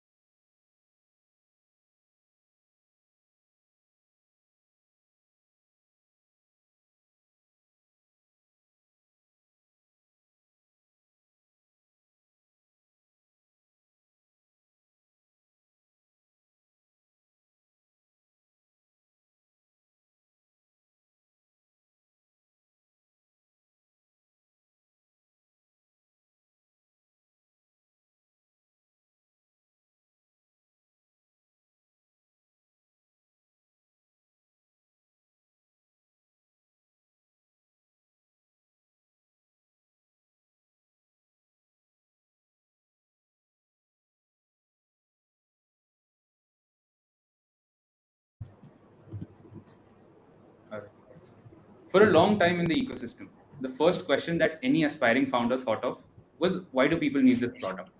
While the sentiment was an extremely good representation of an Indian consumer spending habits, a decade or two ago, a lot has changed over time.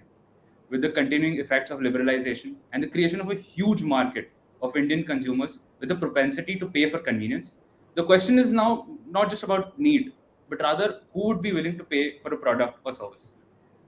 It was with this idea in mind that two Stanford students created not just a startup, but an entirely new market in India. Building onto the idea of quick commerce, Zepto's creation of an incredibly efficient and optimized model to ensure deliveries in just 10 minutes has revolutionized the field of quick commerce, making waves so large that even existing giants in the industry turned their heads in order to make an attempt to compete in this sector. Zepto's continuous innovation has allowed it to emerge as a market leader in the hyperlocal delivery space. Our next session for the day is a candid conversation with one of the brightest minds in the Indian startup ecosystem, Mr. Adit Palicha. Mr. Palicha is the founder and CEO of Zepto, a startup founded by two then 19-year-old dropouts from Stanford less than a year ago. Zepto recently raised $200 million in its Series D from investors such as Y Combinator Continuity, Nexus Venture Partners, and Glade Brook Capital. If this isn't a testament to the rapid growth of Zepto, the company witnessed a whopping 946% user growth between December 2021 and March 2022. Mr. Palicha is the archetypical passionate founder, which any startup with ambitious growth goals needs to match the execution with the fundraising. And moderating this session, we have Mr. Ayush Wadhwa, who also moderated yesterday's fireside chat with Mr. Piyush Shah, the co-founder of InMobi. He is the founder and creative director of Out Media, an award-winning creative tech agency and video production house. He is a Bits Pilani alumnus and a former member of the CEL Bits Pilani. He has created over 1,100 videos in collaboration with leading names in the industry, such as Cred and Mr. Ankur Warikoo. Having him as a moderator always guarantees an extremely engaging and enlightening conversation, which never seems to last long enough. So now I'd like to hand over the stage to you, Mr. Ayush, to get this conversation started. Wow, that was a very, very heavy and pressure-inducing introduction. I think I'm going to start the conversation with that. Firstly, hi Adit. Yes. Very, very excited to chat with you. And I think I've been a Zepto user, just like a lot of folks on this chat. I want to start with what like this guy mentioned in your introduction. You're one of the smartest folks. People are giving Zepto like names. People are like the kind of branding and marketing that has been happening around you and the company is incredible. It's insane. It's at a crazy scale. I want to understand how it impacts you personally. It must be, isn't it pressurizing? Like, does it like affect you on a day-to-day level ki boss ye to bahut, like this is a lot of expectations on me? Yeah, no, I think before I get that, it's great to chat with you, Ayush, and I've been excited for this conversation for quite some time. I think the introduction was very generous, probably a bit too generous. I think it was a lot of kind words that maybe might be giving me more credit than is due. But I do really appreciate I do really appreciate this platform and yeah, I mean I think the to answer your question, we we've scaled obviously in an incredibly short period of time, and we see that as an advantage because when we look at this business, the faster you scale, the cheaper operating costs get, the harder it is for the next person to acquire incremental customers. So there's sort of this, when you look at businesses, there are network effects. If you're a social media company or a traditional, let's say, network to network or peer to peer business, we don't have network effects per se, but we do have pretty strong economies of scale benefits that make it harder or easier depending on Right. level of scale that you have. So that is one context, is the reason why we've grown fast. In terms of how it's affecting me personally, I think the I think the fact of the matter is that we've got genuinely such a strong team, and that makes life a lot easier. I think if it was me involved in the complexity of day-to-day operations as I was maybe 6 months ago or even a few months ago, right? it would make it a lot harder, right? But because we've got a team that's scaled pretty well, an executive team that's got a lot of maturity and a lot of experience, that puts us in a position where Kevali and I can actually just focus on projects that might not be impactful tomorrow or day after tomorrow, but could be impactful, 2 quarters from now, 4 quarters from now, right? And that involves everything from the traditional projects founders work on, like fundraising or non-equity capital, to launching new categories like Zepto Cafe and a few other things that are on the pipeline. But to summarize, I think having a great team made me uh, has made it easier for me to handle the situation. I think we've Right. shared the responsibility a little bit, which is a good thing. So I'm thankfully still I still have a hold of my senses at this scale. That's incredible. And now that you're talking about team building, in fact, I had a couple of questions. And yesterday we had a very similar conversation with Piyush as well, that no matter what the startup is, no matter what the product or service is, the team is always one of the modes for any startup, how important like that, especially the first 100, 200 people are. Yeah, I want to absolutely. take a step back, ask you a slightly controversial question. So, forgive me if this goes beyond, but as a young founder, and I've seen this myself, that initially when I was scaling from, let's say, one to the first 30 people in my company, I had to prove myself at every stage. Like, it's as if the older folks who had 8, 9 years of like industry experience used to work with me, used to believe in my vision, but also used to look at me with a sly of doubt. Yeah. Now this guy will mess up. Now this guy will take that wrong decision, which was and I don't know how to tackle that initially. Yeah. Yeah. Did you have that phase? If yes, how do you tackle such a phase? Because there are a lot of young folks here in colleges in first year, second year, and potentially a lot of founders as well. So Yeah. how do you navigate through this entire route? Yeah, I think it's a good point, and it's not when you look at sort of credibility building for a founder, right? It's not just internal credibility building, and it's also external, whether it's customers, partners, vendors, anybody that's making an investment, whether of bandwidth, whether of capital, or even of just general business scale, right? Those people need credibility in the people that are running the company. In terms of my experience with this, frankly, obviously, you and I were both young founders, and there is some dynamic there, especially as things scale. The burden becomes more. But in general, what I've experienced, I personally think that the credibility building journey for me would probably not have been different if I was 19, or if I was 29, or even if I was 35. Right? I think every founder has to go through that, because effectively what you're asking a founder to do is to go from being an ordinary person. If you're building, let's say, with the ambition of a billion, $5 billion company, going from an ordinary person to, let's say, a $5 billion company CEO in the span of a few years with no prior experience, you're basically asking somebody to be extraordinary. So when you talk to large scale venture capital investors, growth investors, they'll tell you the same thing, right? Which is, for us, the amount of people there is like the percentage of people that can make it there is such a small percent that everybody is viewed with some level of skepticism. Right? Right. If it's someone that's too old, does this person have too much baggage to build a new age company?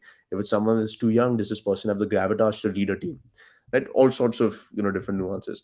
I think Right. for us, so for Kevali and I, the way that we approached it is, and this was true whether you're a young founder or a middle-aged founder, in my opinion at least, because I honestly didn't at least in the early days, didn't feel as much pushback because we were young, precisely because Kevali and I took an approach of building what we call a staircase of credibility, right? Which is, if we can, like you mentioned, prove ourselves step by step, then there's a positive flywheel that kicks in, where now we get to a point where it doesn't matter anymore.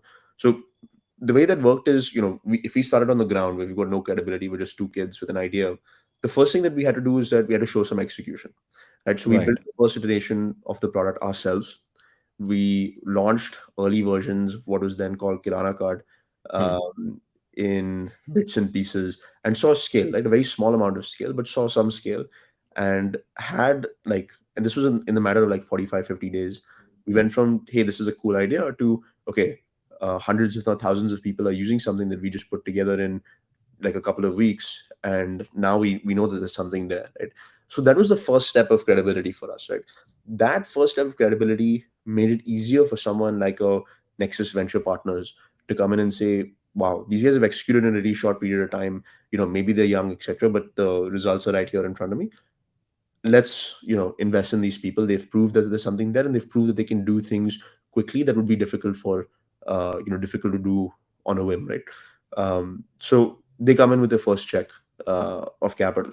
If you convince Nexus to give you that check based on that base, now you've got a second step, which is you've got a very credible investor Right. giving you multiple millions of dollars to build the early version of your business.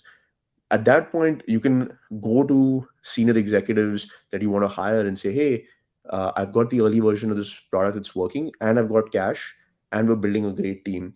And that executive will come in and say, these guys have got capital from a great investor. That gives him the comfort to join us. At that point, now you've got a senior executive. Now, if I need to onboard, let's say, an important vendor to scale, that important vendor goes and looks at a company and says, wow, they've got someone here that's senior leader from Flipkart and has done Right. some excellent work over like a 15-year career. These guys must be serious, right? And they've got capital from a great investor, and they've got early signs of success in a short period of time. So it's like the staircase of credibility. Then you get the vendor, and then you get to a certain scale, and you raise your Series B. So it's like the staircase, but it always starts with execution, and then you've got to keep extrapolating from that bout of initial execution. Is like the way that we approached it. Interesting. And I think this is a fairly staggered staircase. Like, I'm sure the first step must be the highest, and then the height of that next step decreases every single time you increase your credibility. And one thing that I liked is that this execution first approach. Because without proof of work, nobody's gonna give you anything, which I feel is a mindset that a lot of folks who, and this question is something which we get a lot, especially I'm sure CL folks get a lot. I want to start up, but I don't know what to do. I don't know what problems to solve. They just have this notion of starting up. Okay, I'm gonna take a step back quickly. You talked a lot about hiring and team building. I want to know like 2-3 points about like the culture at Zepto. There must be, every company has a very different fabric. Like they're built very differently, but at the same time, how the interpersonal relations happen within that organization. And I feel this is a very, very important thing. So I want to know and dive deep into how did you structure that culture? What were some new things probably that you introduced? A little bit about that. Yeah, I think that's actually a phenomenal question. For us, what I'll say is, okay, just one pretext before I jump into this answer. Okay. Is I think there is some slightly unhealthy obsession in India with the founder, right? And I think that's somewhat unwarranted. Like this introduction is also nicer than it needed to be. But people say, it's if there's a company that's successful, it's this is the man, right? Like, and that person gets lifted on a pedestal, which is fine. Right. I personally think it's significantly more nuanced than that, right? And I genuinely don't think like it's as much because of the work that Keval and I did as it is the work of the executive team, as it is the work of the people that are on the ground, right? And I don't mean that just to say it, but genuinely I feel like that obsession can get unhealthy. So when I go and answer this question, don't get me in the wrong way. So although I don't think that founders are the be all and end all of a company's success, it requires everything, including the founders, right? It's a critical point, but everything else is almost as critical. What I can say that is is very founder centric in a company is culture. And when I've spoken to CEOs of companies in Silicon Valley, what they'll tell you upfront is that the personality of the company is almost always a reflection of the personality of the founders, right? In some form or fashion. Interesting. It's kind of poetic because people don't do what you, or people don't imbibe values that you tell them to imbibe. They imbibe values that they see, right? And if the first people of the company are behaving a certain way, it creates a flywheel that ends up spreading across the company usually. And obviously there's lots of nuance, but some of the key principles. I think what Kevin and I were lucky enough to have mentors that told us this on day one, right? That said, what you do is going to happen when what you do with 5 people will be the same. The approach that you take to a decision when you've got 5 people is the same approach to a decision that your company will take when you've got 1,000 people, right? And so be very careful about not just the decisions you make, but how you make them, how you approach them, and how you treat other people. And Right. so for us, I think the fabric of the culture at Zepto is very it's it's it's very transparent, right? I think that's probably the biggest principle, which is we don't beat around the bush. If something is going well, it's going well. If it's not going well, it's Hmm. not going well. And there's a lot of transparency there, and it's also that there's also a lot of, as a part of that transparency, there's a lot of trust in what people say. So if someone commits a metric, right, and says, even if it's a corridor conversation, someone says, yeah, I can get this to X, this number to X, or last mile cost can get to Y, right? We take all of that seriously, right? If someone says something, we trust, and we have this, we believe in the gravitas of the person to say, actually, this person means what he. Hmm. So there are not things thrown around, right? There are only serious, transparent conversations that happen at Zepto. I think that's one of the things that we really strive for. Other than that, one of the other core principles is obviously rigor, attention to detail. We've got a very complex business. It's a lot of intricacies in logistics that mean you can't afford to you almost can't afford to look at the big picture, right? You have to be in the tiniest of details, Right. because otherwise the business starts operating incredibly inefficiently, right? So attention to detail and rigor is the second piece. And I think the third most important part of the culture is, so I would say, like transparency, rigor, and like the third most important tenet that I would probably push for is, there are a couple that are coming to mind, but I would say self-awareness is also pretty important, right? Like the understanding that, like, people are very upfront to say that, this is something that I could have done better, this is something that I'm doing really well, and we should double down on it. So I think those three things are pieces that we keep in mind. There are also some things that, for example, Kevali and I did, that we see in the company, which is not really, a massive deal, but we're kind of amused by it. Like, one of the things that I do that I'm not entirely happy with is, I'm actually not very as a person, I'm not very celebratory of wins, right? I usually only focus on what's going wrong, even if we're winning, right? So always there's always something that can Wow. be done Yeah. better, which means Hmm. that, I saw, at least in the mid stage of the company, that there would be an insane metric that was delivered, and people would just pretend like, yeah, okay, let's move on to the next challenge, right? Which was a problem that we needed to fix, because then that has like demoralizing impacts in the long term. So that's something that we fixed, and both Keval and I said we need to do this personally as well. So there are bits and pieces there, but I think the three tenets are, like I mentioned: self-awareness, transparency, attention to detail.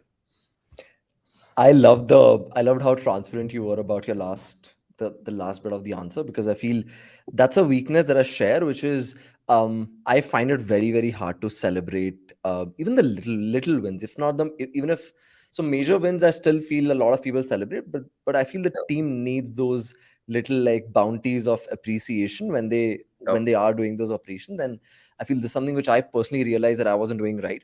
But this was such an incredible answer, and for the audience, I'm gonna probably summarize learnings that I was taking away from it. One thing was show don't tell, right? If as a founder you want something to be implemented, you have to implement it first. Like my dad used to say that if you want people to come at 10 a.m. in the office, you have to reach there by 9:45, 9:50. Like otherwise people won't. Of course, this is the archaic way of running a business, but it's really, really important. And second is that culture flows. Yeah. We expect things from people which probably we don't even do, which can send a wrong message. I think that's incredible. I'm going to get a very, very sort of a repeated question out of the way very, very quickly. No worries. And I think I've seen you answer this like a bunch of times, but because everybody has asked this question, I'm going to ask it again. Who needs this? Like, Yeah. how do you tackle? Like, okay, don't answer, but I want to understand, how do you tackle this question? Who needs Zepto? Who needs 10-minute delivery? Kisko chahiye? How do Yeah. you tackle it? So I'll, I'll give you the actual answer, right? In terms of, I know you would have heard it. I'll give you the answer, and then I'll also talk to you about how I tackle it. See, one of the things that I didn't mention, right, there are dozens of pieces that are important in terms Right. of our culture at Zepto. One of them is incredibly data oriented, like a high degree of data orientation. So for us, when we talk about, okay, who even cares about 10-minute delivery, we just say, look, we can have a debate, right? We can have a philosophical 140 character debate on Twitter to say, X versus Y, and I need this, you don't need this. And essentially we're talking in terms of units of one, right? But today Zepto is operating at a scale where we do lakhs and lakhs of orders every day, right? We're in a position where millions of orders a week at a scale of thousands of crores of revenue per year, right? And as a result of that, what Ayush thinks, or what even Adit thinks, as a unit of n equal to 1, really doesn't matter when you're operating at lakhs and lakhs of orders a day and millions of unique customers that interact with the platform on a weekly and monthly basis. Right. So when we look at scale, right, data is the truth bearer, right? And for us, it's very simple. When you look at consumer transaction labs in India today, Zepto's got the highest NPS score, full stop. NPS, by the way, for folks in the audience, Net Promoter Score, it's a measure of customer experience and satisfaction. Right? So we're in an 87-point NPS, stable right now as of last month, May average, compared to any e-commerce platform or hyperlocal commerce platform would be between 50 to 65 points, right? So we've got an incredible customer satisfaction score. Retention, which is how many people come back to the platform, month one buyer retention is 63% compared to 35 to 40% for traditional e-commerce, right?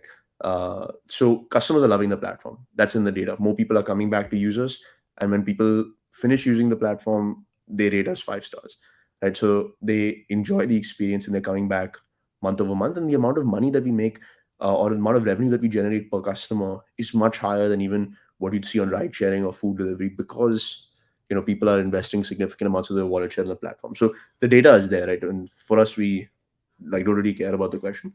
But even when I want to talk to someone that's more interested in the philosophical answer, right, I give people the reality that, look, as of like the past 6 months, if I take all the data of the past 6 months, 2022 roughly, I look at our median delivery time, it's around 9 minutes, right? And we can say 9-minute delivery technically and be intellectually honest, but we say 10-minute delivery because there is a certain brand cut through there that's helpful for us. And when we say 10-minute delivery versus rapid delivery, there is a difference in how much conversion customers have, how many people respond to that messaging, and we see that in our customer acquisition costs as well, right? So 10-minute delivery is a very solid brand cut through when you're communicating to customers. It's just an immediate understanding of, wow, I get what this brand is going to deliver to me in terms of value, which, by the way, many Right. apps don't have, right? Or many services don't have. You might say, XYZ company is delivering delivering excellent experiences, etc., whatever, right? For us, we don't need to, like, it's very simple. Zepto 10-minute grocery delivery, right? It's just the entire thing is communicated, so the brand cut through is strong. But the reality is that people actually fixate on the 10-minute element because it's a very effective brand cut through, one of the reasons why we've grown so fast. But the reality is that if you actually look at the business effectively, we are not a 10-minute grocery delivery company. We're a grocery delivery company, and that seems a lot bigger when you remove the word 10-minute, because for some reason 10-minute feels like a narrow market, but there's no real difference. The reality is that customers are coming on the platform because we've got 3,500 SKUs that has an 81-point fresh fruits and vegetables NPS, which is 18 points higher than even offline supermarkets have on fruits and vegetables freshness, and we're delivering in 10 minutes, right? So it's exactly what you need, right? Delivered in the freshness that you like, with convenience that's unparalleled, right? So you basically become that one place that people can actually just get everything that's necessary in this grocery buying chore done in a very short period of time. When you pitch it like that versus a 10-minute delivery company, it starts clicking more that, okay, this is actually something that replaces the chore of getting my groceries and does it in a way where I get the freshness that I need and the SKUs that I want or the products that I want without much hassle, and it comes in 10 minutes, right? So that's the functionality. Like, I mean, the way that I would describe it is we're a grocery delivery company. People are loving that. The data is there.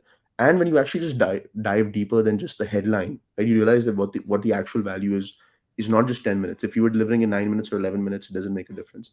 But what does make a difference is that element of instantaneousness, that feeling of it, coupled with the right assortment and the right freshness. That's when you have like a large company, right?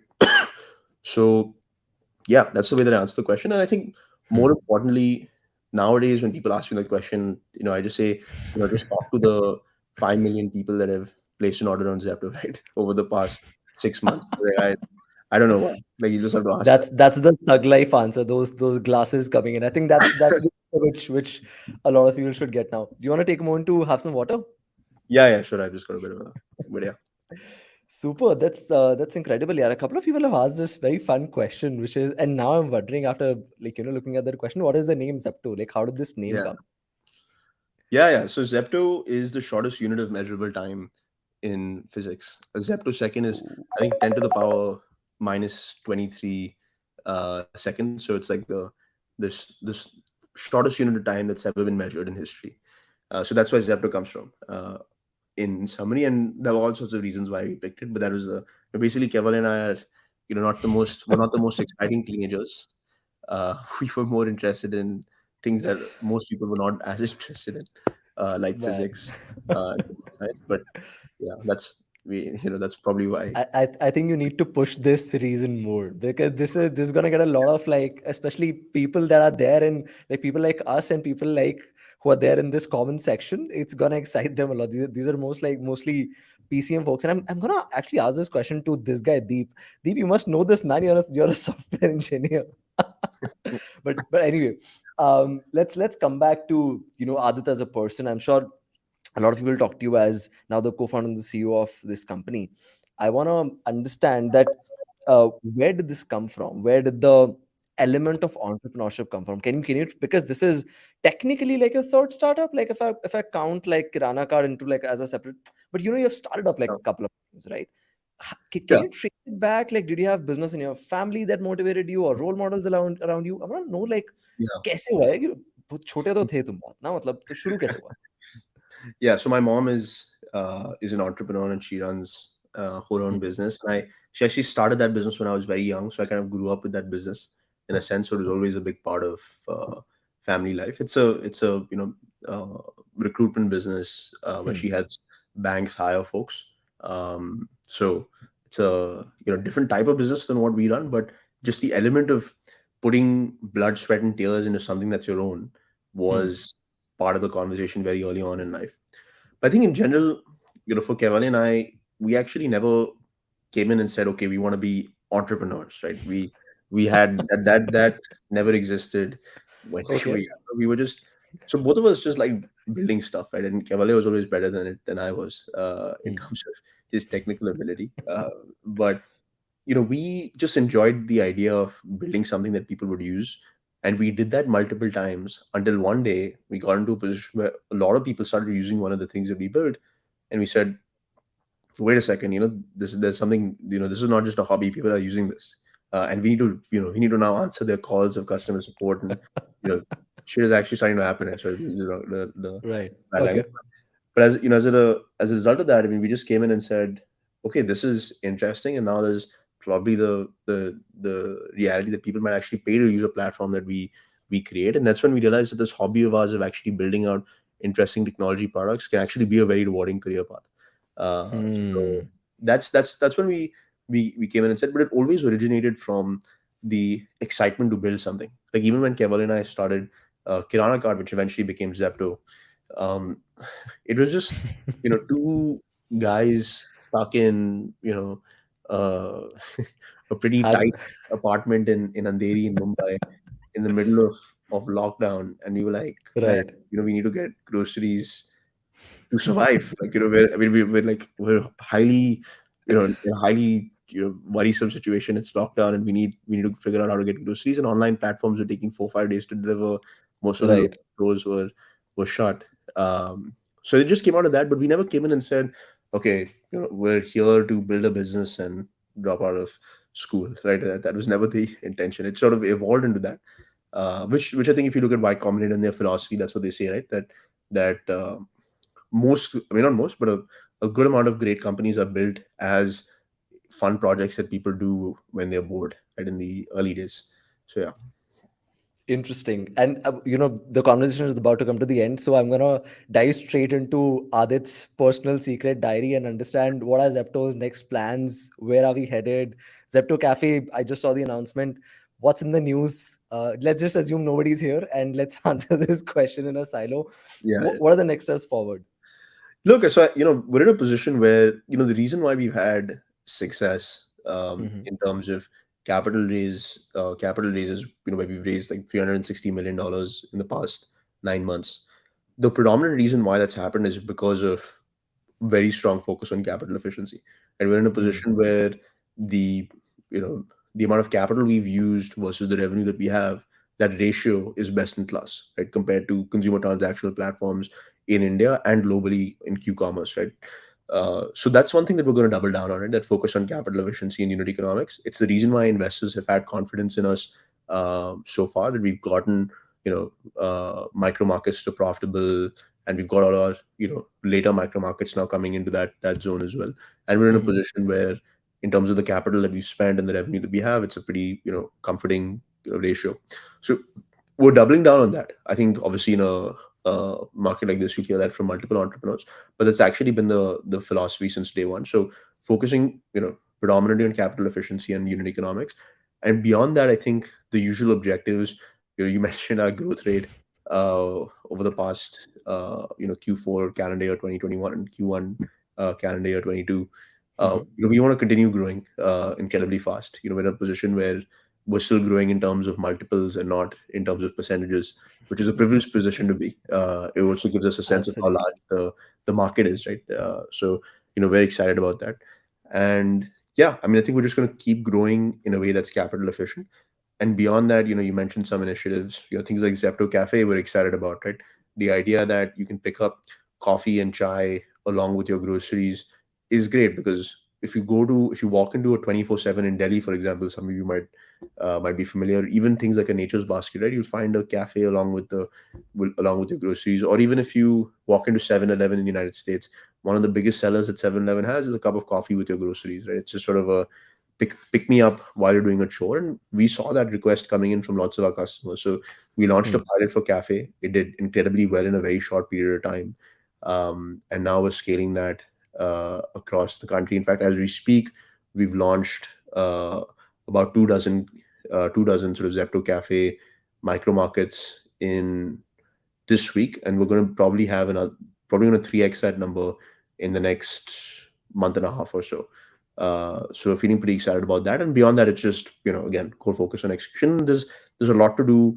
There's a lot of work to do, right? A lot of things that we can continue to improve, like I mentioned. That's Right. really, or unfortunately, most of what we obsess about is how can we just make this better. That's incredible, yaar. Adit, thank you so much for your time and all these insights. It was lovely talking to you. And I'll just, just to wrap this conversation off, you're extremely humble and transparent, which is something that you don't see in a lot of people, especially in the startup industry and culture. Thanks so much for being like this, sort of humble about it. And thank you so much for giving us your time. It was a pleasure speaking with you. I don't know if you have time to pick up questions from the audience, but I don't know if CL folks, if somebody can, or I think Adit, you also have like I think a like an upper cap. Let me know I'm if you good. can take. I'm good for time if the Bits Pilani team is okay. I mean, guys, can somebody give me like a quick? Okay, we can do two questions. Okay. Super. I think this a question for Adit's rapid discovery is it was a market gap that you identified. Any other market gaps that you thought or have? I think this person is just simply asking, do you have any other startup idea that? I mean, honestly, the so the way I look at it, and Ayush uh, articulated this very well, right? Which is, you have to show reality on a micro scale before you even start thinking about the big picture. Even today, I still think of the scale that we're at as medium picture, right? There's a much Hmm. bigger picture, but that we now need to move forward to. In terms of in terms of the concept of having a startup idea, to answer the question, I think I don't have one on me. Like I don't really spend too much time thinking about that. What I will say is that it wouldn't. It's not productive either, right? Because whatever I tell you will almost certainly be wrong, right? In terms of whatever assumption I've made, because precisely because I've not gone into the micro levels of whatever I would say, any startup idea that might be in like the back of my mind somewhere. The answer, the right answer to that question is, for you to have a successful startup idea, whatever you being wrong. And we also were like wrong multiple times before we ended up being right. You'll never find a startup idea that was like, this is my idea, it worked, brilliant, and we're off to the races, right? And we're growing the company. That's never happens, right? As much Right. as I would have liked it to be the case. So what I Hmm. would would recommend is throw yourself out there at anything, right, that you find exciting and you think is a big problem. Even if you're not sure about a lot of things, throw yourself at it. The best way to get something as a like quote unquote real startup idea is to have micro validation for it. Other than that, it's just hearsay. So if you can show, hey, I built something or I've spoken to X number of people and did something for them that they were willing to pay for, they were excited about, right? That is much more valuable than even the best startup entrepreneur in the ecosystem coming in and saying you should do X, right? 100 customers saying something is much better than even uh, the most eloquent or the most important startup founder. So yeah, what I'll say is just throw yourself at something, and you'll figure it out just by talking to customers. The reality will be on the ground. It will never be a big picture answer almost all the time. That makes a lot of sense. I hope you got your answer, but I think it was a much more detailed answer that probably this person expected. But thanks so much for the time. I think we can't take another question, sadly, because we have another session after this. But thank you so much, Adit. This was a lot of fun. I'm glad Yep. we got a chance to do this. And yeah, Thanks. my it's great chatting with you as well, Ayush, and thanks a ton for taking the time. And it's been lovely. Thank you.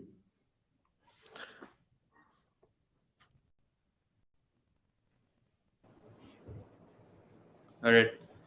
I think I speak for everyone when I say that was an engaging and insightful conversation. I'd like to thank both Mr. Palicha and Mr. Vadva for their time.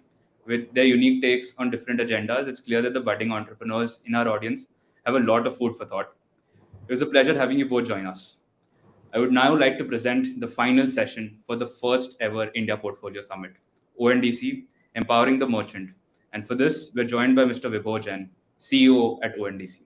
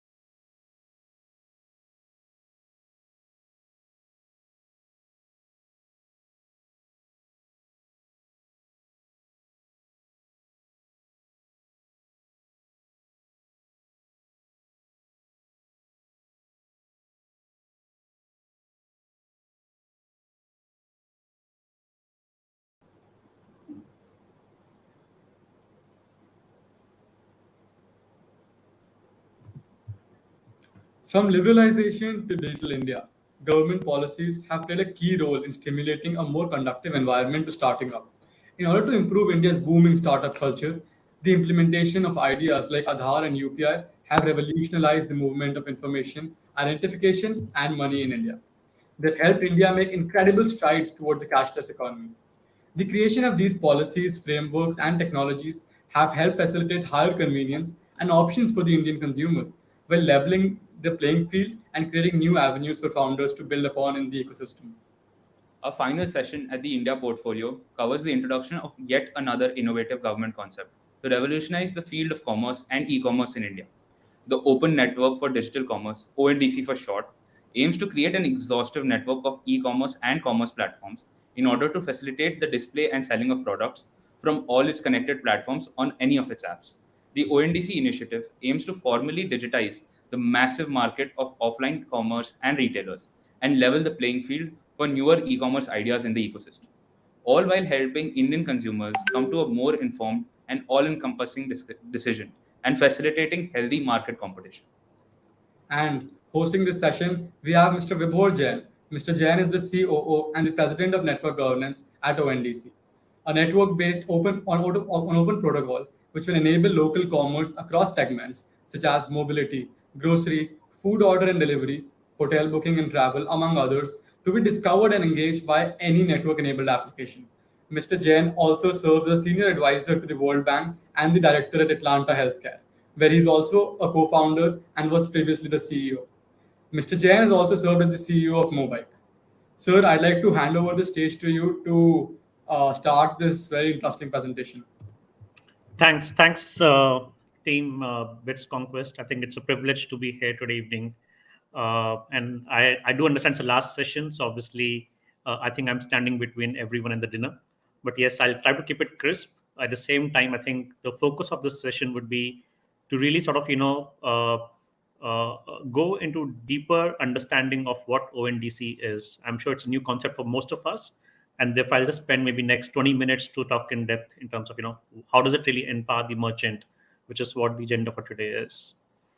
So again, if I look at from a commerce perspective, I think we have had various waves of commerce over the last decade, 2 decades, 3 decades, right? We started from online classifieds and booking platforms, moved to very early set of marketplaces, and today we see very mature marketplaces and vertical apps, right? I think what this has also led to, if one sort of takes a step back and looks at it, has sort of led to a lot of centralization of the entire approach of how commerce is done, right? From where it was a completely decentralized approach, it has moved to a lot of centralization, and that's good and bad. And I think let's talk about when we say it's good and bad, or what does it really mean? So I think from a buyer experience perspective, I think all of us have benefited, right? We have quick and easy access to products today. There's sort of trust and reliability for the customers that has been built in with this entire centralization that has happened. More, when I say centralization, think of it more from a platform-centric approach, right?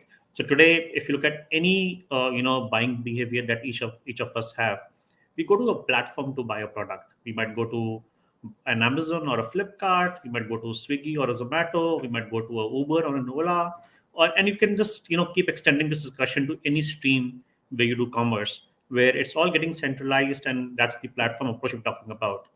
And it also helps make, for as a consumer, a one-stop shop for multiple products, right? So today, if I want to buy anything, simplest thing is, and I think, and Adit spoke about grocery, right, in the earlier session. So if you want to buy grocery, only thing you need to do is just go to Zepto and start buying a grocery.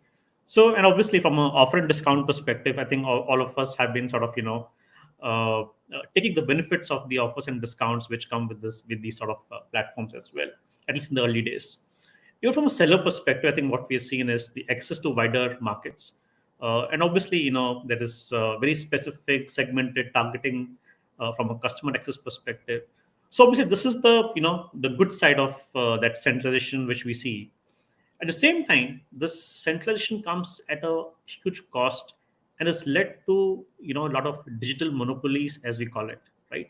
There's a lot of concentration of value that is happening at these platforms.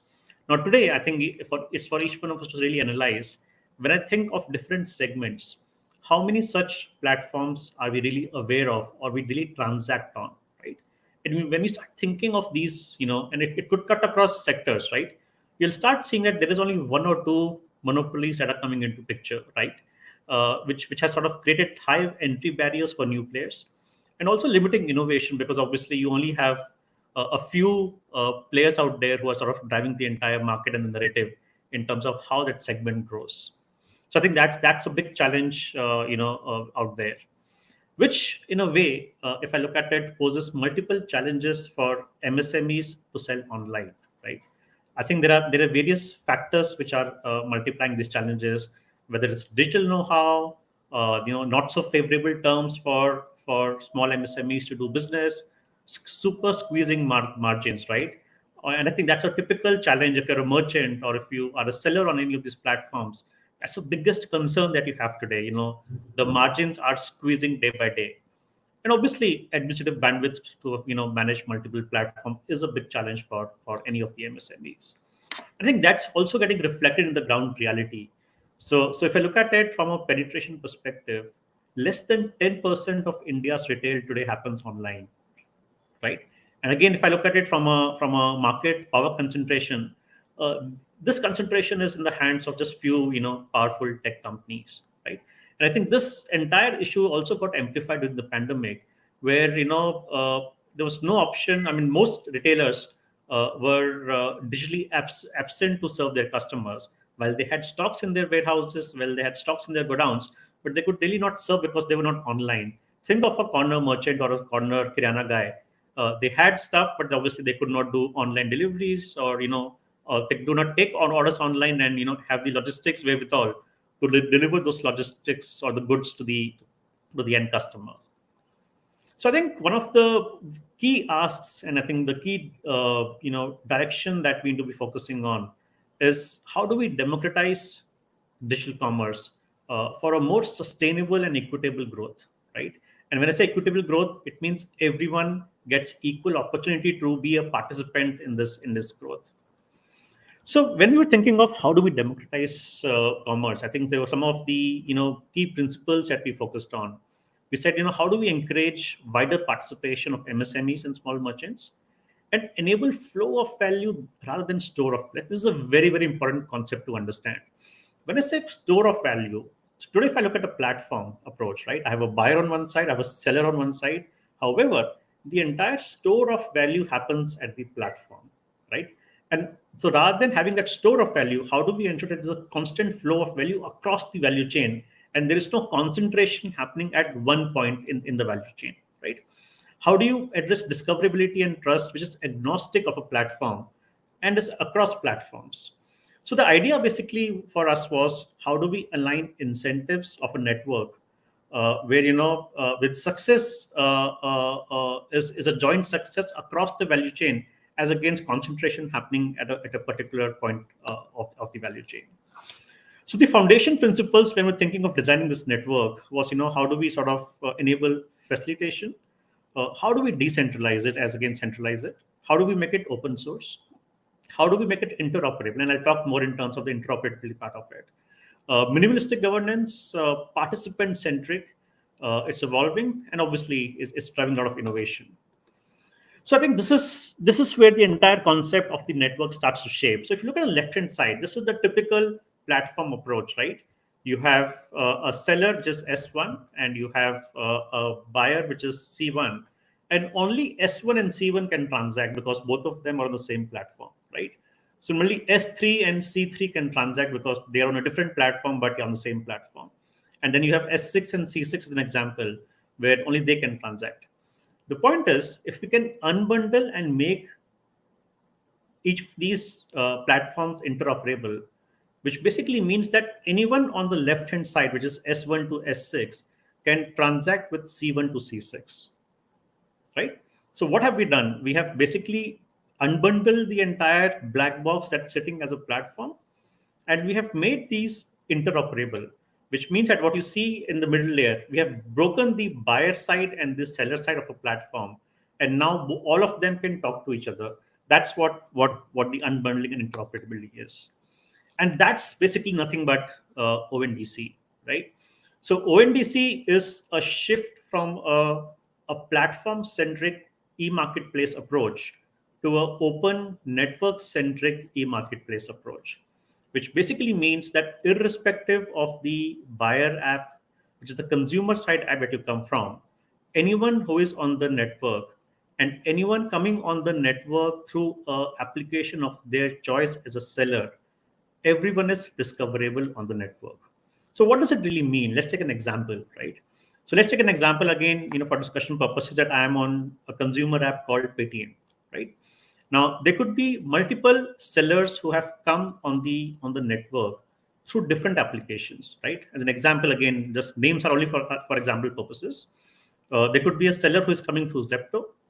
There could be a seller coming through, say, Big Basket, a seller coming through, say, Grofers or Blinkit or any of those on the network. Now, I, as a user coming on a Paytm app, is able to do a commerce transaction with any of these sellers who are coming on the network through different seller applications, right? So basically, if I'm a seller from the other perspective, if I'm on the network, any buyer coming from any consumer app can discover me and can do a transaction with me, right? So that's how this network works. And when we say this network is for a buyer and a seller, think of a buyer and the seller in any use case that you can think of. It could be for grocery, it could be for logistics, it could be for travel and tourism, it could be for shared mobility, it could be for hyperlocal food delivery. The concept remains the same. And this entire network is basically based on open protocols, which is, as you and I exchange emails, which is based on SMTP, protocols, where you are on Gmail, I'm on Hotmail, and we can still exchange mails. Similarly, open protocols, which have been built on top of backend protocols, any buyer can buy from any seller till such time they are on this ONDC network. So that's what this is all about.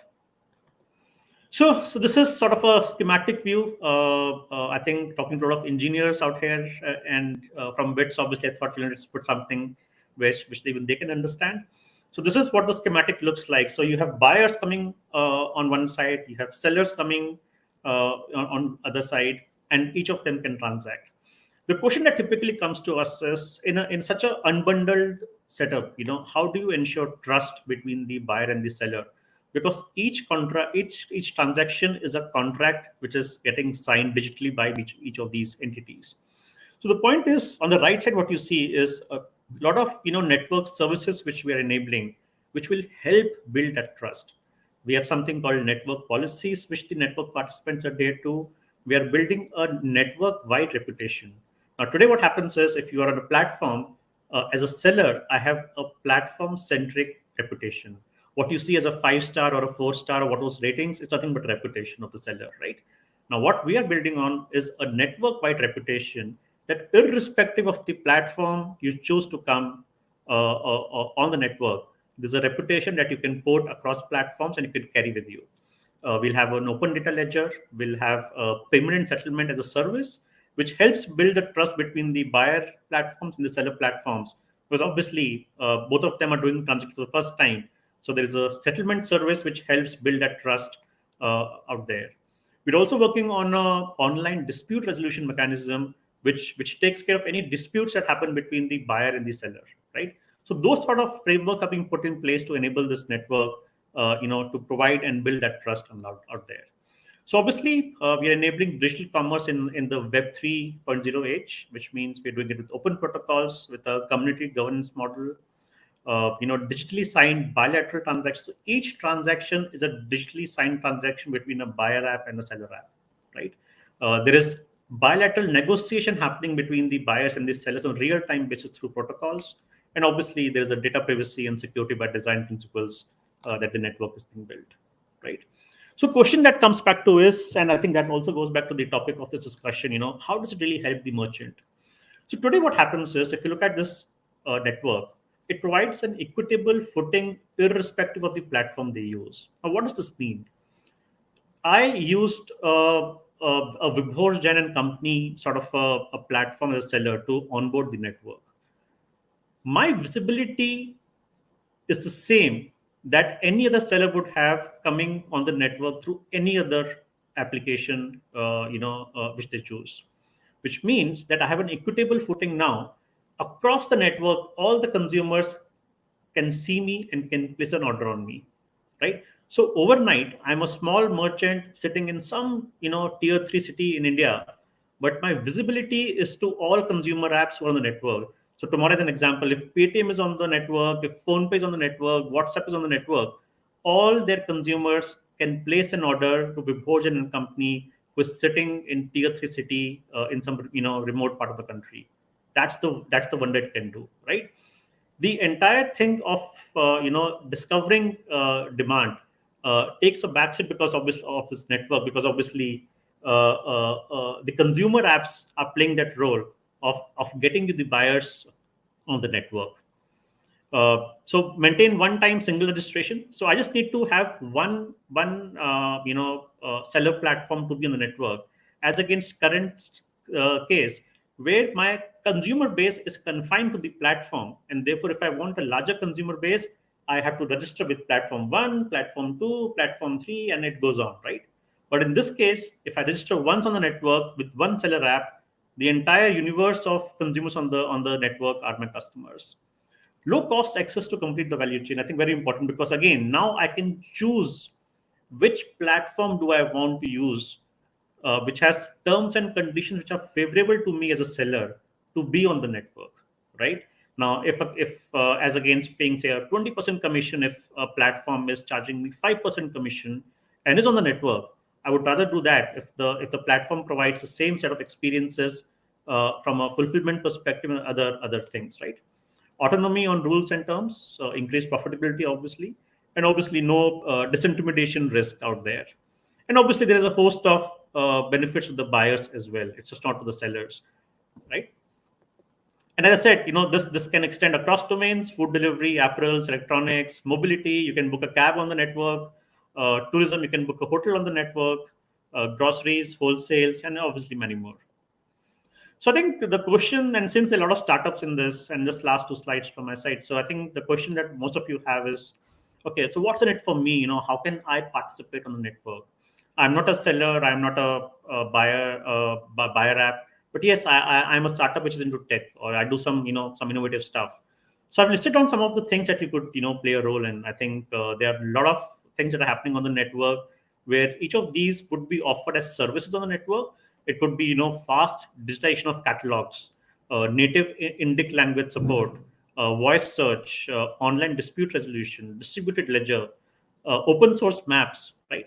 So these are all services which would be enabled on the network by the network participants. So ONDC is not going to put the services out there. It's basically network participants are going to come and provide those services. So you could play a role in enabling some of these services. And obviously, if you're a consumer app, you have a role to play. If you're a seller aggregator, the good point out here is, if you're good at something, stay focused on that. If you're a seller aggregator, don't worry about a demand.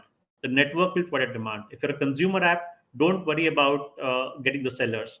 Now think of the wonders this does, right? If I'm a consumer app, overnight, I come at the same level, having access to millions of sellers, which some other platform would have, spent maybe 10 years building that seller network.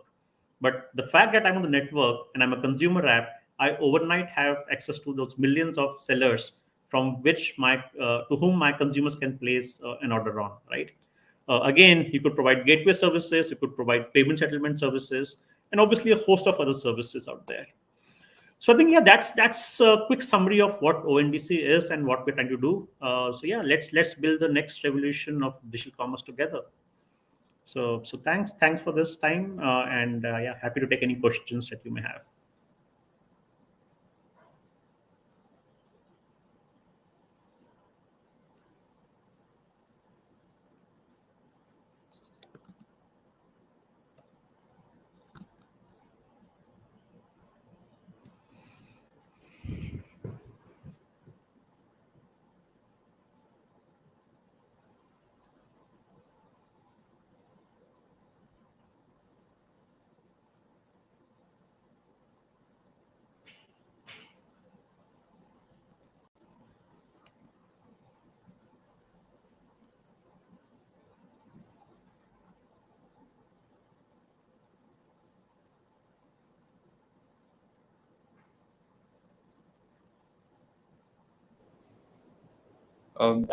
Hey, Mr. Jain, there's a question from our audience. Yeah. So can we view ONDC as a database that people can plug into? No, so we're not a database. Again, we're just a network. So think of us, give you a parallels, think of us as internet, right? We're just an internet, we're just an enabler for people to transact, right? So we are not a database. We don't maintain any database. Yes, we have a registry, which is something to say, okay, where do you people store the web addresses, right? So you have registries out there. We have registries out at ONDC as well. But yeah, think of us as internet rather than a platform. So we are not a platform. We don't have any app. We're not a consumer app. We're not a seller app. We're just a network. So, and I think I'm sure there are a lot of media users which say, the next mega app. No, we are not an app. We are not a platform. We're just a network. All right. Right. Great. So another question we have here is, what do you see as the long-term goal of ONDC? Is it to enable a large number of platforms such as Amazon, or making e-commerce more accessible for MSMEs and cause a UPI-like revolution in this space? So I essentially, is think, it to yeah. increase So number I of think the sellers person, or platforms? the person has the answer in the question itself, which is the second part of the question, right? Yeah. Which is basically to make commerce more accessible for everyone, right? It's basically enhancing the penetration of digital commerce in the country, making it more accessible, and providing, as I said, a level playing field for everyone, whether you're a consumer, whether you are a seller, and across categories of products that I spoke about, from e-commerce to travel, retail, food delivery, logistics, cab sharing, everything, yeah, across domains. Right. Got it, sis. Uh, Right. the next question, yeah, stay go ahead. So the next question is, ODR is the dispute resolution mechanism, but law recognizes independent and distinct relief so consumers can approach consumer forums.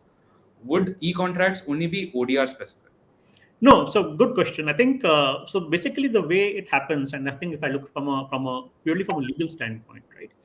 Obviously, there is a law of the land that decides, how each of these disputes get handled, right? There is a Consumer Protection Act, and obviously there are other acts which define that. ODR is only a mechanism which can help fast track some of those disputes at an early stage, right? However, if the dispute does not still get resolved using ODR, each of the participants to that contract still have their recourses in terms of going to the courts or going to whatever provisions are available in the act, whether it's consumer protection or whichever act. So it's not that this is sort of overriding anything. This is just a framework in the value chain where we're saying, okay, if the disputes that can be settled easily and early, let's settle them, and let's not make them go to a court. Right. So the next question we have from Anubhav. It says, as a startup, would there be charges involved to onboard to ONDC's network? Okay, so depends on what. So there's no charge to onboard ONDC, right? If you're a network, yes, there's a lot of tech integration that you need to do in terms of enabling some APIs. There's some operational integration that you need to do, but there are no charges to onboard ONDC. It's a network, and you can just do your tech integrations, operational integrations. There's a bit of certification required. Once you've done that, you're on the network. Right. Got it. Right. So we've got another question from Anki. Where is the payment transaction happening? Will it be on the buyer's app or on the ONDC network? Great question. So it's happening on the buyer app. So I think, and I think I also see a link question on the consumer experience. The consumer experience doesn't change, right? The consumer always remains on the consumer app that he or she is using, right? So as an example that I gave, you're using WhatsApp, you're using Paytm, PhonePe, or any other app, right? Your experience stays within that particular app. In fact, for on occasions, you might not even know that this transaction is happening on ONDC because that's the back-end part of it, right? From a consumer experience perspective, you're just buying a product on Paytm, you're buying a product on Amazon, you're buying a product on, Milk Basket or Big Basket. So you don't even know that there are transactions happening on ONDC unless the consumer app shows that, okay, this particular seller is coming from ONDC and this seller is coming from my captive audience of sellers that I have. Mm-hmm. So unless the consumer app declares or chooses to declare that, the consumer experience does not change. And therefore, coming back to the question of payments, it's like doing the same payment that you're doing today on any of the apps to buy a product. Right. That's I understand that. Let's see if we got another question. Right. So Rocky asked, Can you talk about the certification process you briefly mentioned before? Yeah, so I think basically when we say certification, so when I say you need to comply by the protocols that we are sort of writing, the point is you need to have a certification to say that yes, you have adhered to the protocols, right? And whatever platform you're getting to the network is ONDC protocol compliant. So it's more of a compliance check that we do to ensure that you have implemented the protocol correctly, you have implemented to the ONDC policies correctly on those protocols. Right. Right. Let's see if we got another question.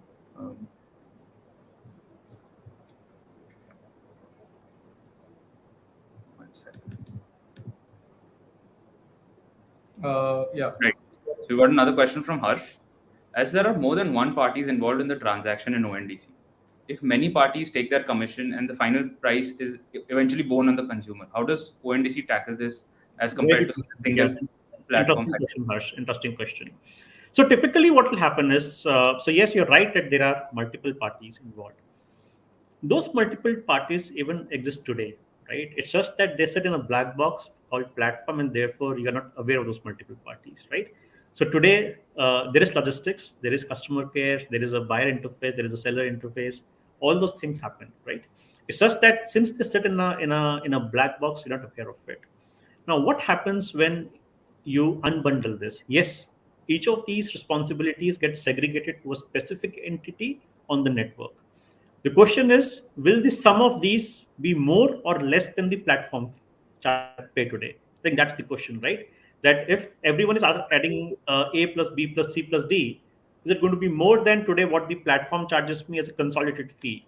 The point is, at scale, when you're operating on this network, the economies of scale that this network can provide, the economies of enabling hyper-local commerce in each of the categories, not just grocery, which most of us are used to, that this can provide, will drastically bring down the cost of each of these individual components. Let's take an example out here to explain, right?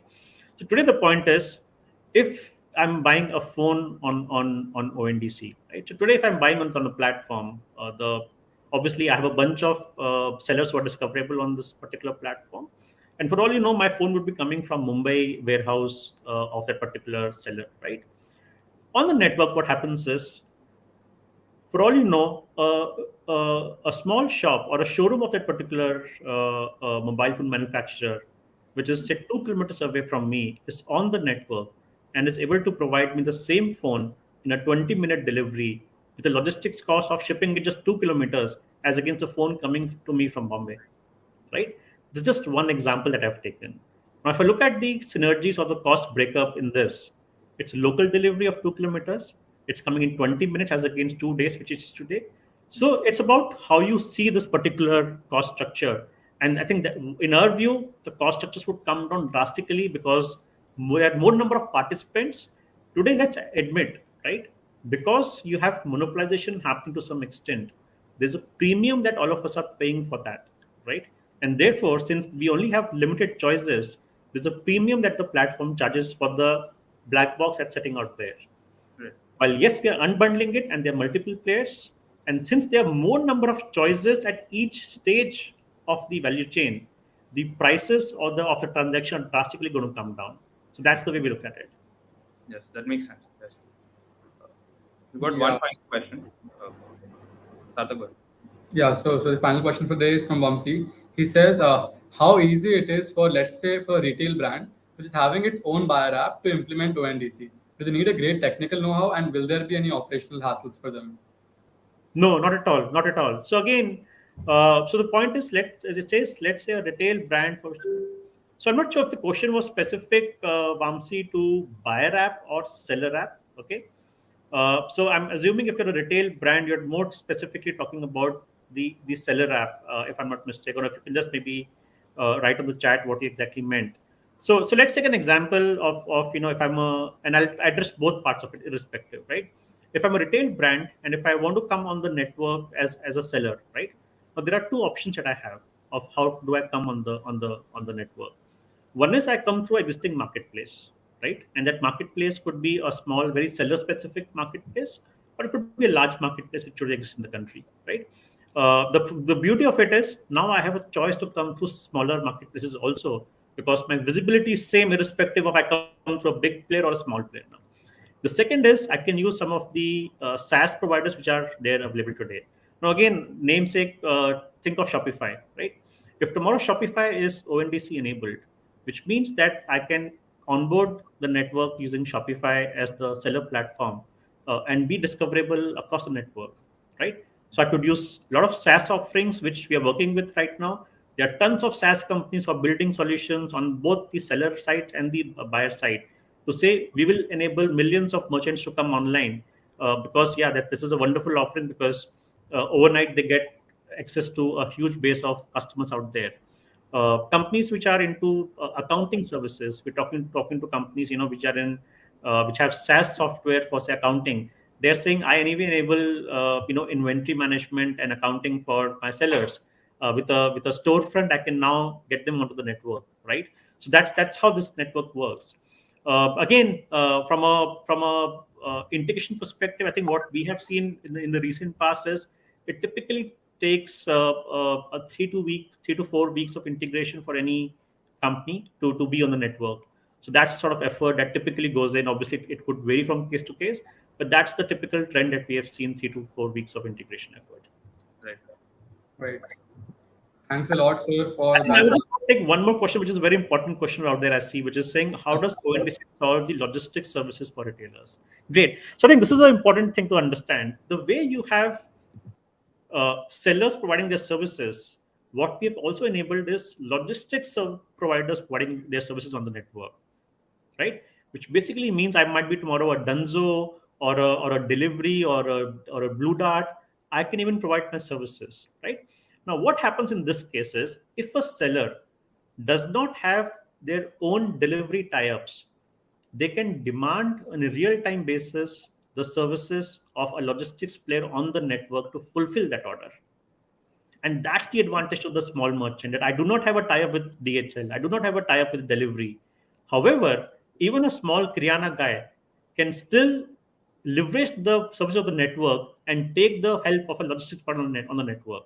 So what happens is in that case, you have two transactions happening. It's a cascaded transaction where the buyer buys the product, the retailer buys the product, the services of a logistics player on the network in the same transaction, right?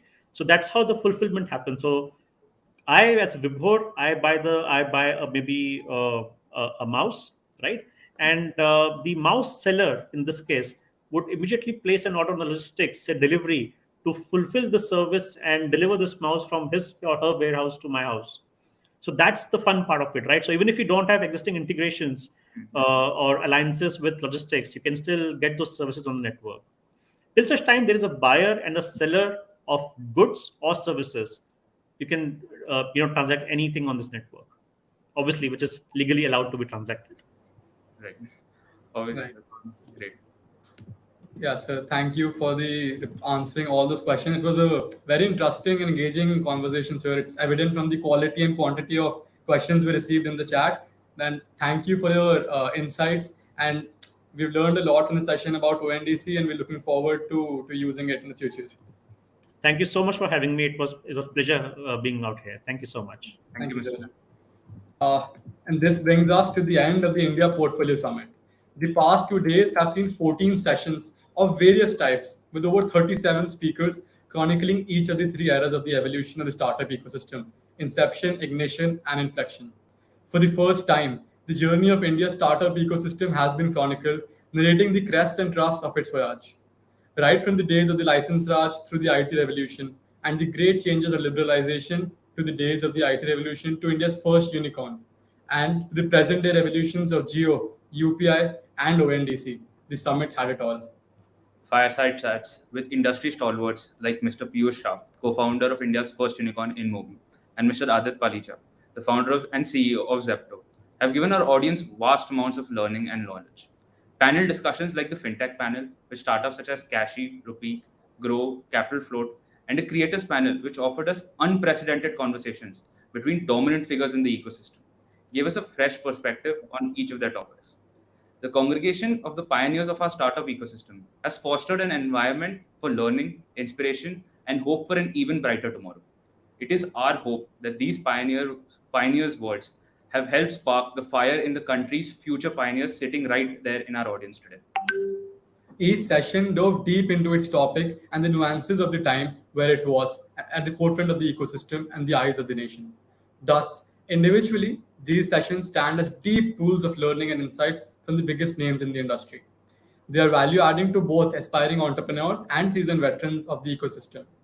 However, together these sessions tell a story of a nation built on hard work, sweat, dreams, and passion. The story of a nation which battled its way from having a quarter of the world's income before the British Raj to a mere 3.6% when she gained independence. 75 years later, and the same nation stands as the sixth largest economy in the world, projected to rise to number 3 by the year 2030. Each stakeholder plays its own crucial part in the development of the nation, no matter how small or big. The outcome of the nation's development is a result of the continuous efforts of all stakeholders: the government and its policies, the education system and its output of the workforce, and businesses and their economic outputs. We hope that the India portfolio succeeded in portraying the country's growth over the past 4 decades, and we aspire to come back bigger and stronger next year and continue to amplify the contributions of each and every one of these founders to the nation's growth. As we continue, we aspire to come back with a bigger edition as we continue to strive to amplify the journeys of Indian founders, to serve as a beacon of inspiration for generations to come. We also hope to be the driving story behind some of these stories in the future through a startup accelerator, Conquest, India's largest student run startup accelerator. Conquest is an accelerator for early stage startups run with the aim to help these startups navigate the challenging startup ecosystem and help them develop their businesses. We do this through comprehensive mentoring sessions, networking opportunities, and for the deserving winners, an equity less cash prize. Over the past 2 years, our winners have received a combined of rupees 60 lakhs in equity less cash prizes. If you're a founder with an idea, go and register for Conquest 2022 through our website conquest.org.in. On behalf of Team Conquest,